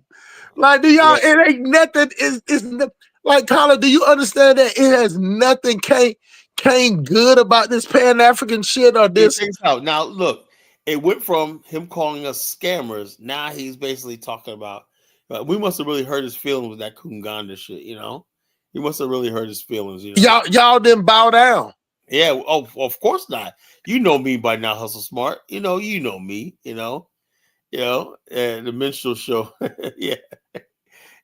I know. Look, I have a PhD in destroying people. You know, I've done this so many times, man. You know, people are not. You know, people fucking come at me like that. You know, like, dude.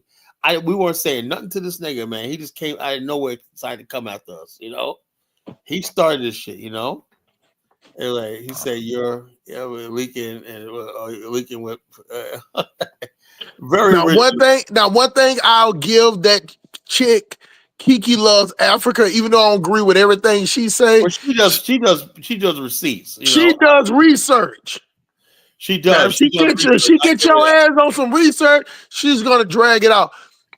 With The fact that she O'Shea, hasn't had anything to say about Bomani, and of course she did. She did her investigation, but she didn't find nothing.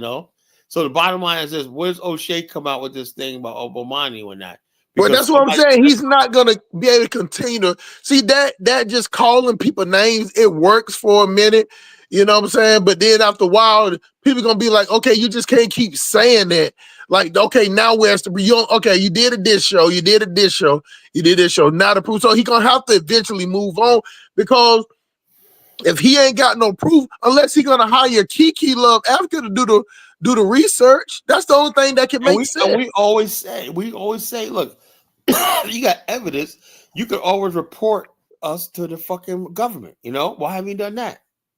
You don't have nothing to say.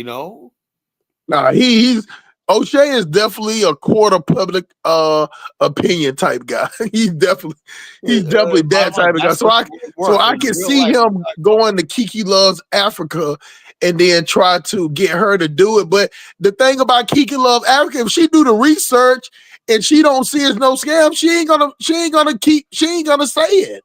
Right. It's the same way when that weird chick tried to go to her about Diners, and then when she pulled up Diners terms of agreement, it said in his terms of agreement that he don't give refunds off a deposit. That's why Hold up, Bomani's the same even thing. when you told me about Bumani and you was like, oh, okay, he gave her that lady money, but I said if it was in his terms of service, he shouldn't have gave it back. He didn't want all the friggin' fanfare. But check us out. This guy Crump said, "Yeah, but we really trust biased people.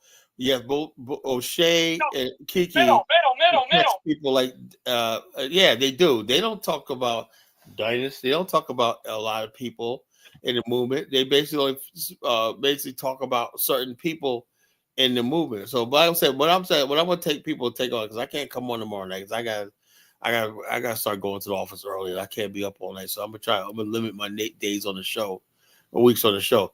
But I'm gonna say this: look, I don't want nobody to be discouraged about visiting Africa, investing, and whatnot. You just gotta do your due diligence and be smart, And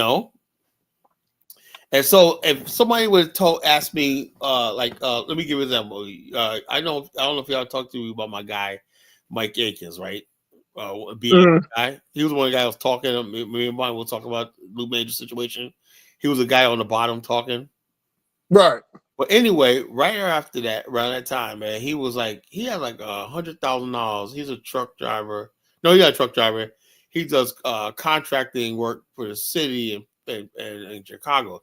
Yeah, bro, I got bros up in Chicago making money, man. They make money in the city, man. Chicago's known for making black people rich. It's like really. Anyway, he had 100,000. He wanted to move to Africa with a business. Right? I got to go to Africa. I said, dude, man, don't rush to Africa, bro. It ain't that bad. Yeah, but we got all the racism. I said, dude, man, you acting emotional. Don't bring emotional shit, right? So he made it to South Africa. He came back with this, don't tell me I've been to the continent now, nigga, type nigga shit, right? And then what? He said, I don't need collar, man. I know what the fuck I'm talking about. I met with the brothers down there. The brothers, you don't know them niggas, First of all, when you start calling Africans bro, like you want to do business, yeah, we brothers and whatnot, but I ain't doing business with you. We ain't brothers like that, So anyway, he showed me this thing where these Tanzanians, had a flyer talking about a Pan-African business thing when that he was supporting. I said, man, this is a fucking, what kind of business are you talking about, And right. so I knew these people just found out he had money and everything like that. Your name goes around quicker in Africa, Oh boy, it travels. It travels, So they picked him up, and I said, "Man, you're being played, man." So, but anyway, he won't call me now. He won't talk to me. Because he knows something. I know something fucked up. He got hooked up with Dr. Arcana and went to fucking. She's another big scammer, And when nobody ever calls her out, So basically, I don't know what's going on with him. He hasn't talked to me, whatever like that, and it's been a year. You know why? Because I know he fucked up. You know, I know something happened. He lost money, whatever like that, and he's disappointed because he moved to Tanzania. I said, don't do that shit, bro. You ain't ready for that shit. You ain't ready for Africa like that and everything. I don't know. But I'm saying, well, people don't listen, right? Now, other people, I've tried to tell them, I'm saying, look, you know, there's a coordinate. We could come together with a plan. I can give you a plan of action, how we could all work together and everything like that. We could build, we could protect each other and stuff like that in these countries and everything like that. Let's go as a group. Let's go as a unit. As we talked about going to Africa as a unit, you know? I'm not moving in Africa until we have a group. You know, we have a unit. You know, we have a few thousand people, and we got a support system. You know, and so we're like a community. You know, we're like a nation. You know, and so we stick together. We speak with one voice and stuff like that. You know, but you're not going to do that. You're going to go over there and get with these shady people and whatnot, and all these other people. First of all, if you're going to Tanzania, how come Marks Meet Africa and all these other people? How come you guys aren't living in a friggin' specific community? Right. Immigrants do. They come and they live in a specific while they're around each other. So they know who they're talking to. They know all about their neighbors and everything, you know? Why black people go to Africa? They're not doing that. They're not living in communities and whatnot, where like this. The people, all the black people, Gambia is the size of your city, one of your city blocks, you know? Right. All the black people in the Gambia from America should know each other, you know, on a first name basis, whatever like that, you know? But they don't have anything to do with each other. They're just stupid. Let's see. David Cope said Kiki is bitter because she left my man. She left my man. My men, and her African plans were not successful. Wow, that shows she's on her telltale business now, and Dinus is very, very dark. What the hell does that mean? You know? You know what? That could be the case. All I know is that one thing about her, regardless of what she's on, you know what I'm saying? If she got the receipts on you, I mean, it's one of them things to be like, man, you know, that person is the police. So I mean, you know, that part about it, that's just how she is. You get what I'm saying? Like, if she got the goods on you, bro, she gonna let it happen. She been So on them. bottom line, the fact that she can't come up on me and Bomani, I mean, she ain't got shit. You know, she would have had stuff right now. You know, if she did. If she had it, she definitely would pass the salt. She ain't holding the salt back. She definitely will pass the salt. You know, some people say, man, he's greedy. They don't pass the salt, whatever like that. She definitely will pass and say, hey, have some more salt, whatever. She gonna put salt on your plate, whether you want it or not. You know, she's gonna give it to you. You know. So bottom line, that's what we have to do. Man, peace out. Shout out to Brother Bomani in the chat room. You know, and so I don't know O'Shea. Now Bomani, man, O'Shea's saying we're gay now, man. You know, this will tell you when people are losing, when they resort to this shit. I had no idea. I knew O'Day was on crack, but I didn't know I was gonna get to him this bad, you know, this soon. I gave it a couple of months before I break him, you know. I didn't know I was gonna break this nigga this quick, man, you know. It shows me that he was fucking weak. Everything he has is a facade, you know. Yeah, Dave Bermine's professional. Yeah, Bermine's a very professional brother. You know, he won't get on there with stuff like that. You know, I'm a professional, Hustle Sports professional, but we get grimy, you know? Yeah.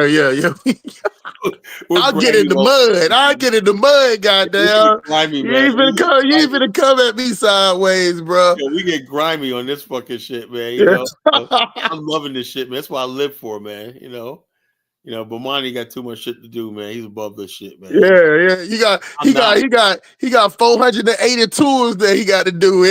I ain't got no tours. I got plenty of time. I got plenty of time. Fuck around, man. You know, please, I clear my desk off, whatever like that. I'll devote at least an hour a day to fucking him up, man. Every day I haven't even started doing shorts, you know. I just do shows. Right. Shorts, but no shorts travel, man, you know, and stuff like that. So the bottom line is this, man. Don't fuck with me, O'Shea. I know you listen. Don't fuck with us, man. You know, we're not the people. I don't know what you're trying to do, whatever like that. You are going to lose. You already lose, you know.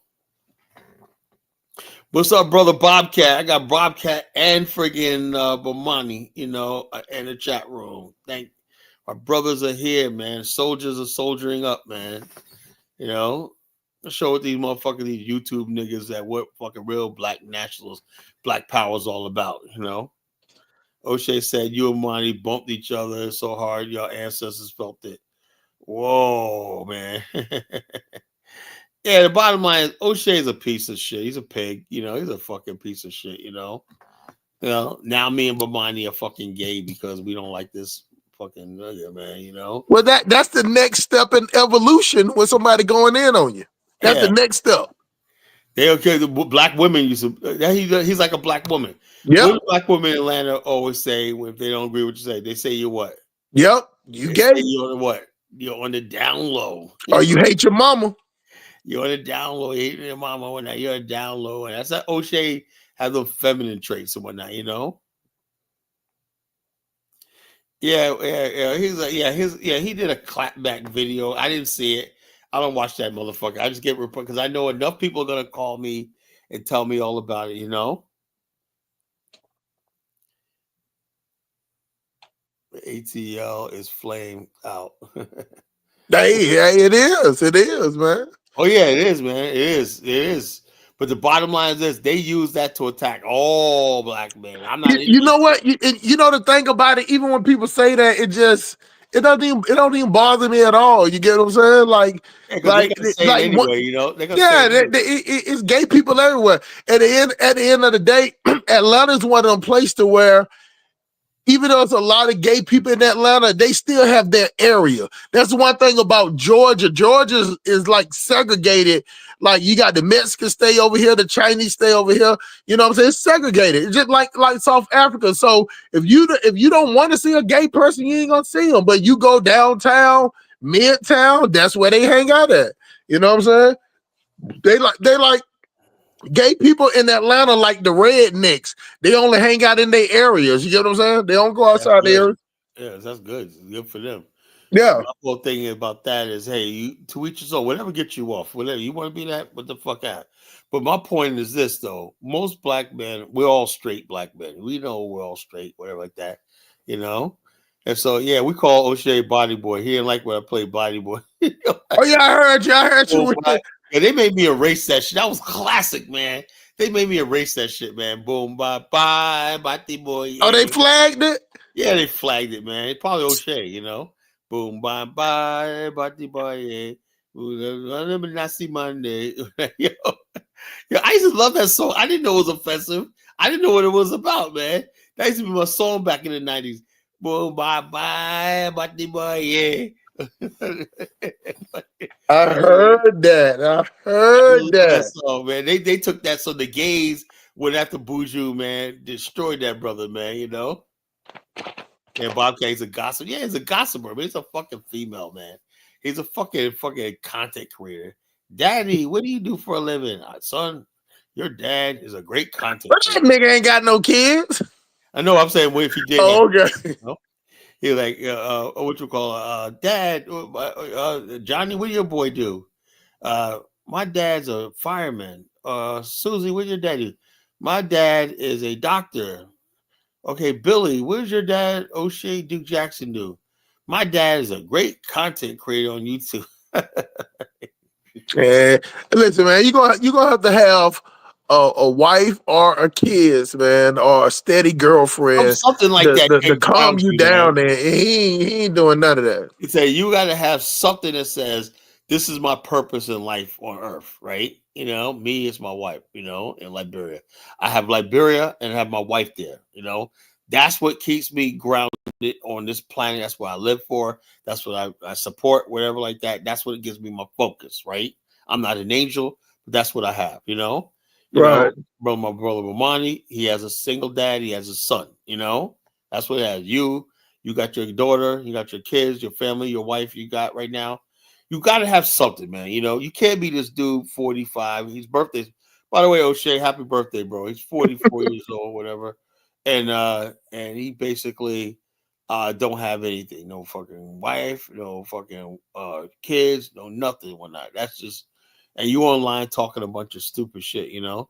At the bottom, he I tried don't even think he. I don't think he want kids because plenty of chicks in Africa let him skeet up in her. You know what I'm saying? Like, yeah, I just that's, think, I don't know, man. yeah. I don't know. It's a weird guy, man. Africa is one of the easiest places if you want to have a baby.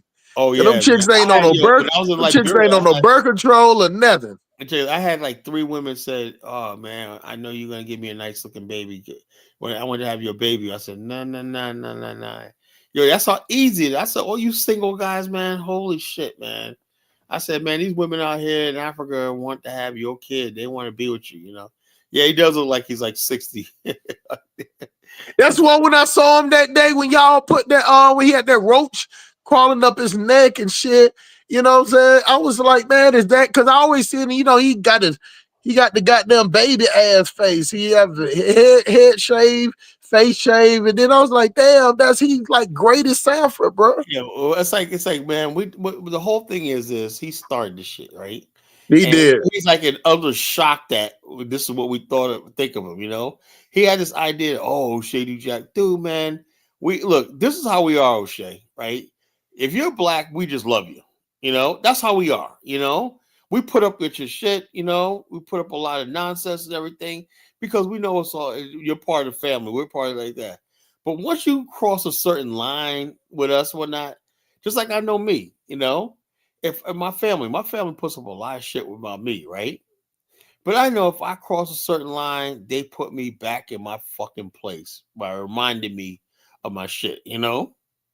They remind me I ain't shit, whatever like that. Oh, remember that? You know what I'm saying? That's how Right. O'Shea has never had that happen because everybody's around him. He's in Uganda with all these yes people. Yes, Mr. O'Shea. Yes, you know what I'm saying? And the reality is, and among his peers like us, dude, man, we like you, O'Shea, man, but please, dude, man, stop it. Stop it. Like Three told him, just shut up. Don't say nothing, man. He said, O'Shea, you don't be too easy. I said, okay, we tolerate you, O'Shea, And because you know what, and Tyrese, and when I watched it, I think I heard that you did it, but he said that shit like 20 times. You too easy. He said it. It almost sounded weird, man. he knows the fact that he could roast O'Shea, O'Shea's terrified of being roasted by Tariq, because he'll talk about his looks and whatnot, and stuff like that. That's what it is, so yeah. So yesterday O'Shea was on it talking about, ain't I cute and whatnot? I don't look kind of light skinned today and whatnot. Just real weird shit yesterday. In other words, we're getting to him, we're getting to him, we're getting to him. So he's like, yeah, and people are basically inboxing on the shit I be saying. So I know the fact that I'm saying stuff and people are repeating it in his chat and whatnot, and that gets to him. He takes that shit really like, oh man, that's what Carl. That's why he's coming at me like this. He's angry, He's like angry, but I didn't start this nigga. He started it, I didn't start with this nigga. He started it, So yeah, he's a man lover. But you can tell, like, Man, like hold when on, you. I got a better one. Oh, Bomani, man is queer. The man is queer. But see, when you ain't got no kids or no wife or no steady girlfriend, like that's how you can tell. Like it's no mature. Like he's too old to be that silly. Yeah, Like he's you get what very I'm saying? silly. Like It's like giddy, yeah, playing around. he's just a little too silly for his age. And that's 45. You know what I'm saying? Sambo, that Sambo shit, Sambo was a perpetual child, foolish, dumb, braggadocio. When not the hallmarks of Sambo, he puts on airs, he thinks he's important, but he's silly, he's goofy and whatnot. He tries to Yeah. mimic success, but he's not there. He's a You dreamer. want to know who one of the best people that like that who end up killing themselves? Robin Williams. Yeah, Robert Ray is a clown, Yeah, straight Straight up clown. clown. Then he get older and be like, had to look at himself, might have looked at himself in the mirror like, man, I've been a clown. I'm an actor and I'm rich, but you know what? Like people see me as a clown. You get what I'm saying? You know, it's like that too. Chris Farley, Yeah, you goddamn right. John Belushi, Chris Farley, they all had that same thing. Sad clowns and whatnot. That's why I said I came up with the term deadly clowns. Sad clowns. O'Shea's a sad clown, man. And so the bottom line is this. And like I said, I wish the brother get himself together. Look, I'm the type of person. I have a good heart. I don't wish harm on O'Shea. I don't wish him harm or like that. I wish he would get himself together, find peace on this earth, find peace in his life and everything like that. But you gotta can't be talking to people who's in this movement for real. But Monty gave up career, everything for this movement. You know, I see what this brother has sacrificed his life for. You know, just for us to have something, build something, and everything. And I'm following behind him because if he's successful in Ghana, I could pull the same thing off in Liberia. I just need inspiration. You know. It's networking. It's Yeah. networking. So bottom line is this. So instead of people coming together saying, "Where's Bomani got? Let's see if we can help him out. Let's see if we can build this and let's come together."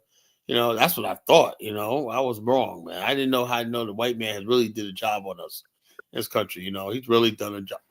So we can't even work together on simple shit. But Carla, though, even though with everything the white man did to us, I can tell with black people, it's a want to destroy each other. It's like, regardless of what position he put us in, we still can look at each other and say, well, you know what, man, you're in the same shit that I am. No, black people be like, man, what can I do to destroy that nigga even further? How can I step on this grave? You get what I'm saying? Yeah, I just don't get it, man. It's just, he really our words really fucked in this country. You know. And that's that thing what I be telling you about, man. We have to worry about our own people, bro. Yeah, you get what I'm saying? own people. Like I said, I used to always say the white man's a devil. Now I basically changed my thing. I erased my chalkboard and said the black man. Lesson number today is this: the black man is the devil. don't trust them new niggas over there. I said, man, white man, you're you know. Now I'm like, yo, niggas, man. Like I said, I learned that when I first moved to Virginia, right? And I said to myself, I was like, I was working this, had a vending business, right? And I went into the hood, right? There was a white guy going in the hood. I was going in the hood, right? I was selling everything from candies, ice creams, hot dogs, whatever like that, right? Yeah, the white guy, man, said I can go into his area one day, right? It was in a project called Friendship Village in Virginia Beach, right? These little motherfucking little monkeys fucking made my life fucking. They drove me the fuck out of there. And then the one guy came and told me, said, "Yeah, we're back there. They told me you was there, and they drove you out." You know. I said, that's what I said to myself. That was back in the '90s, right?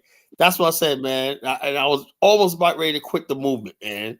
I was about to say, I was literally about to say, "Fuck niggas."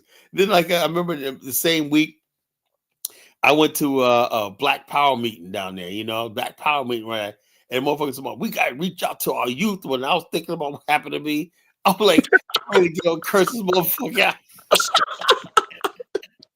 I'm like, nigga, fuck you, man. What I just went through and whatnot, the white guy came back and said, yeah, man, they said you trying to take my business. He said, no, that guy was a friend of mine. I told him he could come in. Yeah, we thought he was moving into your territory. I was like, oh, this is what I'm supposed to be trying to save, man. I was like, man, okay, yeah. So basically, if you do anything for black people, it must be like, Bomani does a lot of stuff for black people, man. Black people, all the black people do is shit on Bomani. All they do is take a huge dump on him one night. Hey, Bomani, take a huge dump on him one night. Hey, make the sound again, Colin. Leo. Like, what the fuck, man? Yeah, they take a shit on me. They take a shit on Bomani. But yet they expect us to be out there and whatnot, But Colin, this is the craziest thing about us as a people.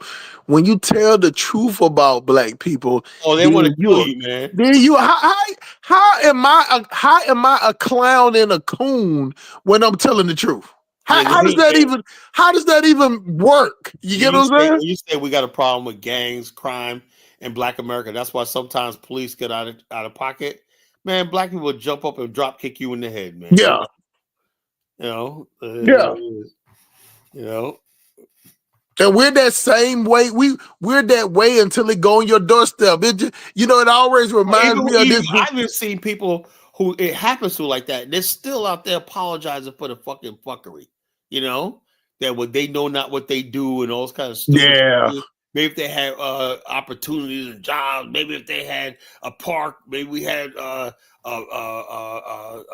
night basketball. Hey, maybe that's a New York and Virginia way. I know down here, boy, you got them wrong. These young dudes wrong a black person, boy, they ain't with that shit at all. That's yeah, it is mostly New York, you know, because Oh, okay.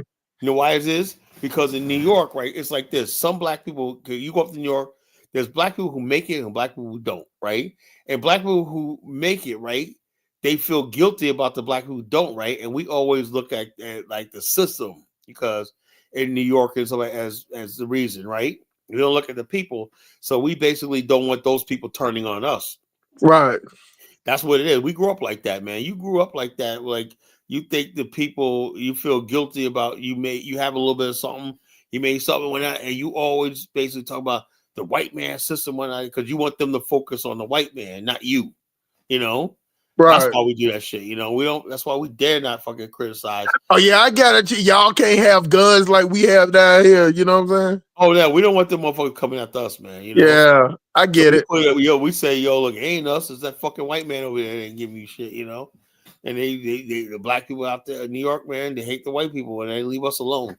Colin, you ought to see in Atlanta, man, where these women, they go to the convenience store, they got their guns in their hands.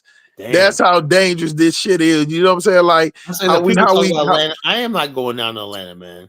I am not the fuck going down to Atlanta. Yeah, it's like I tell you, man. Like I go to the door, like, you know, when I went and got my Domino's, I went to the door with my chopper, bro. You know, I saw the Domino's car with the little, you know how they have the little thing on the back that say Domino's. Yeah. I didn't give a fuck. I got the yapper at the door, clip, fully loaded. Yeah, check this out. This Royal Feather, I guess he's calling me us tethers right now.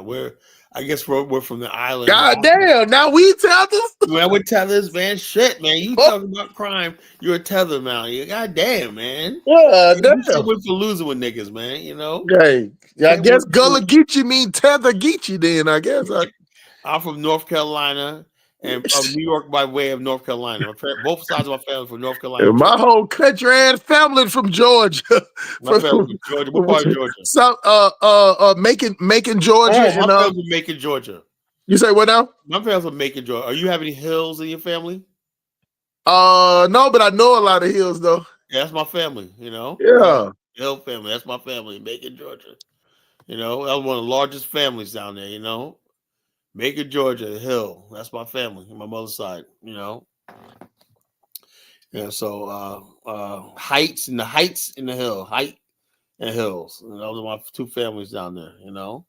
Man, you can't win with us, you know what I'm saying? Because if we hold each other accountable, then we're siding with the white man. You know what I'm saying? So it's no fucking winning, man, you know. It's like destroy while being quiet. You know what I'm saying? Don't say nothing about it. Yeah, you know, that same mentality what got Africa looking the way it looks now, because nobody ain't saying that, nobody ain't complaining about it. And, you know, if you say something about it, whatnot, you say, don't bring that Western mindset. Yeah, don't bring that Western mentality over here. So you get what I'm saying? You say, don't take it. It's like I have a song. Please don't poo-poo in the street. Boom, boom, boom. Because it won't be a nice place to eat. Boom, boom. You're ready to please. I'm asking you, please don't poo-poo in the street. That's my little song for Africa, right? Don't poo-poo in the street, you know? And basically, yeah, people like Colin, man, that's something white people will say. You're a white supremacist, Colin. Yeah, that's a little lighthearted humor, man. Being saying, don't poop in the street, man. Fucking, you know, go. Oh, he said, go fix our country like we from here. What is that? Unfortunately, man, I told you. Unfortunately, we LBA. I hate that term, man, but I guess I am one. Hey, I said the same thing. I do not like the term, but by their definition, I am LBA. You know what I'm saying? Anybody who steps out of line and whatnot, you know, is a fucking tether now. You know, yeah. They do. They DFBAize you. You know, but you remember though, Colin, maybe a year ago when everybody was using that term agent, you know what I'm saying? Oh yeah. When I first got on, Be me and the black nationalist. I said one thing, and next thing, it's agent time. I'm like, Hey, yeah. I said, you know something? I'm an agent. Where's my paycheck? Ain't nobody paying me. I don't do shit for free. yeah, somebody paying you. Like I just didn't understand that how we talk like that, man, because we don't disagree then. You know what I'm saying? Like, you know what we took that shit from? How when them white people kept talking about Trump, a Russian agent, and then we took it and started talking like that too. Brother, that happened even before that. You know why? Because when I first got on social media, right, and I was trying to be articulate when anything that went too long, an explanation, whatever like that, okay, it's agent time, when that. Also, they'll do a coon meme or something like that, a raccoon meme when they call you a coon, whatever like that, because they don't understand where you're coming from. You got to explain. Like, and some people were so scared they didn't even post. They dare not. Like, I remember, never forget. Remember that Chris Darty, whatever dude? What that dude that cop that went on a shooting spree in California? Remember that? Yeah. All right, Sean Qualley of the New Black Panther Party. Me and him had a fucking serious debate, right? He was like, "Man, this guy's a revolutionary. Anybody talking about that is a coon, blah blah blah." So everybody was terrified to fucking say anything. I fucking said, "Look, man, that's fucking stupid. This guy's crazy off of medication, whatever like that, and he got what he deserved." And everybody said, "Collins an agent, blah blah blah." I didn't care, so I fought it out, man. I won. I won that debate. I said, "You try to get up there." Everybody was like terrified. The obvious. It's like, Sean Qualley, shut the fuck up. Hey, this motherfucker is on this shit. Let me ask this question. Colin, how do you feel about South Africans and they're discussing? Well, then again, let me say something about this. Black people in America did a Zulu parade, whatever like that. We don't know much about Africa, so we just pick the term Zulu. That's the most popular thing, right? Zulu parade, right? What this South Africa mad about was the black people putting blackface on themselves to represent. Now you got to know South Africans are very color conscious. So when you go put on a blackface, man, they feel some sort of way about that shit. That's what it is. It wasn't a Zulu. It was just like black people doing like the Mardi Gras shit. Like when they basically put the exaggerated caricatures, minstrel characters on. And the fact that black people, along with white people, putting on black faces, acting like Zulus, that offended them, as it should, because South Africans are very color conscious, they're very color conscious and whatnot. So when you paint them as black and whatnot, they fucking they don't like that shit, That's what I was like, So what they like to be called? No, what I'm saying is this: South African blacks, they think there's something better. They think they're pretty. They always try to compete with us, like as far as they're they're really color struck over there in South Africa. They're really color struck, They worship that chick Tyler and whatnot. She's a color girl, but she's like worship. They worship anything light skinned in Africa. They all want South African black people want to be all light skinned. They all want to be. They don't want to identify as being black Africans. That's just the way it is, So when you have black people and they love Black America, they worship Black America. They worship Black America and they want to be like Black America. And that's what they always want to identify with. That's who they want to look like, they want to identify with. So when you got black people in America call themselves Zulus and painting their face black, now what do you think the reaction is going to be? Right. That's what it was, So I realized that comes to why they were mad. I couldn't understand why. Of course they're mad. You putting blackface on, and what the hell, and going out and talking about you a Zulu, man. What the fuck? Now, what if some fucking some Igbos, whatever like that, put on hood stuff and whatnot, gold chains and sagging jeans, and paint their face black? You would be up in an uproar. What the fuck you trying to say, niggas? You're saying with some. We trying to say we're a bunch of shades and whatnot, come on, So it is what it is. So that's what it is. Hey, Hustle Swine, but I'm gonna gotta go, man. Go ahead and end that thing, man. Go, man. I'm gonna tell you. Dollar Bill's supposed to be here tonight to that's why I jumped on tonight, man. I saw Dollar Bill ain't jumped on, so Come on with you, man. You know, I know Yeah, I Jonathan. appreciate it. I appreciate it. Keep me company. Jonathan do the little 1-liner, 2-liners and Yeah, shit. no, yeah, Mr. Provocateur. So I said, Let me let read me one more jump up comment. on here, man. They have some BS they do in South Africa. Oh yeah. South Africa, something. I like South Africa too, man, but they're just too white. You know, It's too white. That's why I don't want to go. It's too white. It's too white down there. Going over there where they practice segregation over there and shit, and then the black people just okay with it. They just want to dance and party. Like they doing the South same. Africa is Black America on steroids. You know. So anyway, brother Bomani, y'all take care. All the people in the chat room, brother Hustle Smart. Thanks for your contribution to the show. No problem, man. Keep the war going on, man. Report to me about any other talks about O'Shea, whatever. Keep it going on, man. People are reporting me every day when I call this, when I. O'Shea, understand? I got a team too. I got people looking out for me too. You know, me and Bomani Yes, sir. got a lot of people, bro. I think we got more people than you, O'Shea. I don't care how many subscribers you got. We really got people, you know? So, That's funny, man. Anyway, brother, take care. All right, bro.